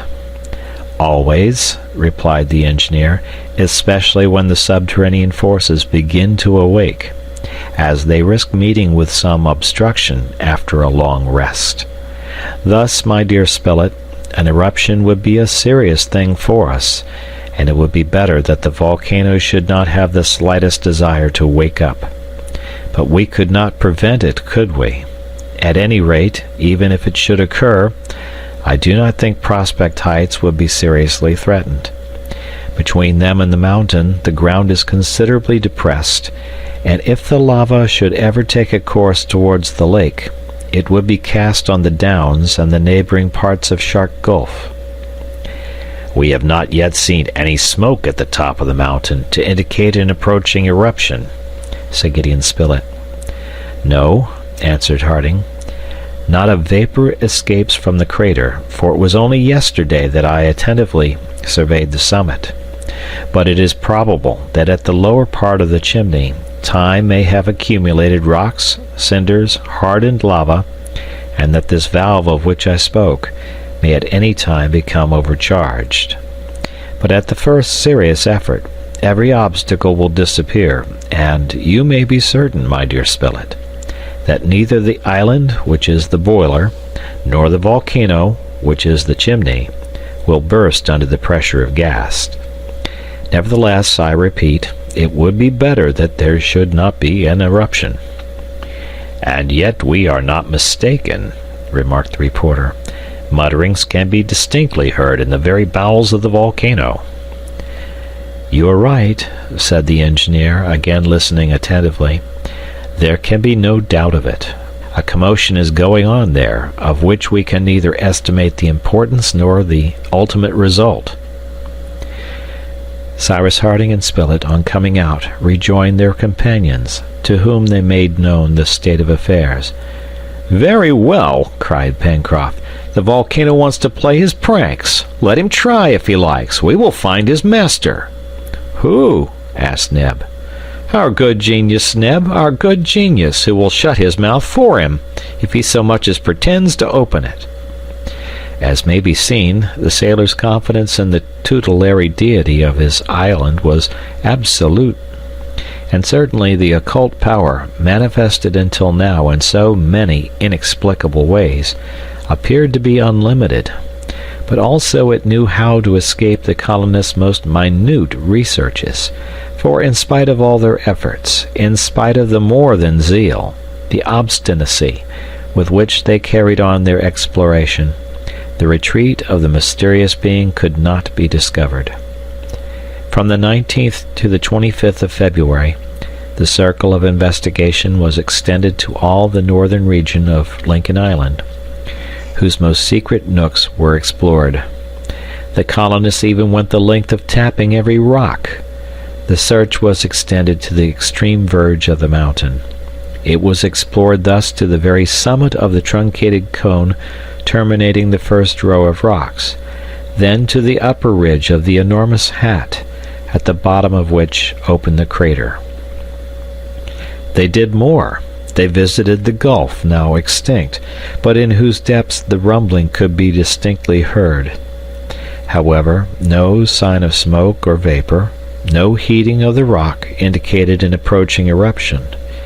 But neither there nor in any other part of Mount Franklin did the colonists find any traces of him of whom they were in search.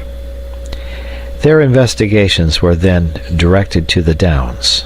They carefully examined the high lava cliffs of Shark Gulf from the base to the crest, although it was extremely difficult to reach even the level of the gulf. No one, nothing. Indeed, in these 3 words was summed up so much fatigue uselessly expended, so much energy producing no results, that somewhat of anger mingled with the discomfiture of Cyrus Harding and his companions. It was now time to think of returning, for these researches could not be prolonged indefinitely.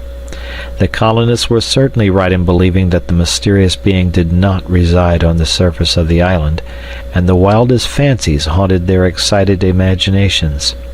Pencroft and Neb particularly were not contented with the mystery, but allowed their imaginations to wander into the domain of the supernatural.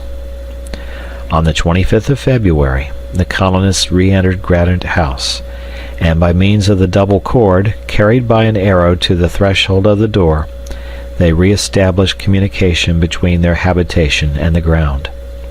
A month later they commemorated, on the 25th of March, the 3rd anniversary of their arrival on Lincoln Island. End of chapter. Part 3, Chapter 14. 3 years had passed away since the escape of the prisoners from Richmond, and how often during those 3 years had they spoken of their country, always present in their thoughts. They had no doubt that the Civil War was at an end, and to them it appeared impossible that the just cause of the North had not triumphed. But what had been the incidents of this terrible war? How much blood had it not cost? How many of their friends must have fallen in the struggle? They often spoke of these things, without as yet being able to foresee the day when they would be permitted once more to see their country. To return thither, were it but for a few days, to renew the social link with the inhabited world, to establish a communication between their native land and their island, then to pass the longest, perhaps the best, portion of their existence in this colony, founded by them, and which would then be dependent on their country, was this a dream impossible to realize? There were only 2 ways of accomplishing it. Either a ship must appear off Lincoln Island, or the colonists must themselves build a vessel strong enough to sail to the nearest land. "Unless," said Pencroft, "our good genius himself provides us with the means of returning to our country." And really, had any one told Pencroft and Neb that a ship of 300 tons was waiting for them in Shark Gulf or at Port Balloon, they would not even have made a gesture of surprise. In their state of mind, nothing appeared improbable. But Cyrus Harding, less confident, advised them to confine themselves to fact, and more especially so with regard to the building of a vessel, a really urgent work, since it was for the purpose of depositing, as soon as possible, at Tabor Island a document indicating Ayrton's new residence. As the Bonadventure no longer existed, 6 months at least would be required for the construction of a new vessel. Now winter was approaching, and the voyage would not be made before the following spring. "We have time to get everything ready for the fine season," remarked the engineer, who was consulting with Pencroft about these matters. "I think, therefore, my friend, that since we have to rebuild our vessel, it will be best to give her larger dimensions. The arrival of the Scotch yacht at Tabor Island is very uncertain. It may even be that, having arrived several months ago, she has again sailed after having vainly searched for some trace of Ayrton. Will it not then be best to build a ship which, if necessary, could take us either to the Polynesian archipelago or to New Zealand? What do you think?" "I think, Captain," answered the sailor, "I think that you are as capable of building a large vessel as a small one. Neither the wood nor the tools are wanting. It is only a question of time." "And how many months would be required to build a vessel of from 250 to 300 tons?" asked Harding. 7 or 8 months at least," replied Pencroft. "But it must not be forgotten that winter is drawing near, and that in severe frost wood is difficult to work.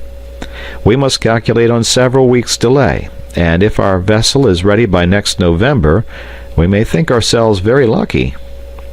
"Well," replied Cyrus Harding, "that will be exactly the most favorable time for undertaking a voyage of any importance, either to Tabor Island or to a more distant land." "So it will, Captain," answered the sailor. "Make out your plans, then. The workmen are ready, and I imagine that Ayrton can lend us a good helping hand." The colonists, having been consulted, approved the engineer's plan, and it was indeed the best thing to be done.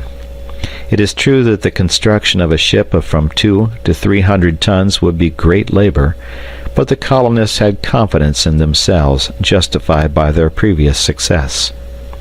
Cyrus Harding then busied himself in drawing the plan of the vessel and making the model. During this time his companions employed themselves in felling and carting trees to furnish the ribs, timbers, and planks. The forest of the far west supplied the best oaks and elms. They took advantage of the opening already made on their last excursion to form a practicable road, which they named the Far West Road, and the trees were carried to the Chimneys, where the dockyard was established. As to the road in question, the choice of trees had rendered its directions somewhat capricious, but at the same time it facilitated the access to a large part of the Serpentine Peninsula. It was important that the trees should be quickly felled and cut up, for they could not be used while yet green, and some time was necessary to allow them to get seasoned. The carpenters, therefore, worked vigorously during the month of April, which was troubled only by a few equinoctial gales of some violence. Master Jupe aided them dexterously, either by climbing to the top of a tree to fasten the ropes, or by lending his stout shoulders to carry the lopped trunks. All this timber was piled up under a large shed built near the Chimneys, and there awaited the time for use. The month of April was tolerably fine, as October often is in the northern zone. At the same time, other work was actively continued, and soon all trace of devastation disappeared from the plateau of Prospect Heights. The mill was rebuilt, and new buildings rose in the poultry yard. It had appeared necessary to enlarge their dimensions, for the feathered population had increased considerably. The stable now contained 5 onagers, 4 of which were well broken, and allowed themselves to be either driven or ridden, and a little colt. The colony now possessed a plough, to which the onagers were yoked like regular Yorkshire or Kentucky oxen. The colonists divided their work, and their arms never tired. Then who could have enjoyed better health than these workers, and what good humor enlivened the evenings in Granite House, as they formed 1,000 plans for the future. As a matter of course, Ayrton shared the common lot in every respect, and there was no longer any talk of his going to live at the corral. Nevertheless, he was still sad and reserved, and joined more in the work than in the pleasures of his companions. But he was a valuable workman at need, strong, skilful, ingenious, intelligent.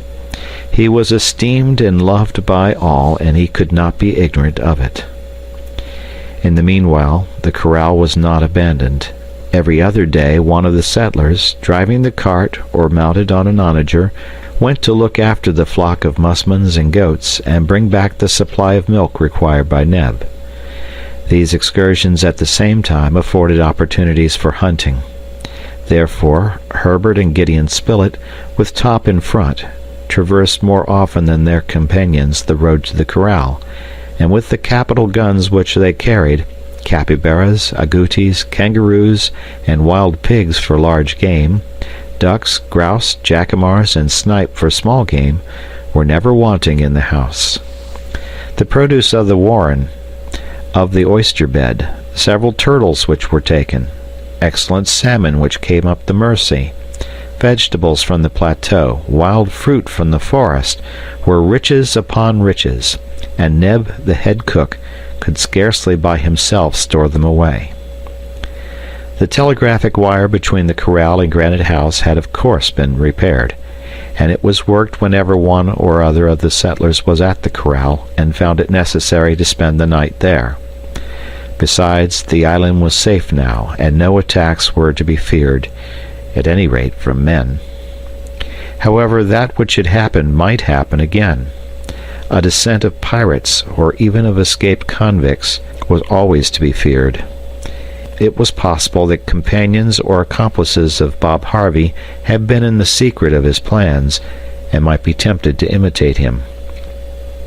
The colonists, therefore, were careful to observe the sea around the island, and every day their telescope covered the horizon enclosed by Union and Washington Bays.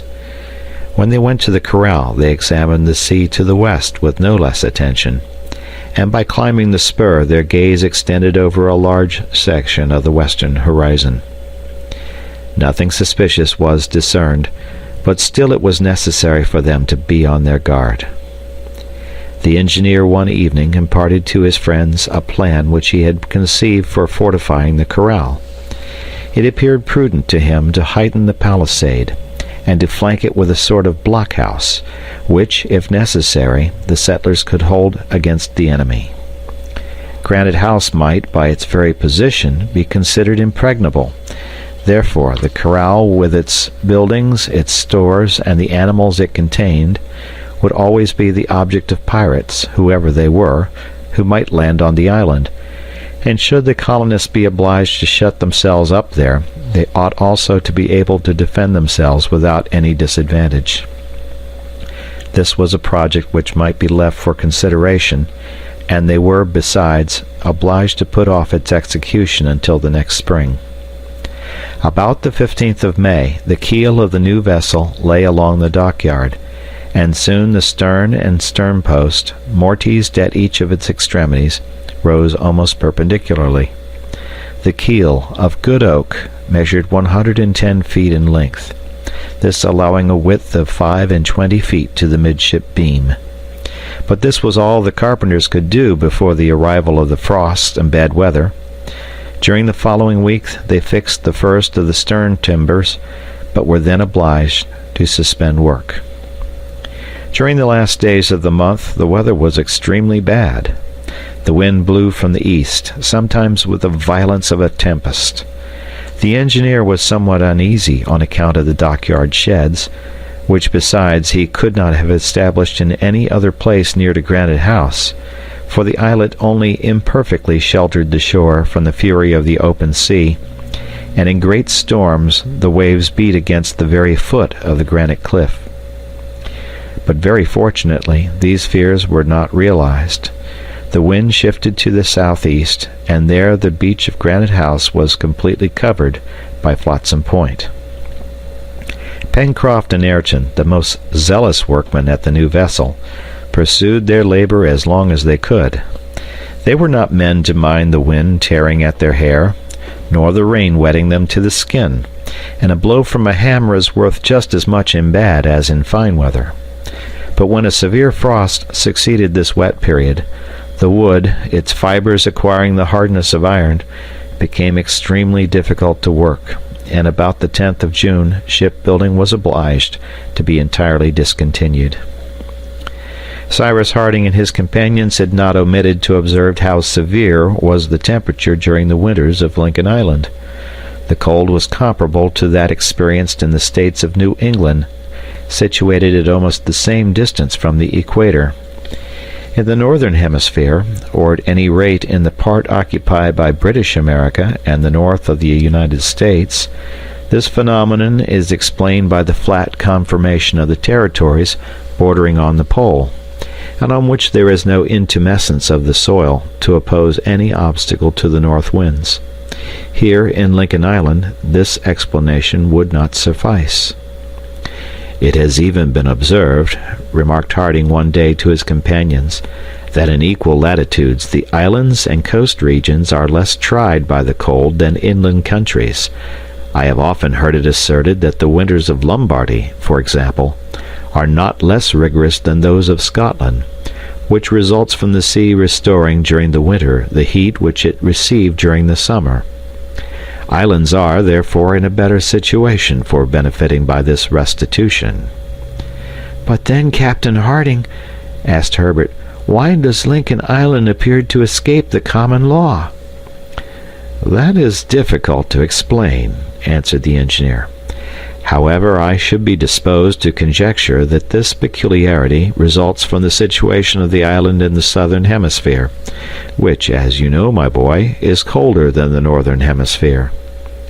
"Yes," said Herbert, "and icebergs are met with in lower latitudes in the south than in the north of the Pacific." "That is true," remarked Pencroft, "and when I have been serving on board whalers I have seen icebergs off Cape Horn." "The severe cold experienced in Lincoln Island," said Gideon Spilett, may then perhaps be explained by the presence of floes or icebergs comparatively near to Lincoln Island. Your opinion is very admissible indeed, my dear Spilett, answered Cyrus Harding, and it is evidently to the proximity of icebergs that we owe our rigorous winters. I would draw your attention also to an entirely physical cause, which renders the southern colder than the northern hemisphere. In fact, since the sun is nearer to this hemisphere during the summer, it is necessarily more distant during the winter. This explains then the excess of temperature in the two seasons, for if we find the winters very cold in Lincoln Island, we must not forget that the summers here, on the contrary, are very hot.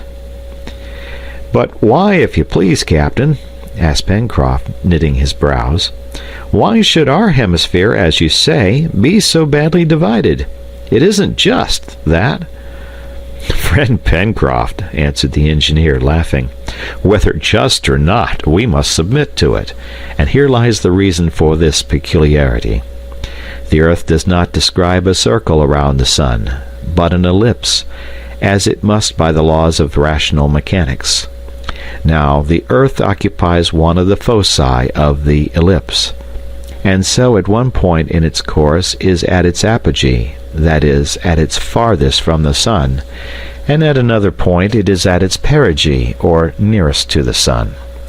Now it happens that it is during the winter of the southern countries that it is at its most distant point from the sun, and consequently in a situation for those regions to feel the greatest cold. Nothing can be done to prevent that, and men, Pencroft, however learned they may be, can never change anything of the cosmographical order established by God himself." "And yet," added Pencroft, persisting, "the world is very learned. What a big book, Captain, might be made with all that is known!" "And what a much bigger book still with all that is not known," answered Harding. At last, for one reason or another, the month of June brought the cold with its accustomed intensity, and the settlers were often confined to Granite House. Ah, how wearisome this imprisonment was to them, and more particularly to Gideon Spilett. "Look here," said he to Neb one day, "I would give you by notarial deed all the estates which will come to me some day, if you were a good enough fellow to go, no matter where, and subscribe to some newspaper for me.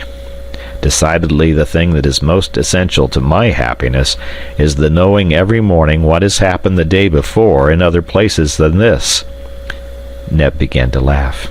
"'Pon my word," he replied, "the only thing I think about is my daily work."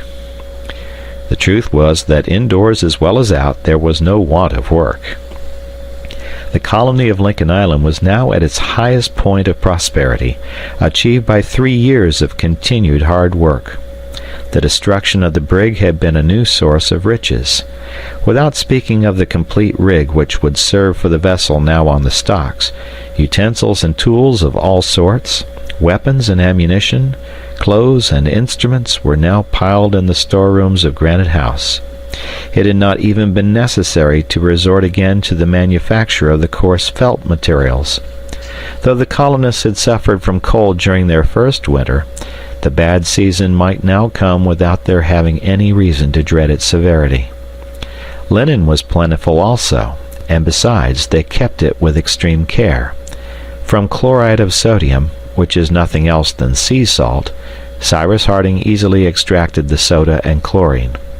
The soda, which it was easy to change into carbonate of soda, and the chlorine, of which he made chloride of lime, were employed for various domestic purposes, and especially in bleaching linen. Besides, they did not wash more than 4 times a year, as was done by families in the olden times, and it may be added that Pencroft and Gideon Spilett, while waiting for the postman to bring him his newspaper, distinguished themselves as washermen. So passed the winter months, June, July, and August. They were severe, and the average observations of the thermometer did not give more than 8 degrees of Fahrenheit. It was therefore lower in temperature than the preceding winter, But then, what splendid fires blazed continually on the hearths of Granite House, the smoke marking the granite wall with long, zebra-like streaks. Fuel was not spared, as it grew naturally a few steps from them. Besides, the chips of the wood destined for the construction of the ship enabled them to economize the coal, which required more trouble to transport. Men and animals were all well. Master Jupe was a little chilly, it must be confessed. This was perhaps his only weakness, and it was necessary to make him a well-padded dressing-gown. But what a servant he was! Clever, zealous, indefatigable, not indiscreet, not talkative, and he might have been with reason proposed as a model for all his biped brothers in the old and new worlds. "As for that," said Pencroft, "when one has 4 hands at one's service, of course one's work ought to be done so much the better." And indeed, the intelligent creature did it well. During the 7 months which had passed since the last researches made round the mountain, and during the month of September, which brought back fine weather, nothing was heard of the genius of the island. His power was not manifested in any way. It is true that it would have been superfluous, for no incident occurred to put the colonists to any painful trial. Cyrus Harding even observed that if by chance the communication between the unknown and the tenants of Granite House had ever been established through the granite, and if Top's instinct had, as it were, felt it, there was no further sign of it during this period. The dog's growling had entirely ceased, as well as the uneasiness of the orang. The 2 friends, for they were so, no longer prowled round the opening of the inner well, nor did they bark or whine in that singular way which from the first the engineer had noticed. But could he be sure that this was all that was to be said about this enigma, and that he should never arrive at a solution? Could he be certain that some conjecture would not occur which would bring the mysterious personage on the scene? Who could tell what the future might have in reserve? At last the winter was ended, but an event, the consequences of which might be serious, occurred in the first days of the returning spring. On the 7th of September, Cyrus Harding, having observed the crater, saw smoke curling round the summit of the mountain, its first vapors rising in the air. End of chapter. Part 3, Chapter 15. The colonists, warned by the engineer, left their work and gazed in silence at the summit of Mount Franklin. The volcano had awoke, and the vapor had penetrated the mineral layer heaped at the bottom of the crater. But would the subterranean fires provoke any violent eruption? This was an event which could not be foreseen. However, even while admitting the possibility of an eruption, it was not probable that the whole of Lincoln Island would suffer from it. The flow of volcanic matter is not always disastrous, and the island had already undergone this trial, as was shown by the streams of lava hardened on the northern slopes of the mountain.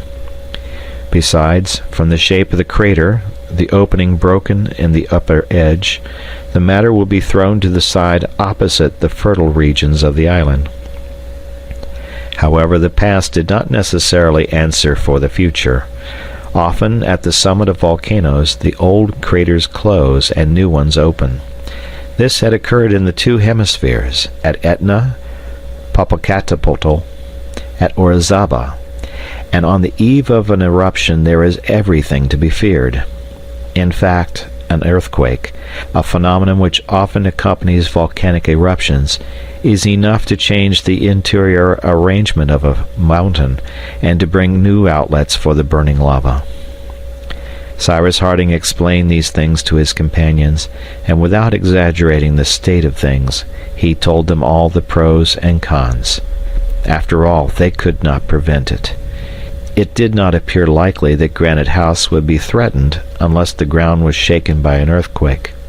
But the corral would be in great danger should a new crater open in the southern side of Mount Franklin.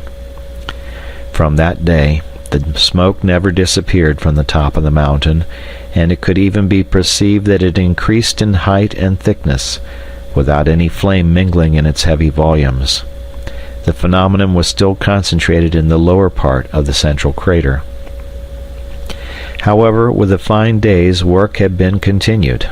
The building of the vessel was hastened as much as possible, and by means of the waterfall on the shore, Cyrus Harding managed to establish an hydraulic sawmill, which rapidly cut up the trunks of trees into planks and joists.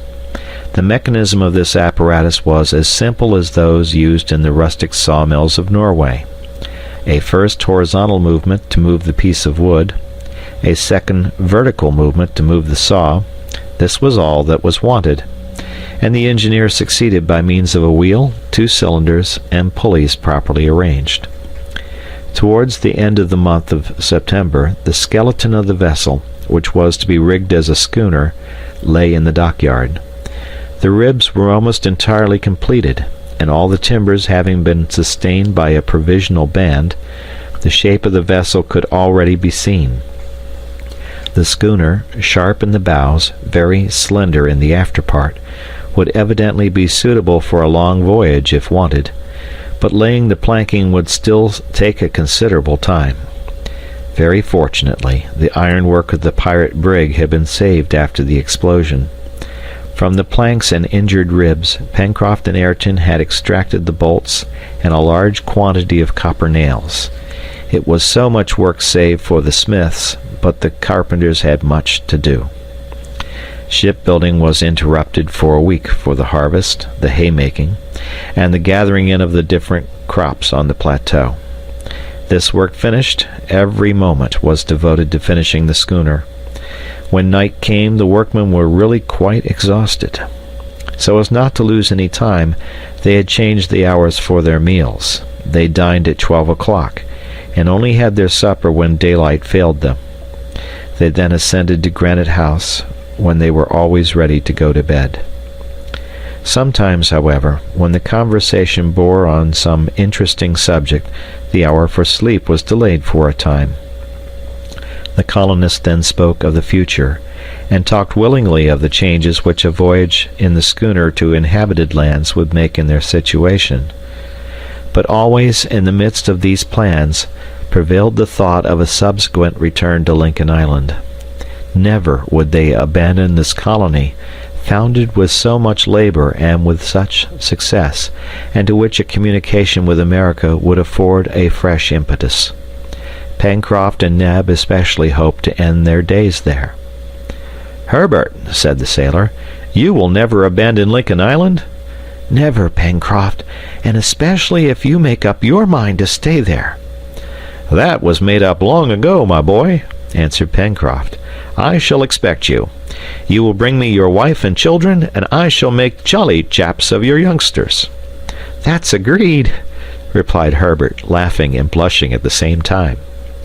"And you, Captain Harding," resumed Pencroft enthusiastically, "you will still be the governor of the island. Ah, how many inhabitants could it support? 10,000 at least."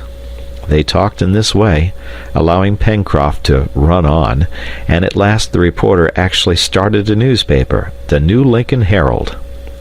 So is man's heart. The desire to perform a work which will endure, which will survive him, is the origin of his superiority over all other living creatures here below. It is this which has established his dominion, and this it is which justifies it over all the world. After that, who knows if Jup and Top had not themselves their little dream of the future? Ayrton silently said to himself that he would like to see Lord Glenarvan again, and show himself to all restored. One evening, on the 15th of October, the conversation was prolonged later than usual.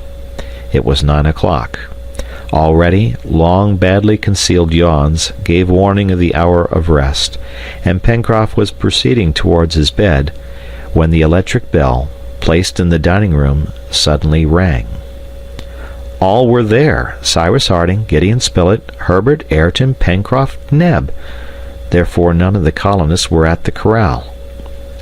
Cyrus Harding rose. His companions stared at each other, scarcely believing their ears. "What does that mean?" cried Neb.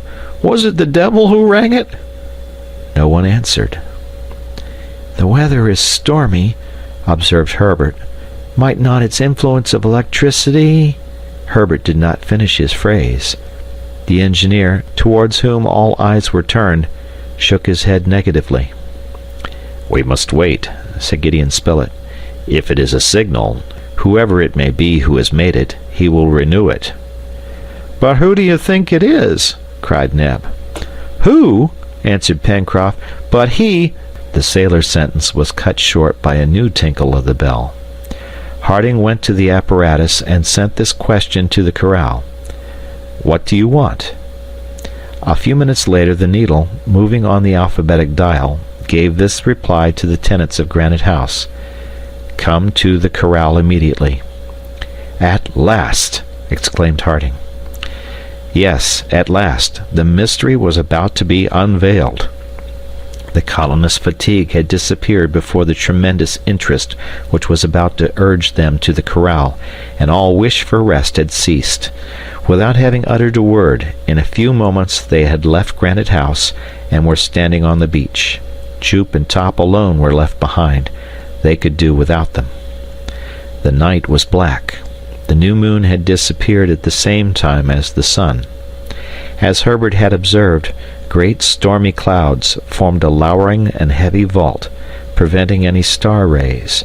A few lightning flashes, reflections from a distant storm, illuminated the horizon. It was possible that a few hours later the thunder would roll over the island itself. The night was very threatening. But however deep the darkness was, it would not prevent them from finding the familiar road to the corral. They ascended the left bank of the Mercy, reached the plateau, passed the bridge over Creek Glycerin, and advanced through the forest. They walked at a good pace, a prey to the liveliest emotions.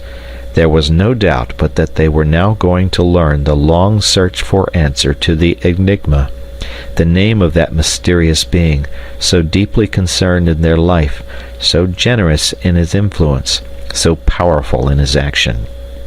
Must not this stranger have indeed mingled with their existence, have known the smallest details, have heard all that was said in Granite House, to have been able always to act in the very nick of time? Every one, wrapped up in its own reflections, pressed forward. Under the arch of trees the darkness was such that even the edge of the road could not be seen. Not a sound in the forest. Both animals and birds, influenced by the heaviness of the atmosphere, remained motionless and silent. Not a breath disturbed the leaves. The footsteps of the colonists alone resounded on the hardened ground.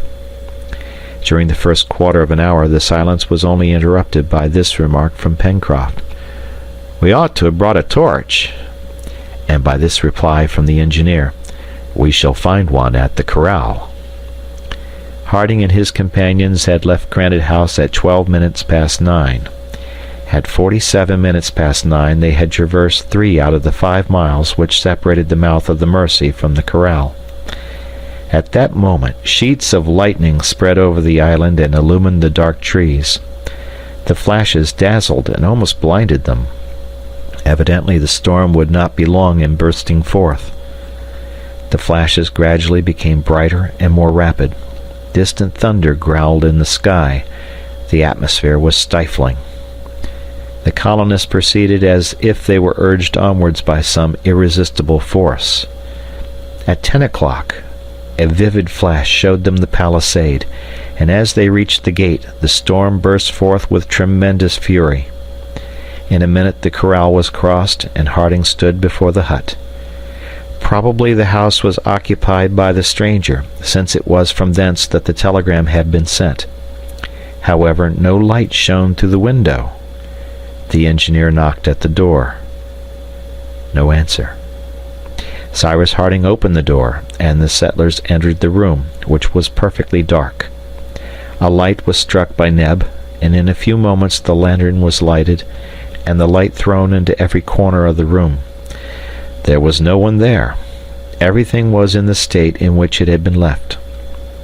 "Have we been deceived by an illusion?" murmured Cyrus Harding. No, that was not possible. The telegram had clearly said, "Come to the corral immediately." They approached the table specially devoted to the use of the wire. Everything was in order, the pile on the box containing it, as well as all the apparatus. "Who came here the last time?" asked the engineer. "I did, Captain," answered Ayrton. "And that was—" "4 days ago." "Ah, a note!" cried Herbert, pointing to a paper lying on the table.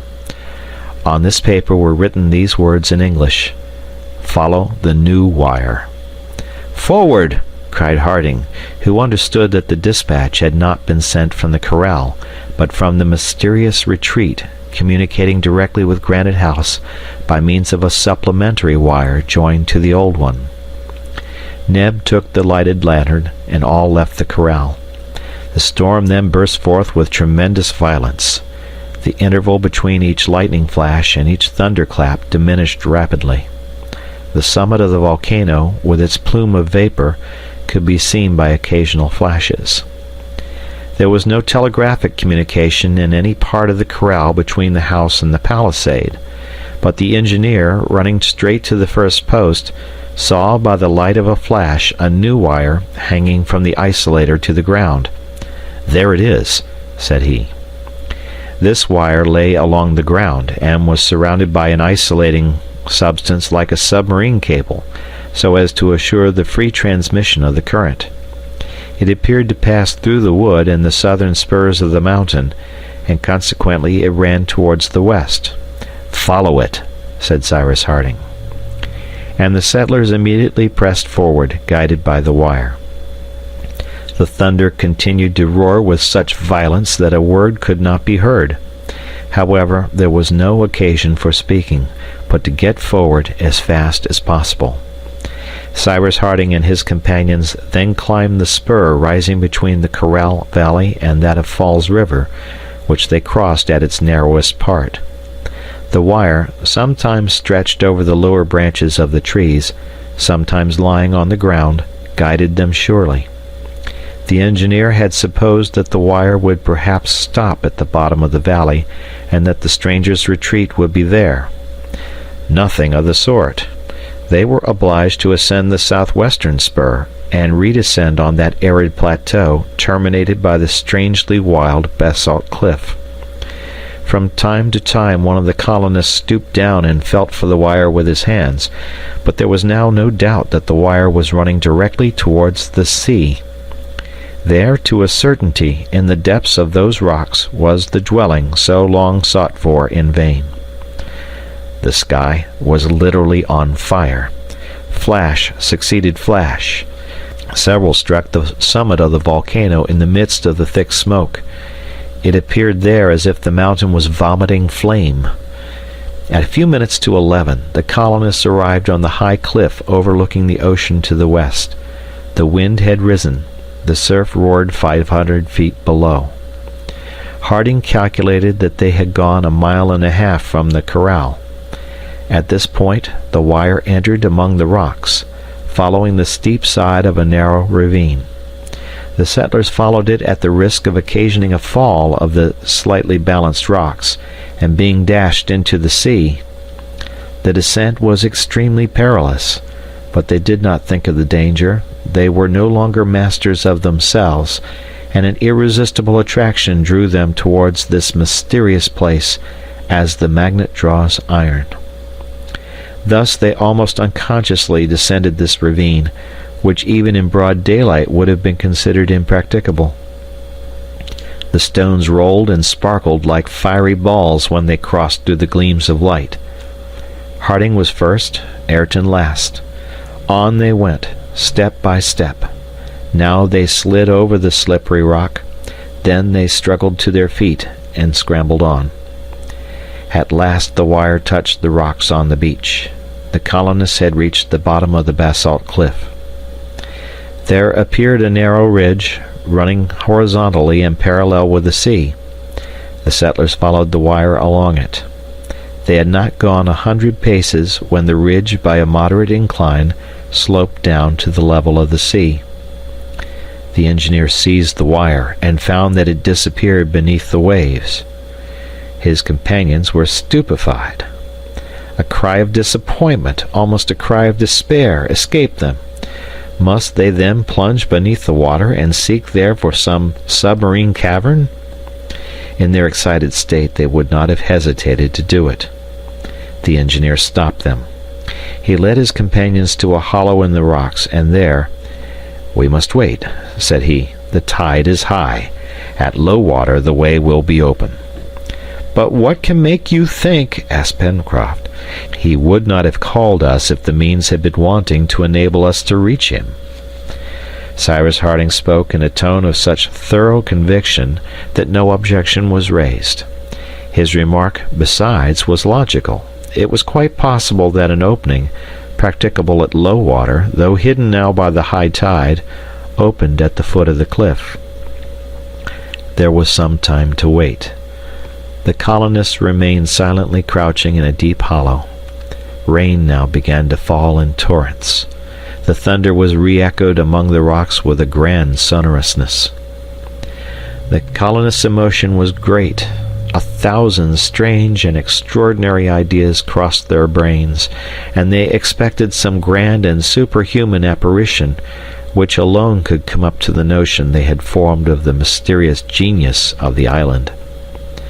At midnight, Harding, carrying the lantern, descended to the beach to reconnoiter. The engineer was not mistaken. The beginning of an immense excavation could be seen under the water. There the wire, bending at a right angle, entered the yawning gulf.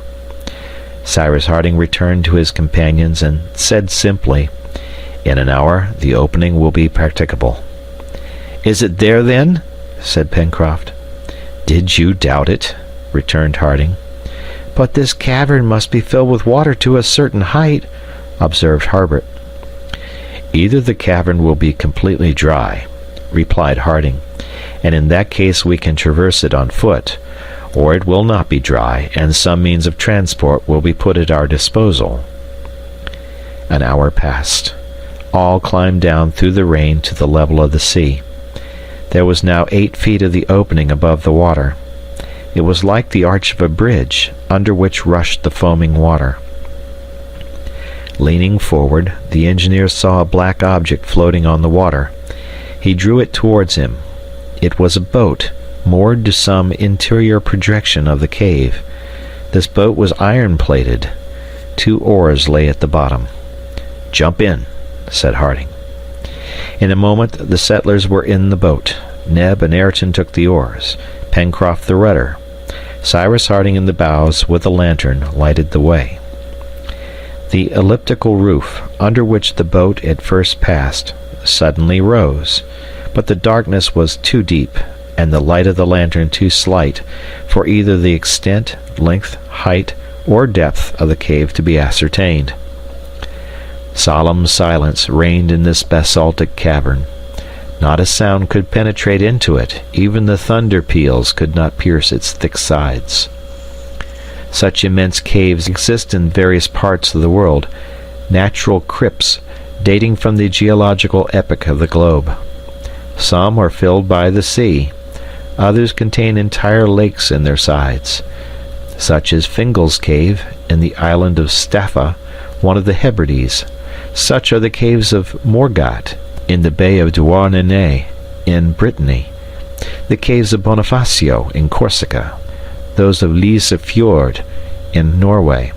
Such are the immense Mammoth Caverns in Kentucky, 500 feet in height and more than 20 miles in length. In many parts of the globe, nature has excavated these caverns and preserved them for the admiration of man. Did the cavern which the settlers were now exploring extend to the center of the island? For a quarter of an hour the boat had been advancing, making detours, indicated to Pencroft by the engineer in short sentences, when all at once, "More to the right," he commanded. The boat, altering its course, ran up alongside the right wall. The engineer wished to see if the wire still ran along the side. The wire was there, fastened to the rock. "Forward," said Harding. And the 2 oars, plunging into the dark waters, urged the boat onwards. On they went for another quarter of an hour. and a distance of half a mile must have been cleared from the mouth of the cave when Harding's voice was again heard. "Stop," said he. The boat stopped, and the colonists perceived a bright light illuminating the vast cavern, so deeply excavated in the bowels of the island, of which nothing had ever led them to suspect the existence. At the height of 100 feet rose the vaulted roof, supported on basalt shafts. Irregular arches, strange moldings, appeared on the columns erected by nature in thousands from the first epochs of the formation of the globe. The basalt pillars, fitted one into the other, measured from 40 to 50 feet in height, and the water, calm in spite of the tumult outside, washed their base. The brilliant focus of light, pointed out by the engineer, touched every point of rock and flooded the walls with light. By reflection, the water reproduced the brilliant sparkles, so that the boat appeared to be floating between two glittering zones. They could not be mistaken in the nature of the irradiation thrown from the glowing nucleus, whose clear rays were shattered by all the angles, all the projections of the cavern. This light proceeded from an electric source, and its white color betrayed its origin. It was the sun of this cave, and it filled it entirely.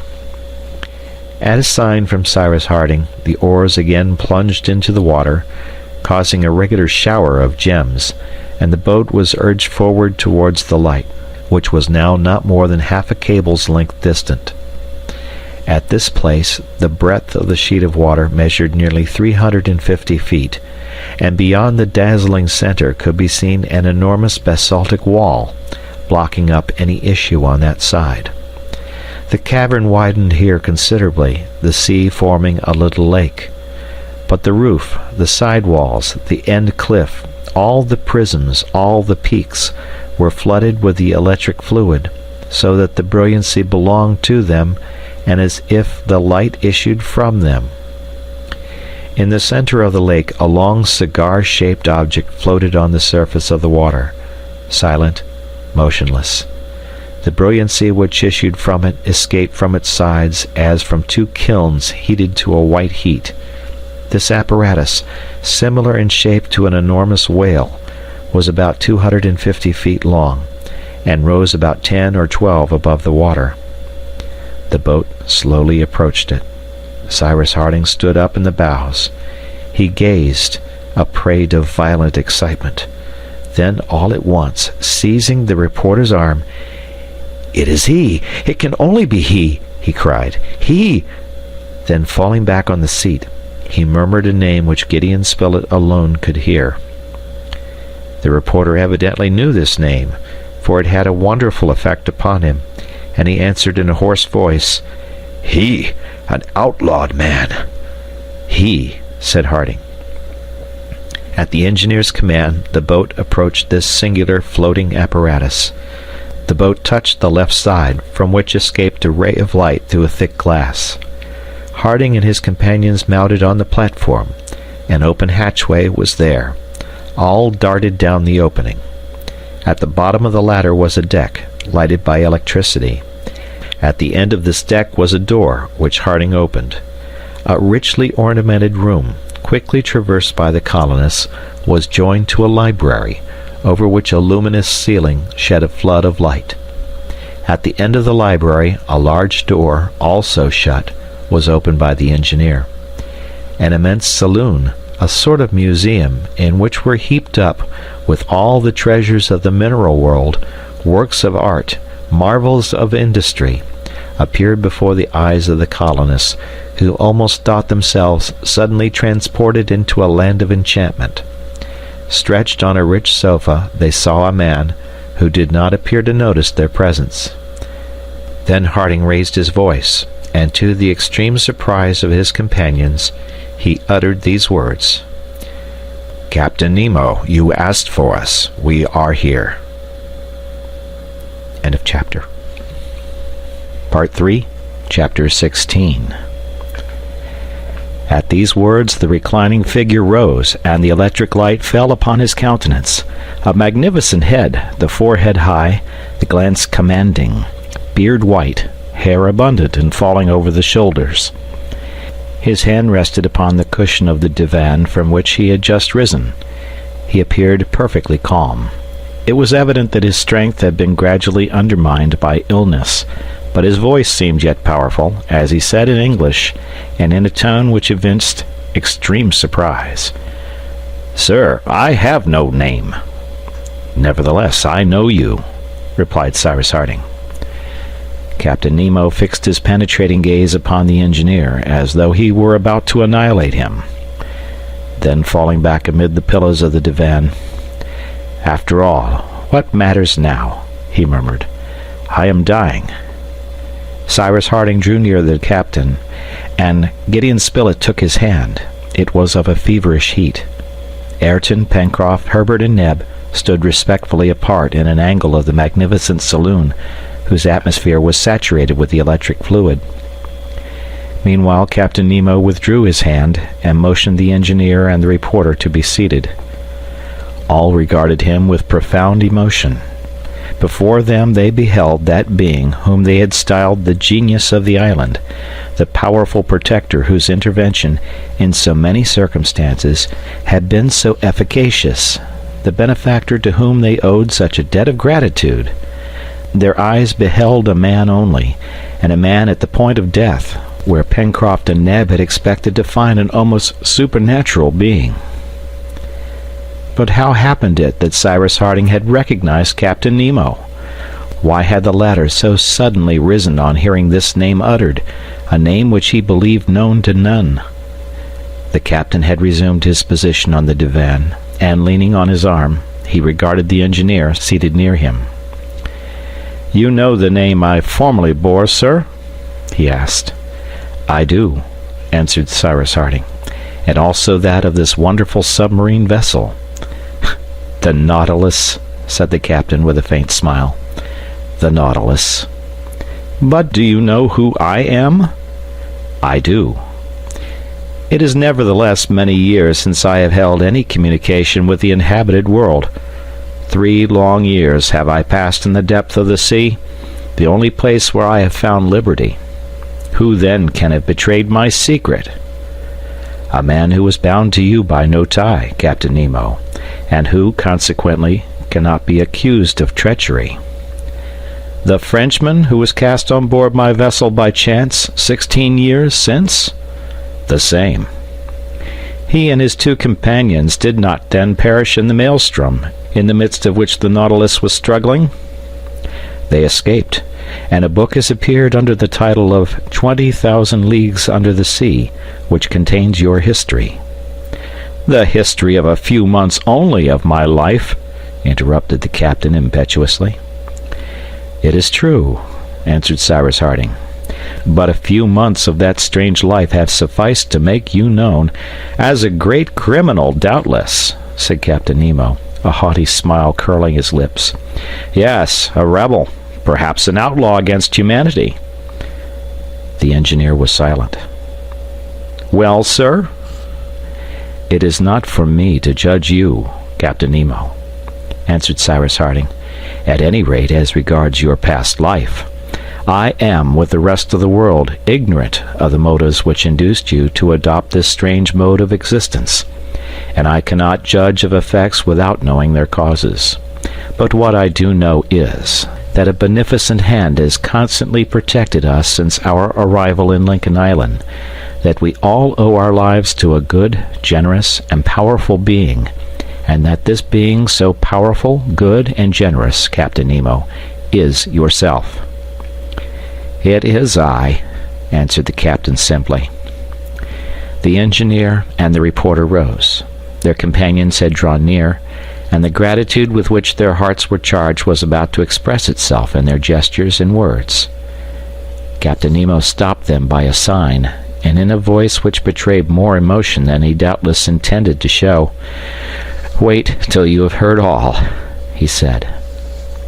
Footnote: The history of Captain Nemo has, in fact, been published under the title of 20,000 Leagues Under the Sea.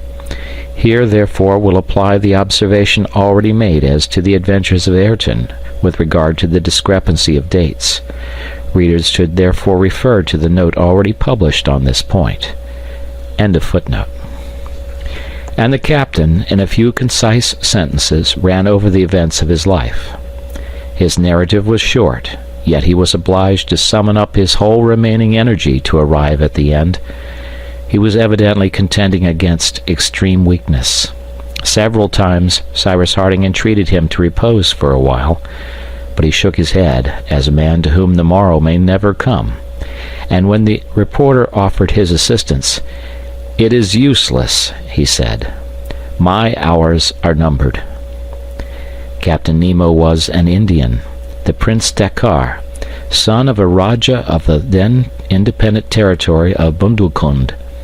His father sent him, when 10 years of age, to Europe, in order that he might receive an education in all respects complete, and in the hopes that by his talents and knowledge he might one day take a leading part in raising his long degraded and heathen country to a level with the nations of Europe. From the age of 10 years to that of 30, Prince Dakkar, endowed by nature with her richest gifts of intellect, accumulated knowledge of every kind, and in science, literature, and art his researches were extensive and profound. He traveled over the whole of Europe. His rank and fortune caused him to be everywhere sought after, but the pleasures of the world had for him no attractions. Though young and possessed of every personal advantage, he was ever grave, somber even, devoured by an unquenchable thirst for knowledge, and cherishing in the recesses of his heart the hope that he might become a great and powerful ruler of a free and enlightened people. Still, for long, the love of science triumphed over all other feelings. He became an artist deeply impressed by the marvels of art, a philosopher to whom no one of the higher sciences was unknown, a statesman versed in the policy of European courts. To the eyes of those who observed him superficially, he might have passed for one of those cosmopolitans, curious of knowledge, but disdaining action, one of those opulent travelers, haughty and cynical, who move incessantly from place to place and are of no country. This artist, this philosopher, this man was, however, still cherishing the hope instilled into him from his earliest days. Prince Dakkar returned to Bundelkund in the year 1849. He married a noble Indian lady, who was imbued with an ambition not less ardent than that by which he was inspired. 2 children were born to them, whom they tenderly loved. But domestic happiness did not prevent him from seeking to carry out the object at which he aimed. He waited an opportunity. At length, as he vainly fancied, it presented itself. Instigated by princes equally ambitious and less sagacious and more unscrupulous than he was, the people of India were persuaded that they might successfully rise against their English rulers, who had brought them out of a state of anarchy and constant warfare and misery, and had established peace and prosperity in their country. Their ignorance and gross superstition made them the facile tools of their designing chiefs. In 1857, the great Sepoy revolt broke out. Prince Dakkar, under the belief that he should thereby have the opportunity of attaining the object of his long-cherished ambition, was easily drawn into it. He forthwith devoted his talents and wealth to the service of this cause. He aided it in person. He fought in the front ranks. He risked his life equally with the humblest of the wretched and misguided fanatics. He was 10 times wounded in 20 engagements, seeking death but finding it not. But at length the sanguinary rebels were utterly defeated, and the atrocious mutiny was brought to an end.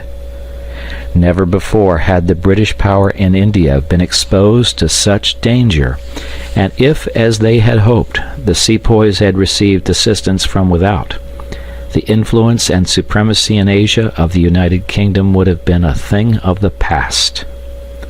The name of Prince Dakkar was at that time well known. He had fought openly and without concealment. A price was set upon his head, but he managed to escape from his pursuers. Civilization never recedes. The law of necessity ever forces it onwards. The sepoys were vanquished, and the land of the Rajas of old fell again under the rule of England. Prince Dakkar, unable to find that death he courted, returned to the mountain fastnesses of Bundukund.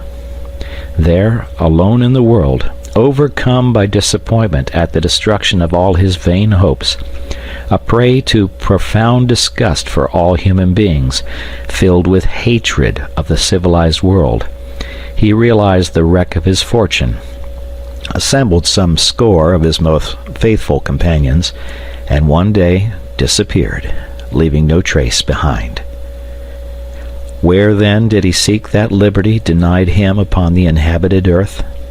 Under the waves, in the depths of the ocean, where none could follow. The warrior became the man of science. Upon a deserted island of the Pacific, he established his dockyard, and there a submarine vessel was constructed from his designs. By methods which will at some future day be revealed, he had rendered subservient the illimitable forces of electricity, which, extracted from inexhaustible sources, was employed for all the requirements of his floating equipage, as a moving, lighting, and heating agent.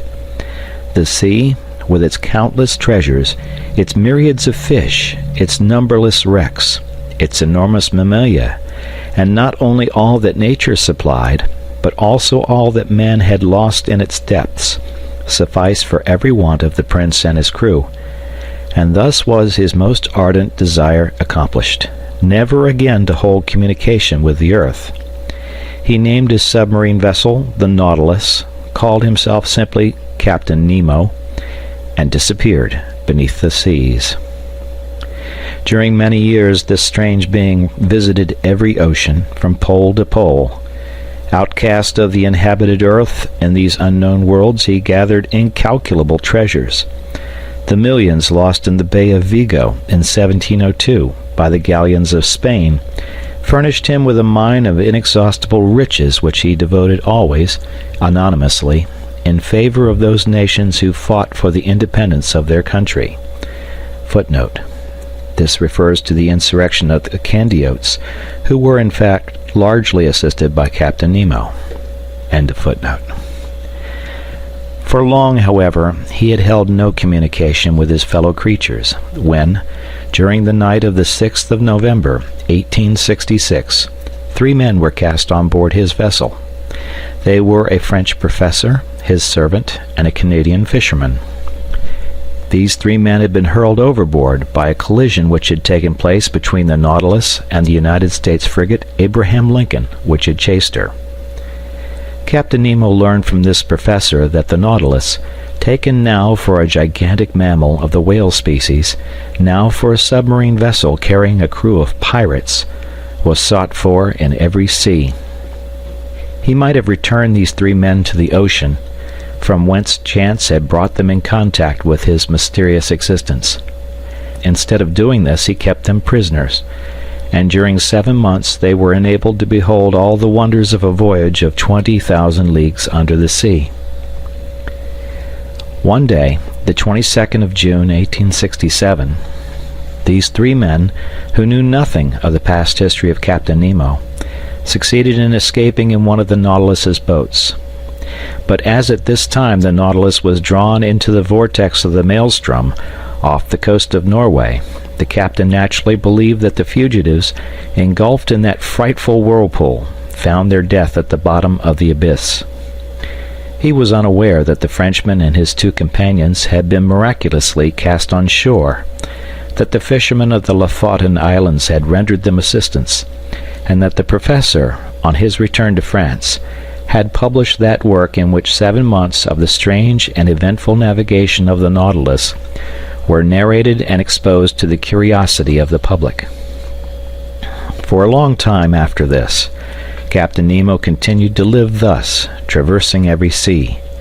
But one by one his companions died, and found their last resting place in their cemetery of coral in the bed of the Pacific.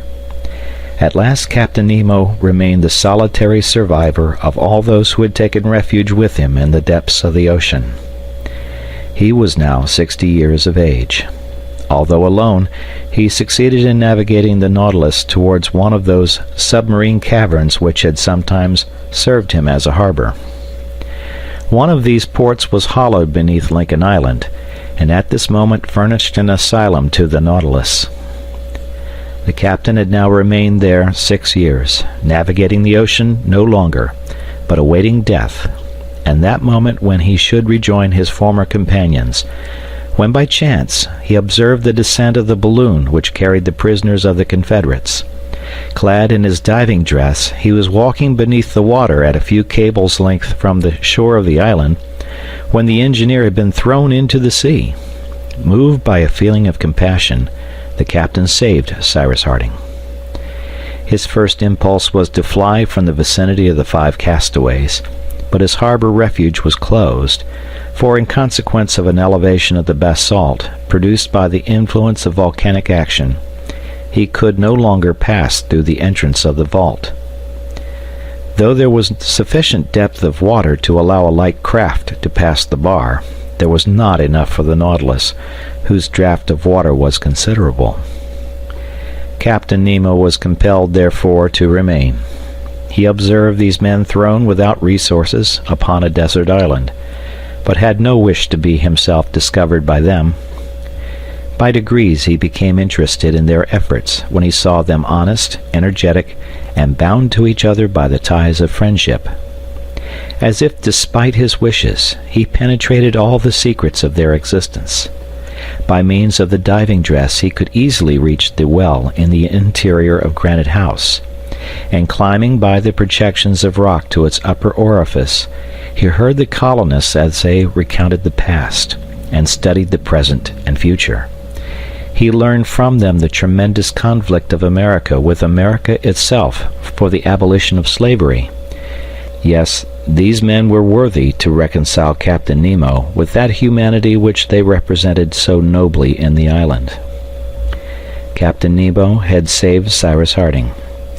It was he also who had brought back the dog to the Chimneys, who rescued Top from the waters of the lake, who caused to fall at Flotsam Point the case containing so many things useful to the colonists, who conveyed the canoe back into the stream of the Mersey, who cast the cord from the top of Granite House at the time of the attack by the baboons, who made known the presence of Ayrton upon Tabor Island by means of the document enclosed in the bottle, who caused the explosion of the brig by the shock of a torpedo placed at the bottom of the canal, who saved Herbert from certain death by bringing the sulfate of quinine, and finally, it was he who had killed the convicts with the electric balls, of which he possessed the secret, and which he employed in the chase of submarine creatures.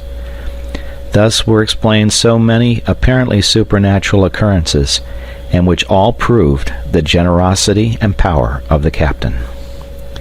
Nevertheless, this noble misanthrope longed to benefit his protégés still further.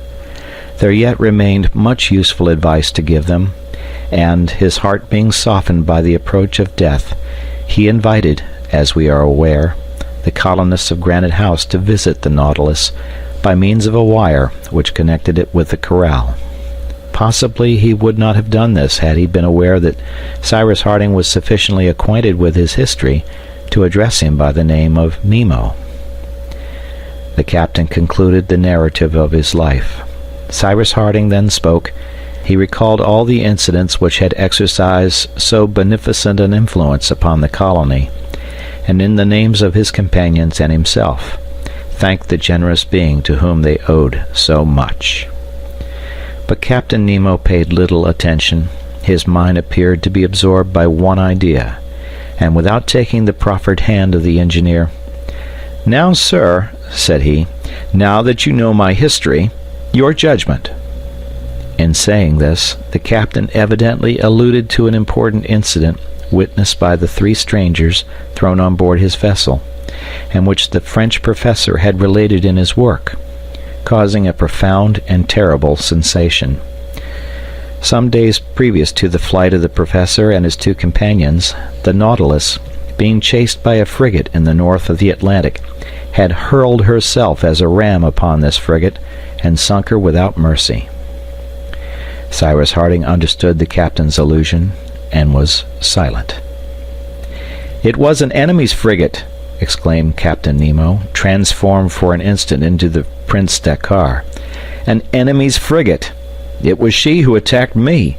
I was in a narrow and shallow bay. The frigate barred my way, and I sank her." A few minutes of silence ensued. Then the captain demanded, "What think you of my life, gentlemen?" Cyrus Harding extended his hand to the ci-devant prince and replied gravely, "Sir, your error was in supposing that the past can be resuscitated, and in contending against inevitable progress. It is one of those errors which some admire, others blame, which God alone can judge. He who is mistaken in an action which he sincerely believes to be right may be an enemy, but retains our esteem. Your error is one that we may admire, and your name has nothing to fear from the judgment of history, which does not condemn heroic folly, but its results." The old man's breast swelled with emotion, and, raising his hand to heaven, "Was I wrong or in the right?" he murmured. Cyrus Harding replied, "All great actions return to God, from whom they are derived. Captain Nemo, we, whom you have succored, shall ever mourn your loss." Herbert, who had drawn near the captain, fell on his knees and kissed his hand. A tear glistened in the eyes of the dying man. "My child," he said, "may God bless you." End of chapter. Part 3, Chapter 17. Day had returned. No ray of light penetrated into the profundity of the cavern. It being high water, the entrance was closed by the sea, but the artificial light, which escaped in long streams from the skylights of the Nautilus, was as vivid as before, and the sheet of water shone around the floating vessel. An extreme exhaustion now overcame Captain Nemo, who had fallen back upon the divan.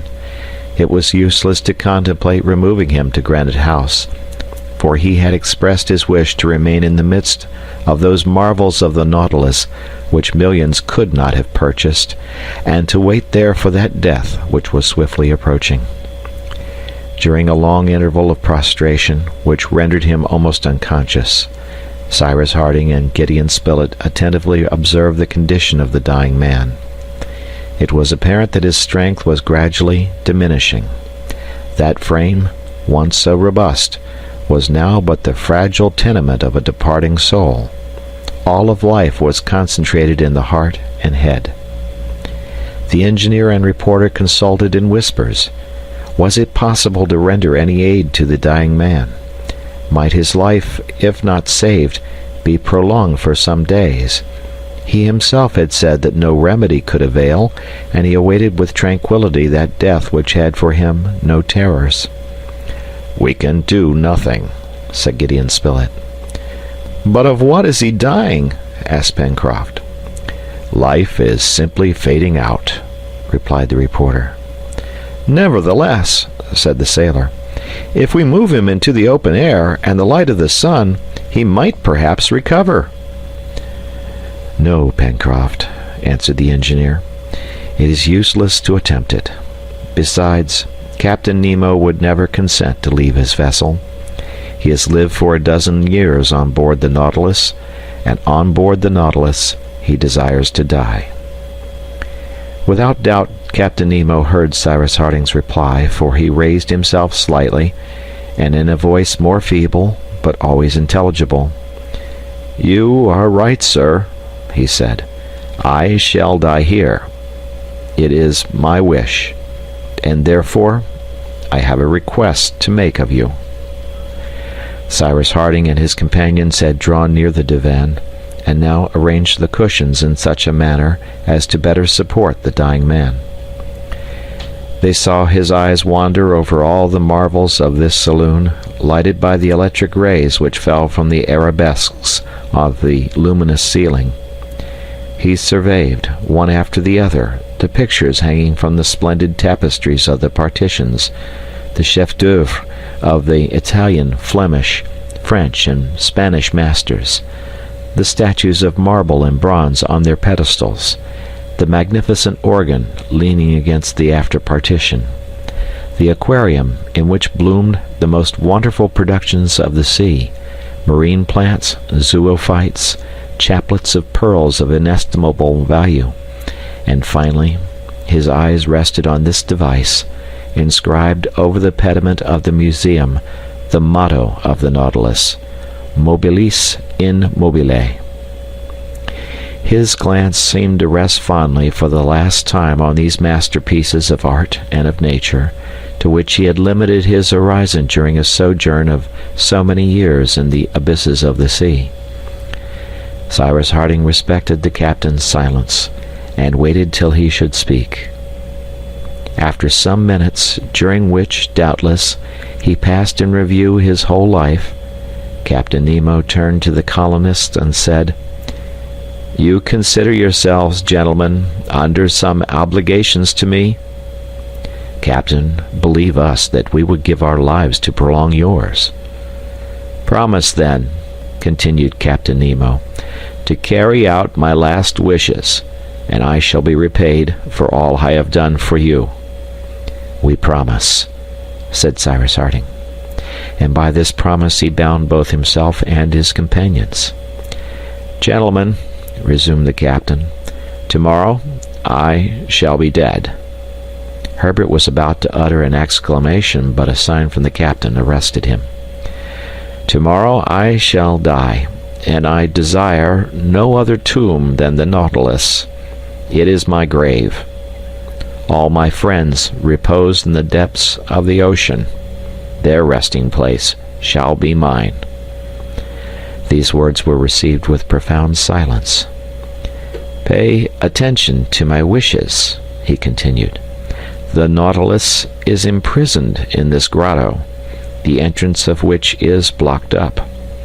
But although egress is impossible, the vessel may at least sink in the abyss, and there bury my remains." The colonists listened reverently to the words of the dying man. "Tomorrow, after my death, Mr. Harding," continued the captain, "yourself and companions will leave the Nautilus, for all the treasures it contains must perish with me. One token alone will remain of you of Prince Dakkar, with whose history you are now acquainted. That coffer yonder contains diamonds of the value of many millions, most of them mementos of the time when, husband and father, I thought happiness possible for me, and a collection of pearls gathered by my friends and myself in the depths of the ocean. Of this treasure, at a future day, you may make good use. In the hands of such men as yourself and your comrades, Captain Harding, money will never be a source of danger. From on high I shall still participate in your enterprises, and I fear not but that they will prosper." After a few moments' repose, necessitated by his extreme weakness, Captain Nemo continued, "Tomorrow you will take the coffer, you will leave the saloon, of which you will close the door. Then you will ascend on to the deck of the Nautilus, and you will lower the main hatch so as entirely to close the vessel." "It shall be done, Captain," answered Cyrus Harding. "Good. You will then embark in the canoe which brought you hither, but before leaving the Nautilus, go to the stern, and there open 2 large stopcocks, which you will find upon the waterline. The water will penetrate into the reservoirs, and the Nautilus will gradually sink beneath the water, to repose at the bottom of the abyss." And comprehending a gesture of Cyrus Harding, the captain added, "Fear nothing. You will but bury a corpse." Neither Cyrus Harding nor his companions ventured to offer any observation to Captain Nemo. He had expressed his last wishes, and they had nothing to do but to conform to them. "I have your promise, gentlemen?" added Captain Nemo. "You have, Captain," replied the engineer. The captain thanked the colonists by a sign and requested them to leave him for some hours. Gideon Spilett wished to remain near him in the event of a crisis coming on, but the dying man refused, saying, "I shall live until tomorrow, sir." All left the saloon, passed through the library and the dining room, and arrived forward in the machine room where the electrical apparatus was established, which supplied not only heat and light, but the mechanical power of the Nautilus. The Nautilus was a masterpiece containing masterpieces within itself, and the engineer was struck with astonishment. The colonists mounted the platform, which rose 7 or 8 feet above the water. There they beheld a thick glass lenticular covering, which protected a kind of large eye, from which flashed forth light. Behind this eye was apparently a cabin containing the wheels of the rudder, and in which was stationed the helmsman when he navigated the Nautilus over the bed of the ocean, which the electric rays would evidently light up to a considerable distance.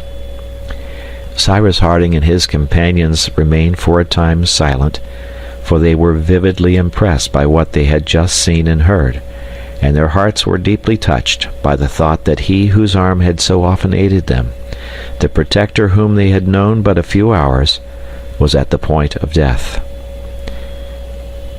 Whatever might be the judgment pronounced by posterity upon the events of this, so to speak, extra-human existence, the character of Prince Dakkar would ever remain as one of those whose memory time can never efface. "What a man!" said Pencroft. "Is it possible that he can have lived at the bottom of the sea? And it seems to me that perhaps he has not found peace there any more than elsewhere." "The Nautilus," observed Ayrton, "might have enabled us to leave Lincoln Island and reach some inhabited country." "Good heavens!" exclaimed Pencroft. "I for one would never risk myself in such a craft. To sail on the seas, good, but under the seas, never." "I believe, Pencroft," answered the reporter, "that the navigation of a submarine vessel such as the Nautilus ought to be very easy, and that we should soon become accustomed to it. There would be no storms, no lee shore to fear. At some feet beneath the surface, the waters of the ocean are as calm as those of a lake." "That may be," replied the sailor, "but I prefer a gale of wind on board a well-found craft. A vessel is built to sail on the sea and not beneath it." "My friends," said the engineer, "it is useless, at any rate as regards the Nautilus, to discuss the question of submarine vessels. The Nautilus is not ours, and we have not the right to dispose of it. Moreover, we could in no case avail ourselves of it. Independently of the fact that it would be impossible to get it out of this cavern, whose entrance is now closed by the uprising of the basaltic rocks, Captain Nemo's wish is that it shall be buried with him. His wish is our law, and we will fulfill it."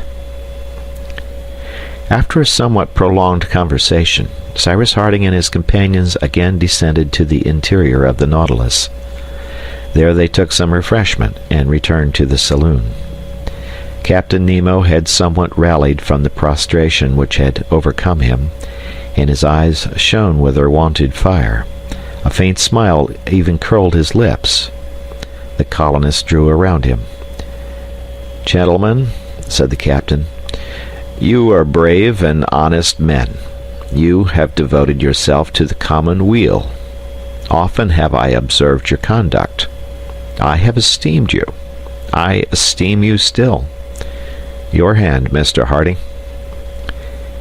Cyrus Harding gave his hand to the captain, who clasped it affectionately. "It is well," he murmured.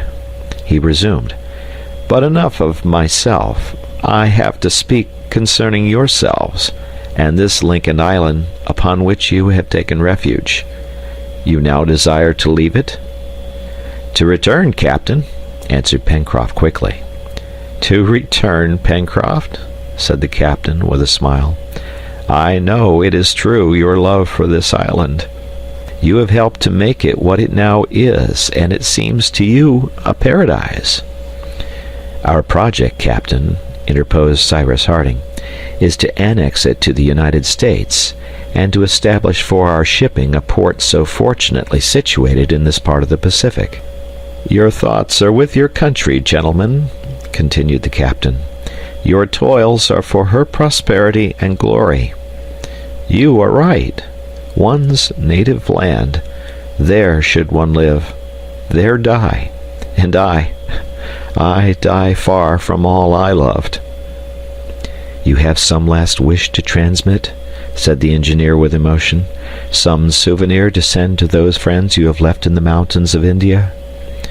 "No, Captain Harding, no friends remain to me. I am the last of my race, and to all whom I have known I have long been as are the dead. But to return to yourselves. Solitude, isolation are painful things, and beyond human endurance. I die of having thought it possible to live alone. You should, therefore, dare all in the attempt to leave Lincoln Island, and see once more the land of your birth. I am aware that those wretches have destroyed the vessel you have built." "We propose to construct a vessel," said Gideon Spilett, "sufficiently large to convey us to the nearest land.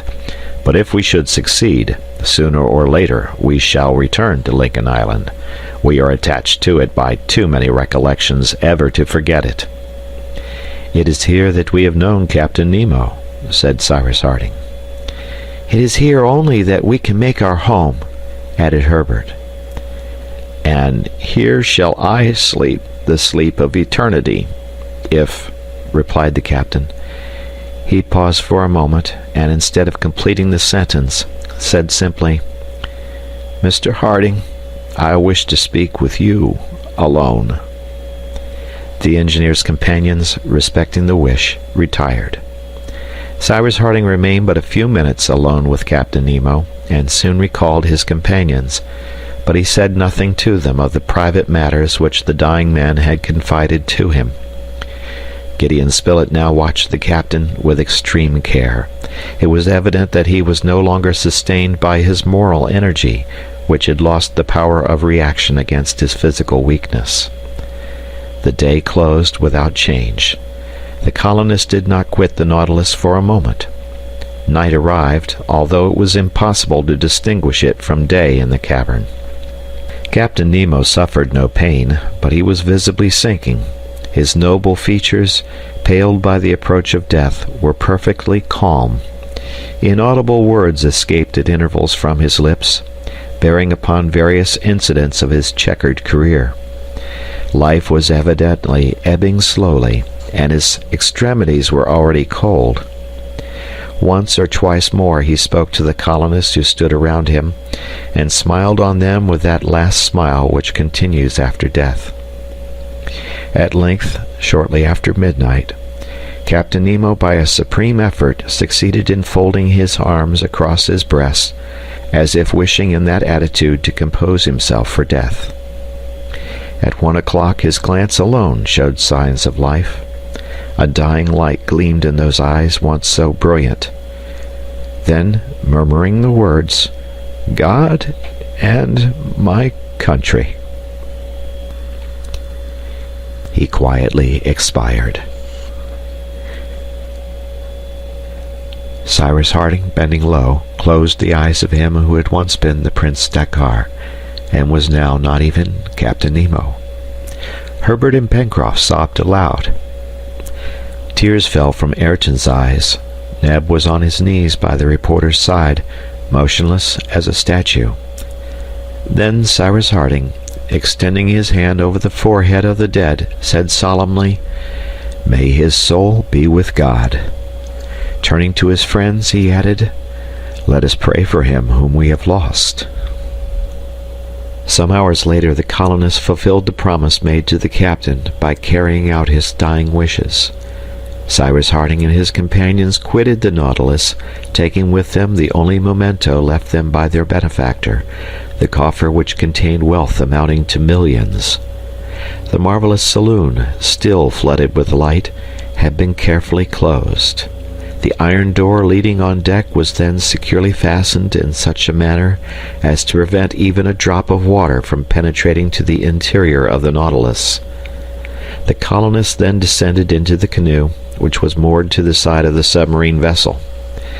The canoe was now brought around to the stern. There, at the waterline, were two large stopcocks communicating with the reservoirs employed in the submersion of the vessel.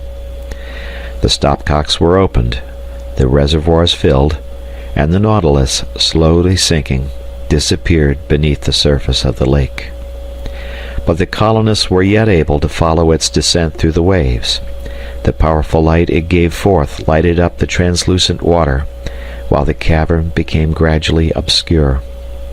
At length this vast diffusion of electric light faded away, and soon after the Nautilus, now the tomb of Captain Nemo, reposed in its ocean bed. End of chapter. Part 3, Chapter 18. At break of day the colonists regained in silence the entrance of the cavern, to which they gave the name of Dakar Grotto, in memory of Captain Nemo. It was now low water, and they passed without difficulty under the arcade, washed on the right by the sea. The canoe was left here, carefully protected from the waves. As additional precaution, Pencroft, Neb, and Ayrton drew it up on a little beach which bordered one of the sides of the grotto, in a spot where it could run no risk of harm. The storm had ceased during the night. The last low mutterings of thunder died away in the west. Rain fell no longer, but the sky was yet obscured by clouds. On the whole, this month of October, the first of the southern spring, was not ushered in by satisfactory tokens, and the wind had a tendency to shift from one point of the compass to another, which rendered it impossible to count upon settled weather. Cyrus Harding and his companions, on leaving Dakar Grotto, had taken the road to the corral. On their way, Neb and Herbert were careful to preserve the wire which had been laid down by the captain between the corral and the grotto, and which might at a future time be of service. The colonists spoke but little on the road. The various incidents of the night of October 15th had left a profound impression on their minds. The unknown being whose influence had so effectually protected them, the man whom their imagination had endowed with supernatural powers, Captain Nemo, was no more. His Nautilus and he were buried in the depths of the abyss. To each one of them their existence seemed even more isolated than before. They had been accustomed to count upon the intervention of that power which existed no longer, and Gideon Spilett and even Cyrus Harding could not escape this impression. Thus they maintained a profound silence during their journey to the corral. Towards 9 in the morning the colonists arrived at Granite House. It had been agreed that the construction of the vessel should be actively pushed forward, and Cyrus Harding more than ever devoted his time and labor to this object. It was impossible to divine what future lay before them. Evidently the advantage to the colonists would be great of having at their disposal a substantial vessel, capable of keeping the sea even in heavy weather, and large enough to attempt, in case of need, a voyage of some duration. Even if, when their vessel should be completed, the colonists should not resolve to leave Lincoln Island as yet, in order to gain either one of the Polynesian archipelagos of the Pacific or the shores of New Zealand, they might at least, sooner or later, proceed to Tabor Island to leave there the notice relating to Ayrton. This was a precaution rendered indispensable by the possibility of the Scotch yacht reappearing in those seas, and it was of the highest importance that nothing should be neglected on this point. The works were then resumed. Cyrus Harding, Pencroft, and Ayrton, assisted by Neb, Gideon Spilett, and Herbert, except when unavoidably called off by other necessary occupations, worked without cessation. It was important that the new vessel should be ready in 5 months, that is to say, by the beginning of March, if they wished to visit Tabor Island before the equinoctial gales rendered the voyage impracticable. Therefore the carpenters lost not a moment. Moreover, it was unnecessary to manufacture rigging, that of the Speedy having been saved entire, so that the hull only of the vessel need to be constructed. The end of the year 1868 found them occupied by these important labors, to the exclusion of almost all others. At the expiration of 2 months and a half, the ribs had been set up, and the first planks adjusted. It was already evident that the plans made by Cyrus Harding were admirable, and that the vessel would behave well at sea. Pencroft brought to the task a devouring energy, and would even grumble when one or the other abandoned the carpenter's axe for the gun of the hunter. It was nevertheless necessary to keep up the stores of Granite House, in view of the approaching winter. But this did not satisfy Pencroft. The brave, honest sailor was not content when the workmen were not at the dockyard. When this happened, he grumbled vigorously, and by way of venting his feelings, did the work of 6 men. The weather was very unfavorable during the whole of the summer season. For some days the heat was overpowering, and the atmosphere, saturated with electricity, was only cleared by violent storms. It was rarely that the distant growling of the thunder could not be heard, like a low but incessant murmur, such as is produced in the equatorial regions of the globe. The 1st of January, 1869, was signalized by a storm of extreme violence, and the thunder burst several times over the island. Large trees were struck by the electric fluid and shattered, and among others one of those gigantic nettle trees which had shaded the poultry yard at the southern extremity of the lake. Had this meteor any relation to the phenomenon going on in the bowels of the earth? Was there any connection between the commotion of the atmosphere and that of the interior of the earth? Cyrus Harding was inclined to think that such was the case, for the development of these storms was attended by the renewal of volcanic symptoms. It was on the 3rd of January that Herbert, having ascended at daybreak to the plateau of Prospect Heights to harness one of the onagers, perceived an enormous hat-shaped cloud rolling from the summit of the volcano. Herbert immediately apprised the colonists, who at once joined him in watching the summit of Mount Franklin. "Ah!" exclaimed Pencroft, "those are not vapors this time. It seems to me that the giant is not content with breathing. He must smoke." This figure of speech employed by the sailor exactly expressed the changes going on at the mouth of the volcano. Already for 3 months had the crater emitted vapors more or less dense, but which were as yet produced only by an internal ebullition of mineral substances. But now the vapors were replaced by a thick smoke, rising in the form of a grayish column, more than 300 feet in width at its base, and which spread like an immense mushroom to a height of from 700 to 800 feet above the summit of the mountain. "The fire is in the chimney," observed Gideon Spilett. "And we can't put it out," replied Herbert. "The volcano ought to be swept," observed Neb, who spoke as if perfectly serious. "Well said, Neb!" cried Pencroft with a shout of laughter. "And you'll undertake the job, no doubt?" Cyrus Harding attentively observed the dense smoke emitted by Mount Franklin, and even listened, as if expecting to hear some distant muttering. Then, turning towards his companions, from whom he had gone somewhat apart, he said, "The truth is, my friends, we must not conceal from ourselves that an important change is going forward. The volcanic substances are no longer in a state of ebullition. They have caught fire, and we are undoubtedly menaced by an approaching eruption." "Well, Captain," said Pencroft, "we shall witness the eruption, and if it is a good one, we'll applaud it. I don't see that we need concern ourselves further about the matter." "It may be so," replied Cyrus Harding, "for the ancient track of the lava is still open, and thanks to this, the crater has hitherto overflowed towards the north. And yet, as we can derive no advantage from an eruption, it might be better it should not take place," said the reporter. "Who knows?" answered the sailor. "Perhaps there may be some valuable substances in this volcano which it will spout forth, and which we may turn to good account." Cyrus Harding shook his head with the air of a man who augured no good from the phenomenon whose development had been so sudden. He did not regard so lightly as Pencroft the results of an eruption. If the lava, in consequence of the position of the crater, did not directly menace the wooded and cultivated parts of the island, other complications might present themselves.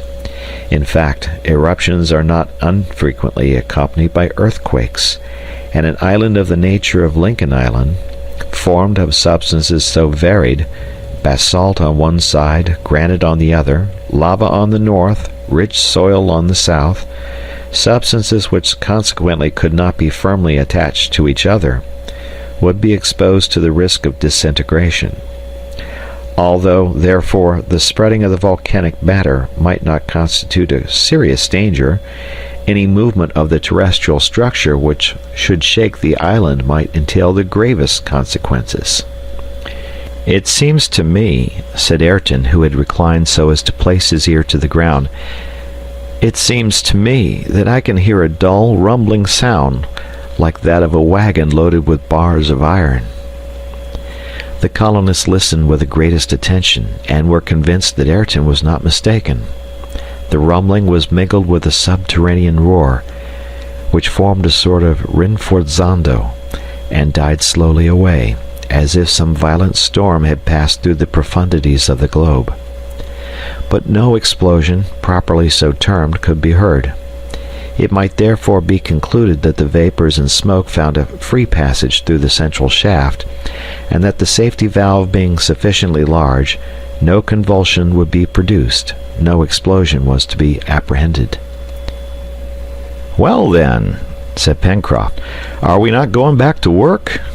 Let Mount Franklin smoke, groan, bellow, or spout forth fire and flame as much as it pleases. That is no reason why we should be idle. Come, Ayrton, Neb, Herbert, Captain Harding, Mr. Spilett, every one of us must turn to at our work today. We are going to place the keelson, and a dozen pair of hands would not be too many. Before 2 months I want our new Bonadventure, for we shall keep the old name, shall we not, to float on the waters of Port Balloon. Therefore there is not an hour to lose." All the colonists, their services thus requisitioned by Pencroft, descended to the dockyard, and proceeded to place the keelson, a thick mass of wood which forms the lower portion of a ship, and unites firmly the timbers of the hull. It was an arduous undertaking, in which all took part. They continued their labors during the whole of this day, the 3rd of January, without thinking further of the volcano, which could not besides be seen from the shore of Granite House. But once or twice large shadows, veiling the sun, which described its diurnal arc through an extremely clear sky, indicated that a thick cloud of smoke passed between its disk and the island. The wind, blowing on the shore, carried all these vapors to the westward. Cyrus Harding and Gideon Spilett remarked these somber appearances, and from time to time discussed the evident progress of the volcanic phenomena, but their work went on without interruption. It was, besides, of the first importance from every point of view that the vessel should be finished with the least possible delay. In presence of the eventualities which might arise, the safety of the colonists would be to a great extent secured by their ship. Who could tell that it might not prove some day their only refuge? In the evening, after supper, Cyrus Harding, Gideon Spilett, and Herbert again ascended to the plateau of Prospect Heights. It was already dark, and the obscurity would permit them to ascertain if flames or incandescent matter thrown up by the volcano were mingled with the vapor and smoke accumulated at the mouth of the crater. "The crater is on fire," said Herbert, who, more active than his companions, first reached the plateau.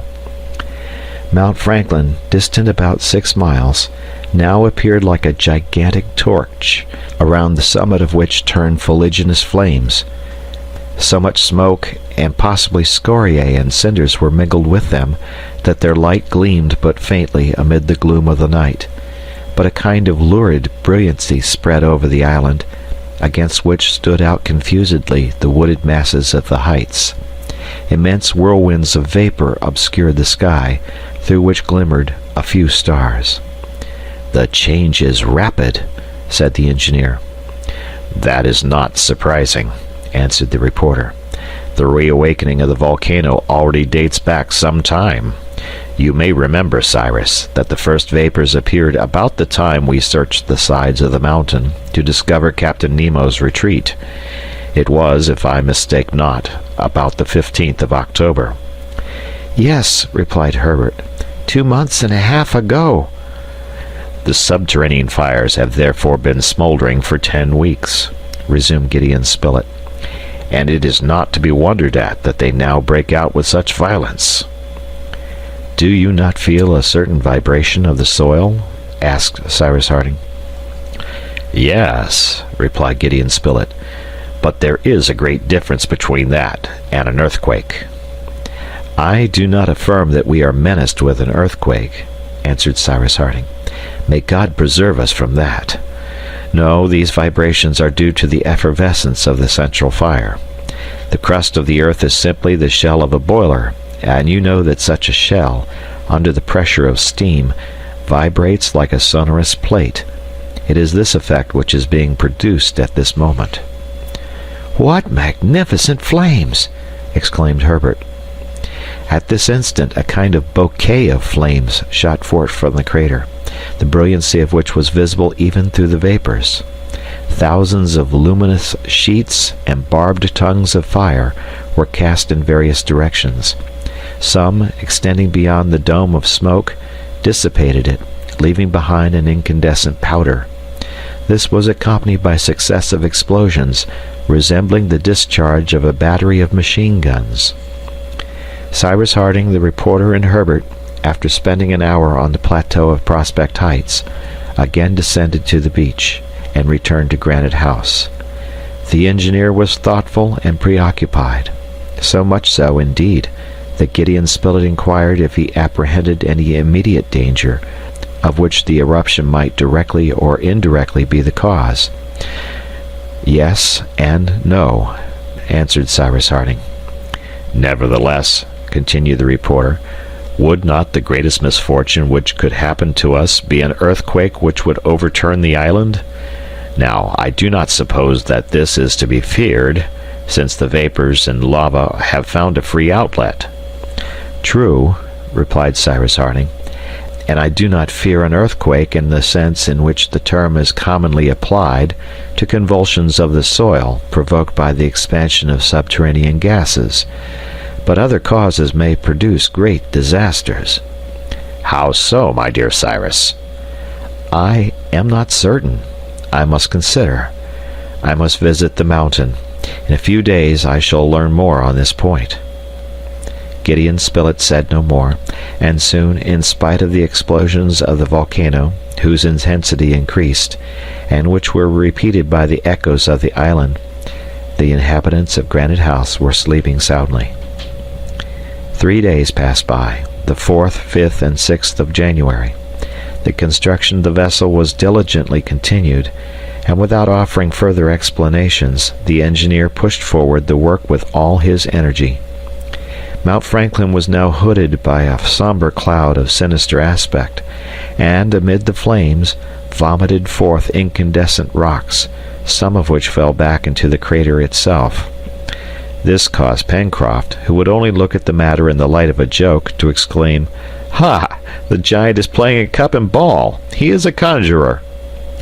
In fact, the substances thrown up fell back again into the abyss, and it did not seem that the lava, though swollen by the internal pressure, had yet risen to the orifice of the crater. At any rate, the opening on the northeast, which was partly visible, poured out no torrent upon the northern slope of the mountain. Nevertheless, however pressing was the construction of the vessel, other duties demanded the presence of the colonists on various portions of the island. Before everything, it was necessary to go to the corral, where the flocks of musmons and goats were enclosed, and replenish the provision of forage for those animals. It was accordingly arranged that Ayrton should proceed thither the next day, the 7th of January, and as he was sufficient for the task to which he was accustomed, Pencroft and the rest were somewhat surprised on hearing the engineer say to Ayrton, "As you are going tomorrow to the corral, I will accompany you." "But, Captain Harding," exclaimed the sailor, "our working days will not be many, and if you go also, we shall be 2 pair hands short." "We shall return tomorrow," replied Cyrus Harding, "but it is necessary that I should go to the corral. I must learn how the eruption is progressing." "The eruption! Always the eruption!" answered Pencroft, with an air of discontent. "An important thing, truly, this eruption. I trouble myself very little about it." Whatever might be the sailor's opinion, the expedition projected by the engineer was settled for the next day. Herbert wished to accompany Cyrus Harding, but he would not vex Pencroft by his absence. The next day, at dawn, Cyrus Harding and Ayrton, mounting the cart drawn by 2 onagers, took the road to the corral and set off at a round trot. Above the forest were passing large clouds, to which the crater of Mount Franklin incessantly added fuliginous matter. These clouds, which rolled heavily in the air, were evidently composed of heterogeneous substances. It was not alone from the volcano that they derived their strange opacity and weight. Scoriae, in a state of dust, like powdered pumice stone, and grayish ashes as small as the finest feculae, were held in suspension in the midst of their thick folds. These ashes are so fine that they have been observed in the air for whole months. After the eruption of 1783 in Iceland, for upwards of a year the atmosphere was thus charged with volcanic dust, through which the rays of the sun were only with difficulty discernible. But more often this pulverized matter falls, and this happened on the present occasion. Cyrus Harding and Ayrton had scarcely reached the corral when a sort of black snow like fine gunpowder fell, and instantly changed the appearance of the soil. Trees, meadows, all disappeared beneath a covering several inches in depth. But, very fortunately, the wind blew from the northeast, and the greater part of the cloud dissolved itself over the sea. "This is very singular, Captain Harding," said Ayrton. "It is very serious," replied the engineer. "This powdered pumice stone, all this mineral dust, proves how grave is the convulsion going forward in the lower depths of the volcano." "But can nothing be done?" "Nothing, except to note the progress of the phenomenon. Do you, therefore, Ayrton, occupy yourself with the necessary work at the corral. In the meantime I will ascend just beyond the source of Red Creek and examine the condition of the mountain upon its northern aspect. Then—" "Well, Captain Harding?" "Then we will pay a visit to Dakkar Grotto. I wish to inspect it. At any rate, I will come back for you in 2 hours." Ayrton then proceeded to enter the corral, and while awaiting the engineer's return, busied himself with the musmons and goats, which seemed to feel a certain uneasiness in presence of these first signs of an eruption. Meanwhile Cyrus Harding ascended the crest of the eastern spur, passed Red Creek, and arrived at the spot where he and his companions had discovered a sulphurous spring at the time of their first exploration. How changed was everything! Instead of a single column of smoke he counted 13, forced through the soil as if violently propelled by some piston. It was evident that the crust of the earth was subjected in this part of the globe to a frightful pressure. The atmosphere was saturated with gases and carbonic acid, mingled with aqueous vapors. Cyrus Harding felt the volcanic tufa with which the plain was strewn, and which was but pulverized cinders hardened into solid blocks by time, tremble beneath him, but he could discover no traces of fresh lava. The engineer became more assured of this when he observed all the northern part of Mount Franklin. Pillars of smoke and flame escaped from the crater. A hail of scoriae fell on the ground, but no current of lava burst from the mouth of the volcano. which proved that the volcanic matter had not yet attained the level of the superior orifice of the central shaft. "But I would prefer that it were so," said Cyrus Harding to himself. "At any rate, I should then know that the lava had followed its accustomed track. Who can say that it may not take a new course? But the danger does not consist in that. Captain Nemo foresaw it clearly. No, the danger does not lie there." Cyrus Harding advanced towards the enormous causeway whose prolongation enclosed the narrow Shark Gulf. He could now sufficiently examine on this side the ancient channels of the lava. There was no doubt in his mind that the most recent eruption had occurred at a far distant epoch. He then returned by the same way, listening attentively to the subterranean mutterings which rolled like long-continued thunder, interrupted by deafening explosions. At 9 in the morning he reached the corral. Ayrton awaited him. "The animals are cared for, Captain Harding," said Ayrton. "Good, Ayrton. They seem uneasy, Captain Harding." "Yes, instinct speaks through them, and instinct is never deceived." "Are you ready?" "Take a lamp, Ayrton," answered the engineer. "We will start at once." Ayrton did as desired. The onagers, unharnessed, roamed in the corral. The gate was secured on the outside, and Cyrus Harding, preceding Ayrton, took the narrow path which led westward to the shore. The soil they walked upon was choked with the pulverized matter fallen from the cloud. No quadruped appeared in the woods. Even the birds had fled. Sometimes a passing breeze raised the covering of ashes, and the two colonists, enveloped in a whirlwind of dust, lost sight of each other. They were then careful to cover their eyes and mouths with handkerchiefs, for they ran the risk of being blinded and suffocated. It was impossible for Cyrus Harding and Ayrton, with these impediments, to make rapid progress. Moreover, the atmosphere was close, as if the oxygen had been partly burned up, and had become unfit for respiration. At every 100 paces they were obliged to stop to take breath. It was therefore past 10 o'clock when the engineer and his companion reached the crest of the enormous mass of rocks of basalt and porphyry which composed the northwest coast of the island. Ayrton and Cyrus Harding commenced the descent of this abrupt declivity, following almost step for step the difficult path which, during that stormy night, had led them to Dakkar Grotto. In open day the descent was less perilous, and besides, the bed of ashes which covered the polished surface of the rock enabled them to make their footing more secure. The ridge at the end of the shore, about 40 feet in height, was soon reached. Cyrus Harding recollected that this elevation gradually sloped towards the level of the sea. Although the tide was at present low, no beach could be seen, and the waves, thickened by the volcanic dust, beat upon the basaltic rocks. Cyrus Harding and Ayrton found without difficulty the entrance to Dakkar Grotto, and paused for a moment at the last rock before it. "The iron boat should be there," said the engineer.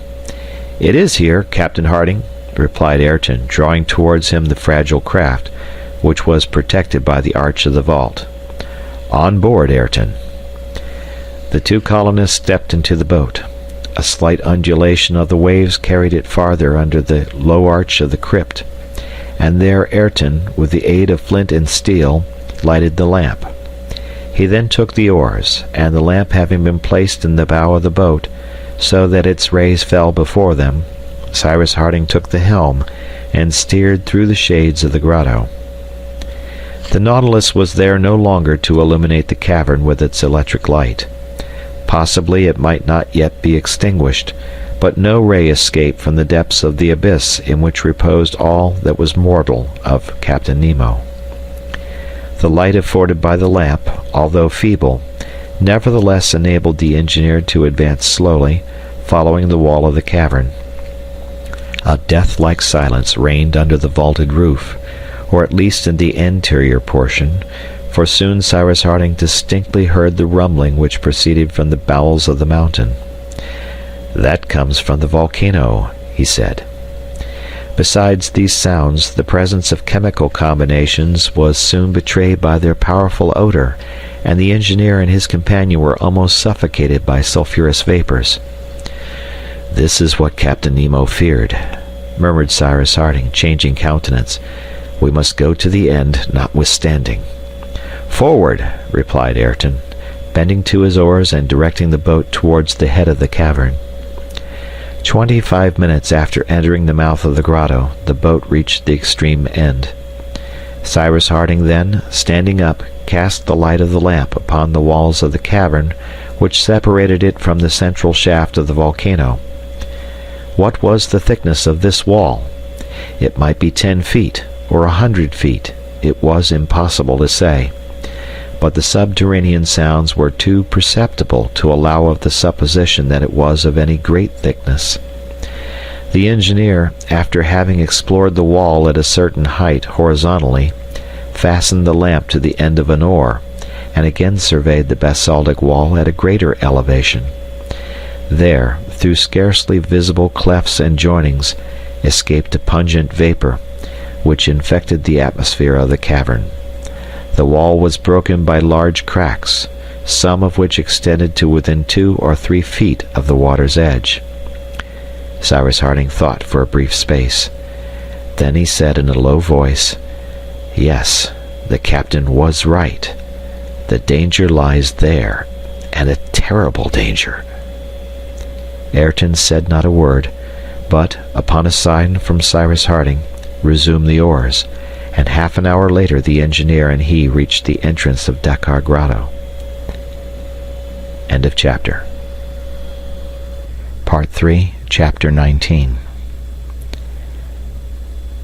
The next day, the 8th day of January, after a day and night passed at the corral, where they left all in order, Cyrus Harding and Ayrton arrived at Granite House.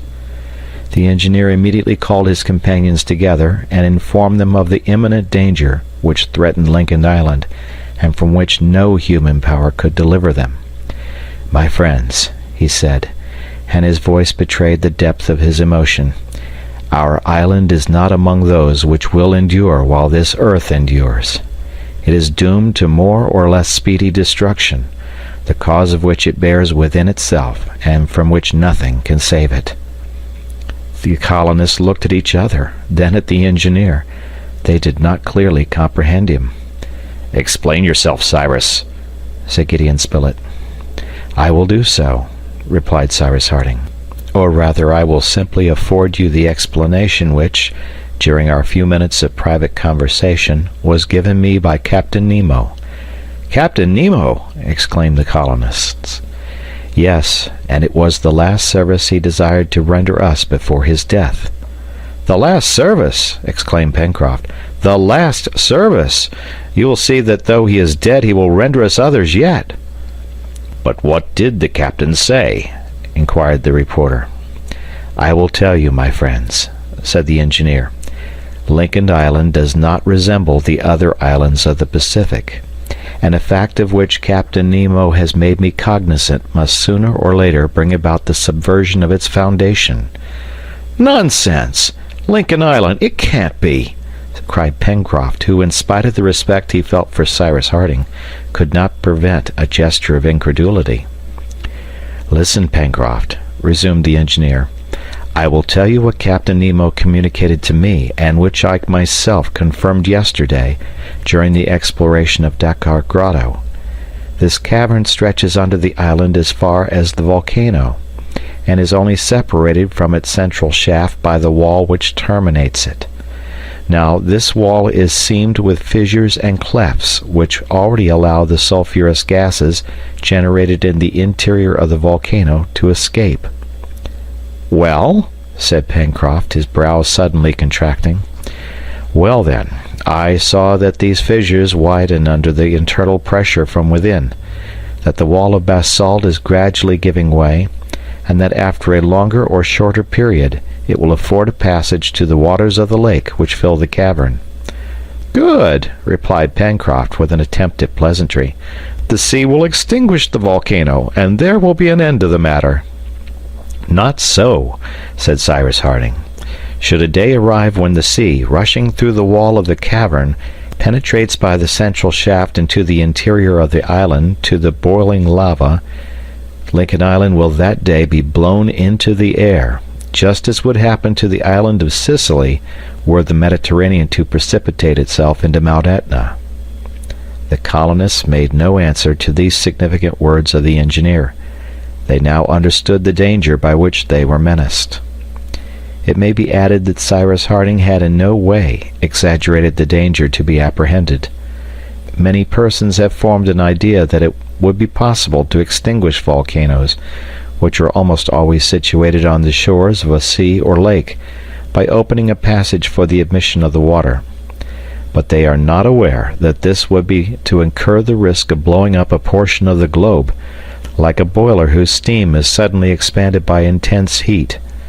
The water, rushing into a cavity whose temperature might be estimated at thousands of degrees, would be converted into steam with a sudden energy which no enclosure could resist.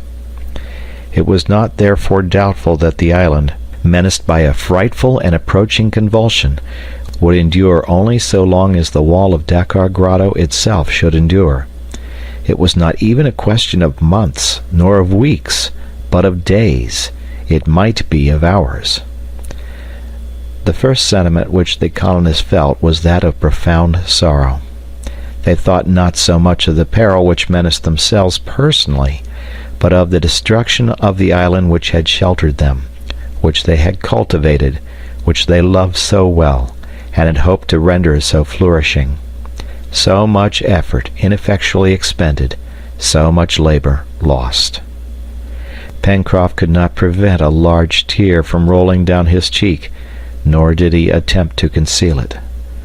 Some further conversation now took place. The chances yet in favor of the colonists were discussed, but finally it was agreed that there was not an hour to be lost, that the building and fitting of the vessel should be pushed forward with their utmost energy, and that this was the sole chance of safety for the inhabitants of Lincoln Island. All hands, therefore, set to work on the vessel. What could it avail to sow, to reap, to hunt, to increase the stores of Granite House? The contents of the storehouse and outbuildings contained more than sufficient to provide the ship for a voyage, however long might be its duration. But it was imperative that the ship should be ready to receive them before the inevitable catastrophe should arrive. Their labors were now carried on with feverish ardor. By the 23rd of January the vessel was half decked over. Up to this time no change had taken place on the summit of the volcano. Vapor and smoke mingled with flames, and incandescent stones were thrown up from the crater. But during the night of the 23rd, in consequence of the lava attaining the level of the first stratum of the volcano, the hat-shaped cone which formed over the latter disappeared. A frightful sound was heard. The colonists at first thought the island was rent asunder and rushed out of Granite House. This occurred about 2 o'clock in the morning. The sky appeared on fire. The superior cone, a mass of rock 1,000 feet in height, and weighing thousands of millions of pounds, had been thrown down upon the island, making it tremble to its foundation. Fortunately, this cone inclined to the north, and had fallen upon the plain of sand and tufa stretching between the volcano and the sea. The aperture of the crater being thus enlarged projected towards the sky a glare so intense that by the simple effect of reflection the atmosphere appeared red-hot. At the same time a torrent of lava, bursting from the new summit, poured out in long cascades, like water escaping from a vase too full, and 1,000 tongues of fire crept over the sides of the volcano. "The corral! The corral!" exclaimed Ayrton. It was, in fact, towards the corral that the lava was rushing, as the new crater faced the east, and consequently the fertile portions of the island, the springs of Red Creek and Jacamar Wood, were menaced with instant destruction. At Ayrton's cry the colonists rushed to the onager's stables. The cart was at once harnessed. All were possessed by the same thought, to hasten to the corral and set at liberty the animals it enclosed. Before 3 in the morning they arrived at the corral. The cries of the terrified musmons and goats indicated the alarm which possessed them. Already a torrent of burning matter and liquefied minerals fell from the side of the mountain upon the meadows as far as the side of the palisade. The gate was burst open by Ayrton, and the animals, bewildered with terror, fled in all directions. An hour afterwards the boiling lava filled the corral, converting into vapor the water of the little rivulet which ran through it, burning up the house like dry grass, and leaving not even a post of the palisade to mark the spot where the corral once stood. To contend against this disaster would have been folly, nay, madness. In presence of nature's grand convulsions, man is powerless. It was now daylight, the 24th of January.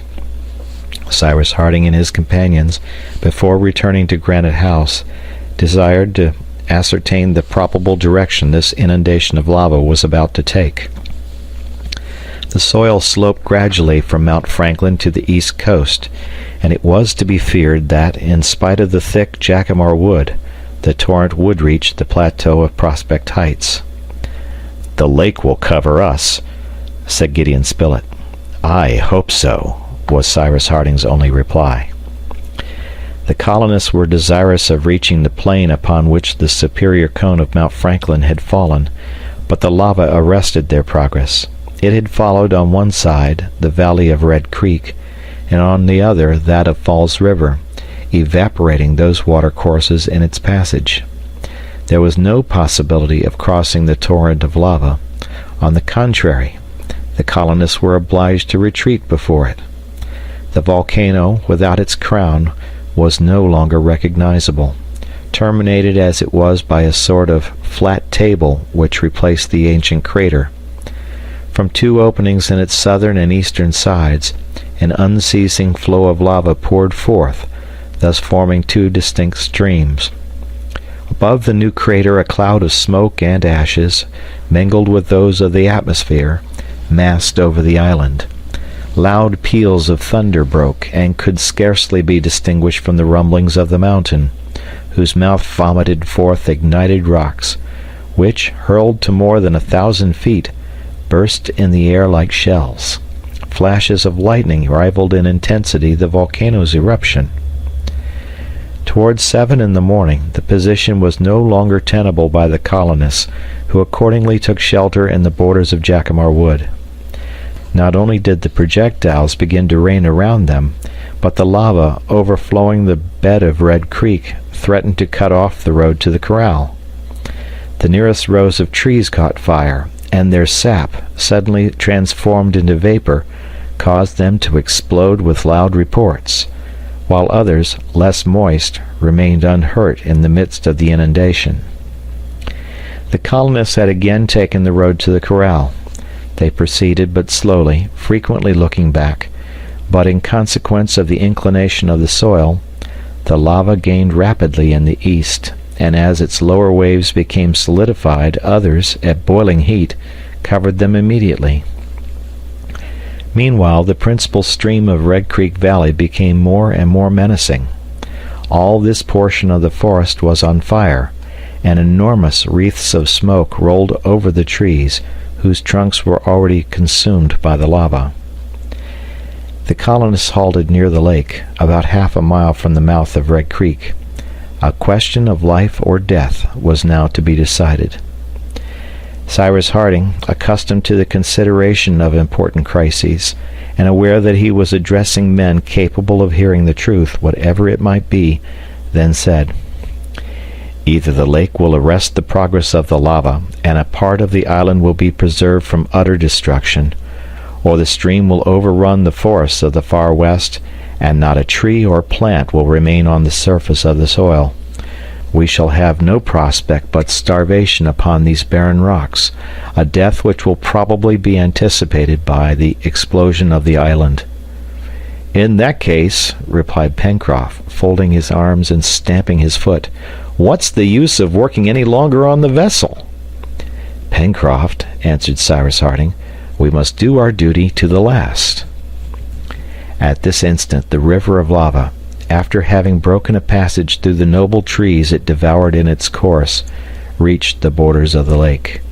At this point there was an elevation of the soil which, had it been greater, might have sufficed to arrest the torrent. "To work!" cried Cyrus Harding. The engineer's thought was at once understood. It might be possible to dam, as it were, the torrent, and thus compel it to pour itself into the lake. The colonists hastened to the dockyard.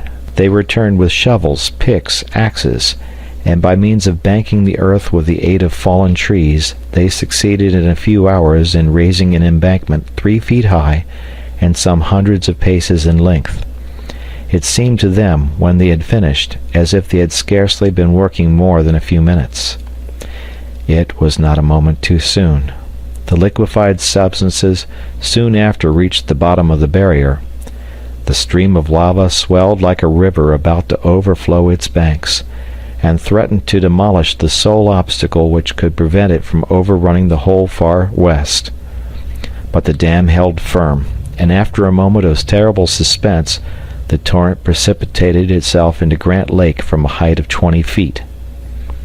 The colonists, without moving or uttering a word, breathlessly regarded this strife of the two elements. What a spectacle was this conflict between water and fire!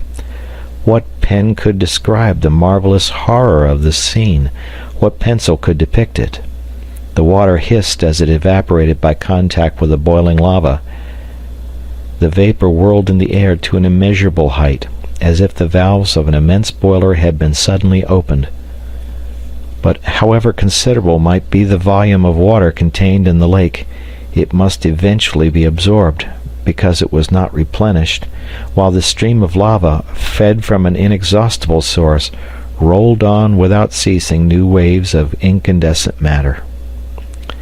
The first waves of lava which fell in the lake immediately solidified and accumulated so as to speedily to emerge from it. Upon their surface fell other waves, which in their turn became stone, but a step nearer the center of the lake. In this manner was formed a pier which threatened to gradually fill up the lake, which could not overflow, the water displaced by the lava being evaporated. The hissing of the water rent the air with a deafening sound, and the vapor, blown by the wind, fell in rain upon the sea. The pier became longer and longer, and the blocks of lava piled themselves one on another. Where formerly stretched the calm waters of the lake now appeared an enormous mass of smoking rocks, as if an upheaving of the soil had formed immense shoals. Imagine the waters of the lake aroused by a hurricane, then suddenly solidified by an intense frost, and some conception may be formed of the aspect of the lake 3 hours after the eruption of this irresistible torrent of lava. This time water would be vanquished by fire.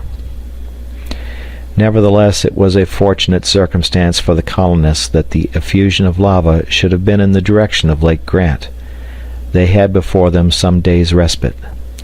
The plateau of Prospect Heights, Granite House, and the dockyard were for the moment preserved, and these few days it was necessary to employ in planking and carefully caulking the vessel and launching her. The colonists would then take refuge on board the vessel, content to rig her after she should be afloat on the waters.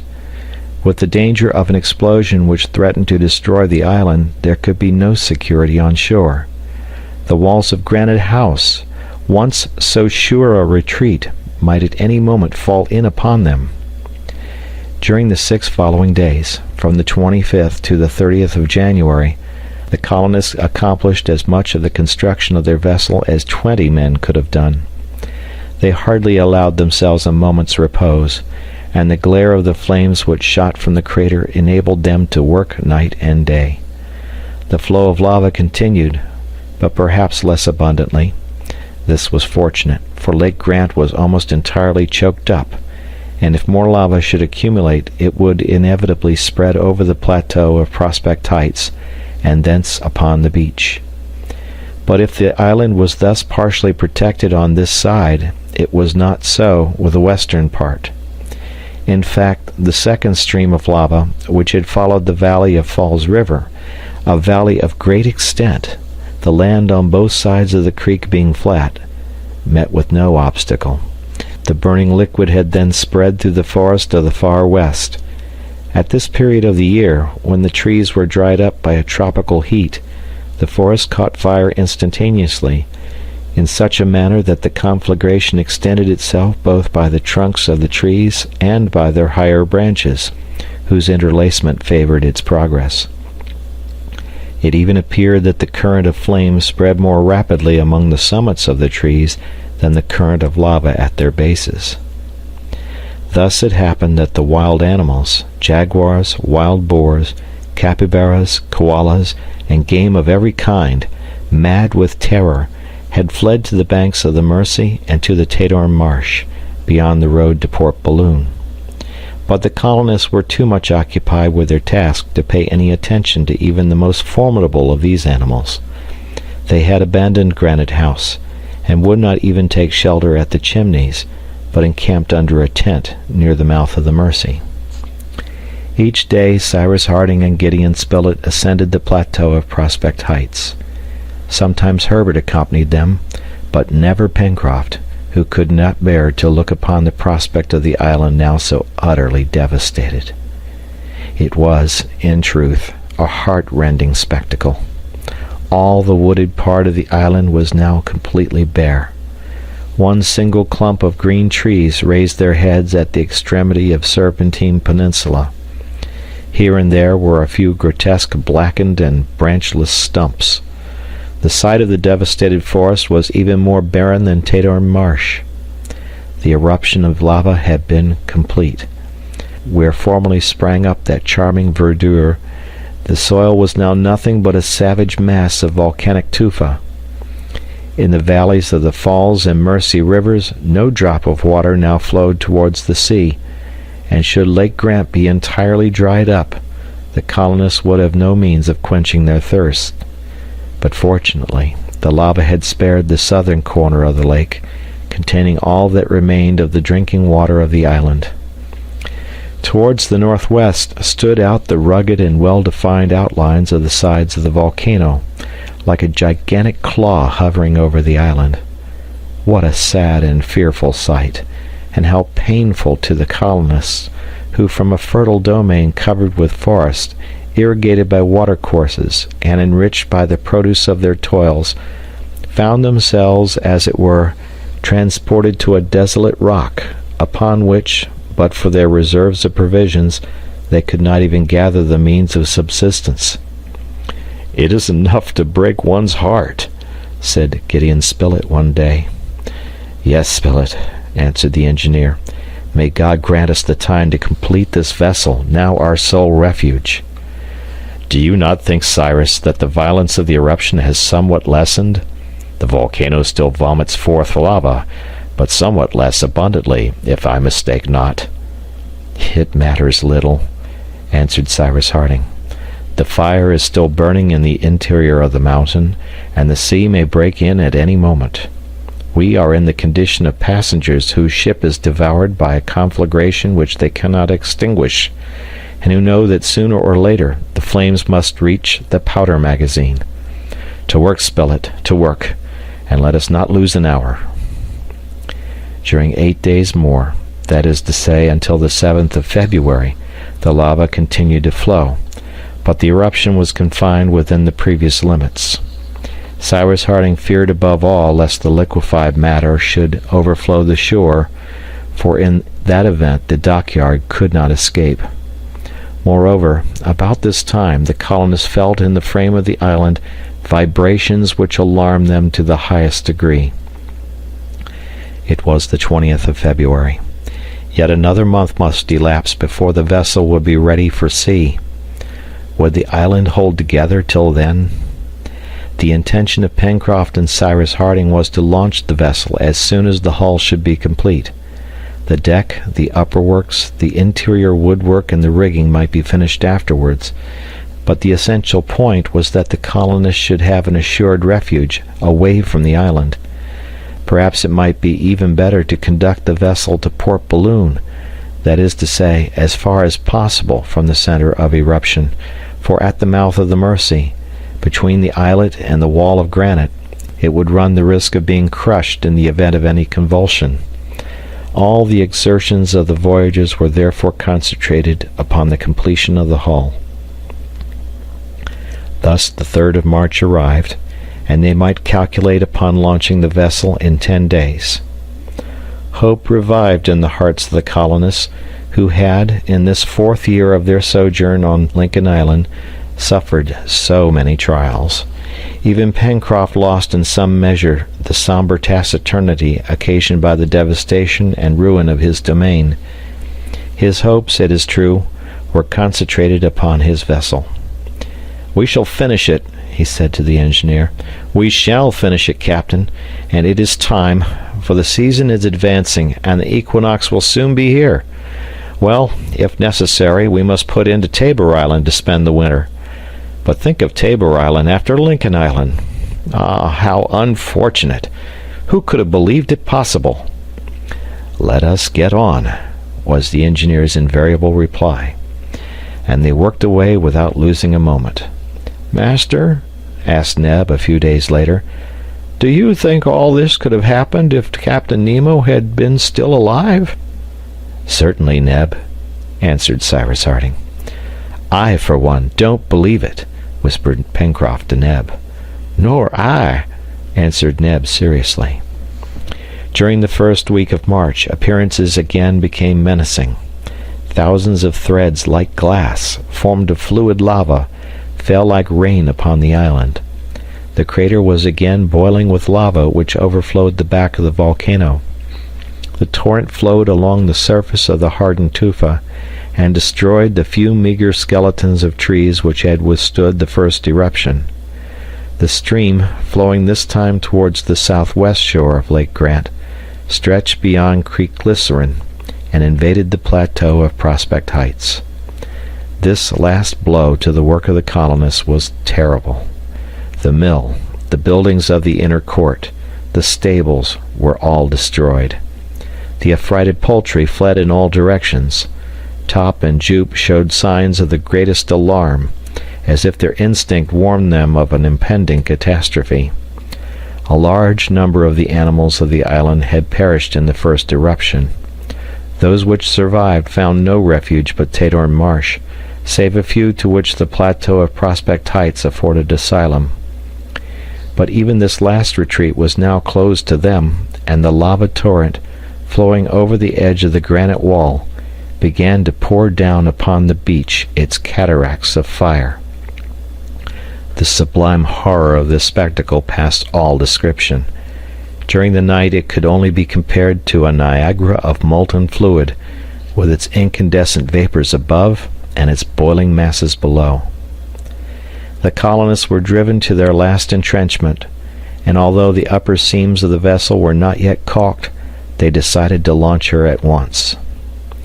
Pencroft and Ayrton therefore set about the necessary preparations for the launching, which was to take place the morning of the next day, the 9th of March.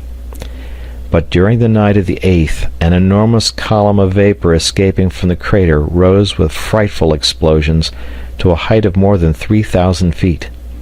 The wall of Dakar Grotto had evidently given way under the pressure of gases, and the sea, rushing through the central shaft into the igneous gulf, was at once converted into vapor.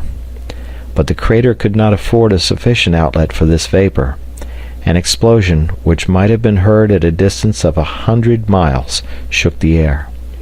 Fragments of mountains fell into the Pacific, and in a few minutes the ocean rolled over the spot where Lincoln Island once stood. End of chapter. Part 3, Chapter 20. This is the final chapter of the book. An isolated rock, 30 feet in length, 20 in breadth, scarcely 10 from the water's edge. Such was the only solid point which the waves of the Pacific had not engulfed. It was all that remained of the structure of Granite House.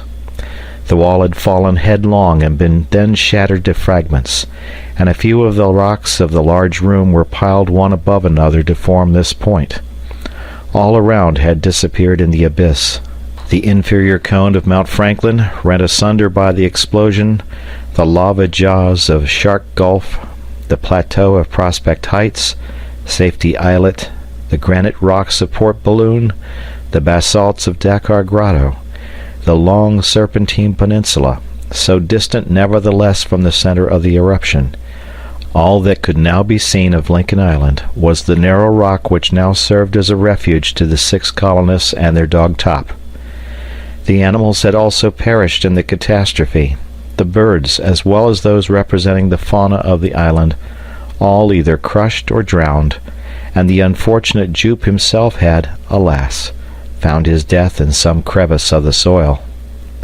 If Cyrus Harding, Gideon Spilett, Herbert, Pencroft, Neb, and Ayrton had survived, it was because, assembled under their tent, they had been hurled into the sea at the instant when the fragments of the island rained down on every side.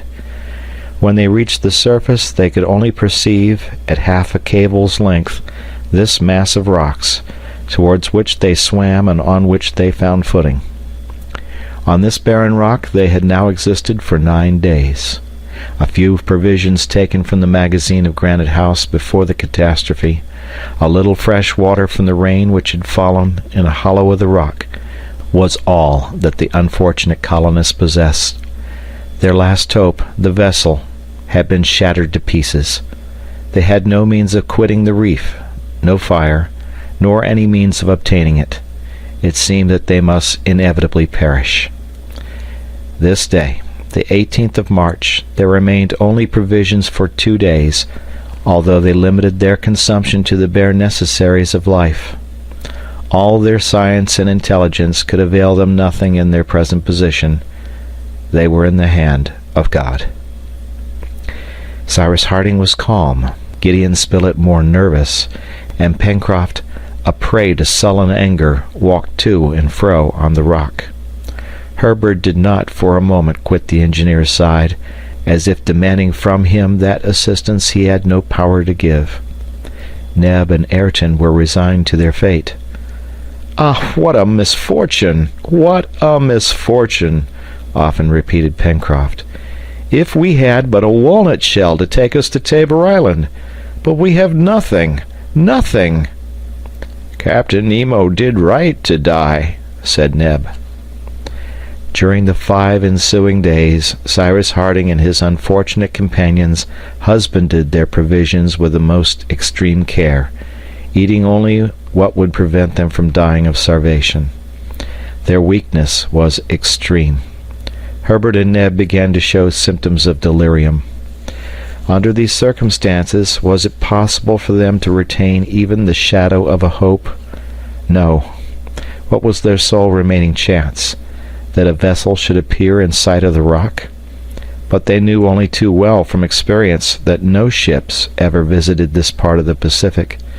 Could they calculate that, by a truly providential coincidence, the Scotch yacht would arrive precisely at this time in search of Ayrton at Tabor Island? It was scarcely probable. And besides, supposing she should come there, as the colonists had not been able to deposit a notice pointing out Ayrton's change of abode, the commander of the yacht, after having explored Tabor Island without result, would again set sail and return to lower latitudes. No hope of being saved could be retained, and a horrible death from hunger and thirst, awaited them upon this rock. Already they were stretched on the rock, inanimate, and no longer conscious of what passed around them. Ayrton alone, by a supreme effort, from time to time raised his head, and cast a despairing glance over the desert ocean. But on the morning of the 24th of March, Ayrton's arms were extended towards a point on the horizon. He raised himself, at first on his knees, then upright, and his hand seemed to make a signal. A sail was in sight off the rock. She was evidently not without an object. The reef was the mark for which she was making in a direct line, under all steam, and the unfortunate colonists might have made her out some hours before if they had had the strength to watch the horizon. "The Duncan," murmured Ayrton. and fell back without sign of life. When Cyrus Harding and his companions recovered consciousness, thanks to the attention lavished upon them, they found themselves in the cabin of a steamer, without being able to comprehend how they had escaped death. A word from Ayrton explained everything. "The Duncan," he murmured. "The Duncan!" exclaimed Cyrus Harding. And raising his hand to heaven, he said, "O Almighty God, mercifully hast thou preserved us." It was, in fact, the Duncan, Lord Glenarvan's yacht, now commanded by Robert, son of Captain Grant, who had been dispatched to Tabor Island to find Ayrton and bring him back to his native land after 12 years of expiation. The colonists were not only saved, but already on the way to their native country. Captain Grant, as Cyrus Harding, who can have suggested to you the idea, after having left Tabor Island, where you did not find Ayrton, of coming 100 miles farther northeast? "Captain Harding," replied Robert Grant, "it was in order to find not only Ayrton, but yourself and your companions." "My companions and myself?" "Doubtless at Lincoln Island." "At Lincoln Island!" exclaimed in a breath Gideon Spilett, Herbert, Neb, and Pencroft, in the highest degree astonished. "How could you be aware of the existence of Lincoln Island?" inquired Cyrus Harding. "It is not even named in the charts." "I knew of it from a document left by you on Tabor Island," answered Robert Grant. "A document!" cried Gideon Spilett. "Without doubt, and here it is," answered Robert Grant, producing a paper which indicated the longitude and latitude of Lincoln Island, the present residence of Ayrton and 5 American colonists. "It is Captain Nemo!" cried Cyrus Harding after having read the notice, and recognized that the handwriting was similar to that of the paper found at the corral. "Ah!" said Pencroft, "it was then he who took our Bonadventure and hazarded himself alone to go to Tabor Island." "In order to leave this notice," added Herbert. "I was then right in saying," exclaimed the sailor, "that even after his death the captain would render us a last service." "My friends," said Cyrus Harding, in a voice of the profoundest emotion, "may the God of mercy have had pity on the soul of Captain Nemo, our benefactor." The colonists uncovered themselves at these last words of Cyrus Harding, and murmured the name of Captain Nemo. Then Ayrton, approaching the engineer, said simply, "Where should this coffer be deposited?" It was the coffer which Ayrton had saved at the risk of his life at the very instant that the island had been engulfed, and which he now faithfully handed to the engineer. "Ayrton! Ayrton!" said Cyrus Harding, deeply touched. Then, addressing Robert Grant, "Sir," he added, "you left behind you a criminal. You find in his place a man who has become honest by penitence, and whose hand I am proud to clasp in mine."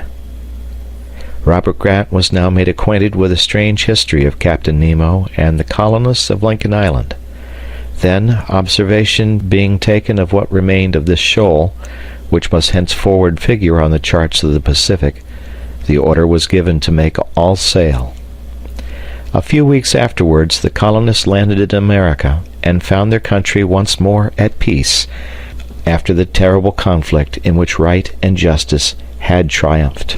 Of the treasures contained in the coffer left by Captain Nemo to the colonists of Lincoln Island, the larger portion was employed in the purchase of a vast territory in the state of Iowa. One pearl alone, the finest, was reserved from the treasure and sent to Lady Glenarvan in the name of the castaways restored to their country by the Duncan. There, upon this domain, the colonists invited to labor, that is to say, to wealth and happiness, all those to whom they had hoped to offer the hospitality of Lincoln Island. There was founded a vast colony, to which they gave the name of that island sunk beneath the waters of the Pacific. A river there was called the Mercy. A mountain took the name of Mount Franklin. A small lake was named Lake Grant, and the forest became the Forest of the Far West. It might have been an island on terra firma. There, under the intelligent hands of the engineer and his companions, everything prospered. Not one of the former colonists of Lincoln Island was absent, for they had sworn to live always together. Neb was with his master. Ayrton was there ready to sacrifice himself for all. Pencroft was more a farmer than he had ever been a sailor. Herbert, who completed his studies under the superintendence of Cyrus Harding, and Gideon Spilett, who founded the New Lincoln Herald, the best informed journal in the world. There Cyrus Harding and his companions received at intervals visits from Lord and Lady Glenarvan, Captain John Mangles and his wife, the sister of Robert Grant himself, Major McNabb, and all those who had taken part in the history both of Captain Grant and Captain Nemo. There, to conclude, all were happy, united in the present as they had been in the past, but never could they forget that island upon which they had arrived poor and friendless, that island which, during 4 years, had supplied all their wants, and of which there now remained but a fragment of granite washed by the waves of the Pacific, the tomb of him who had borne the name of Captain Nemo. End of chapter, end of book. Thank you for listening.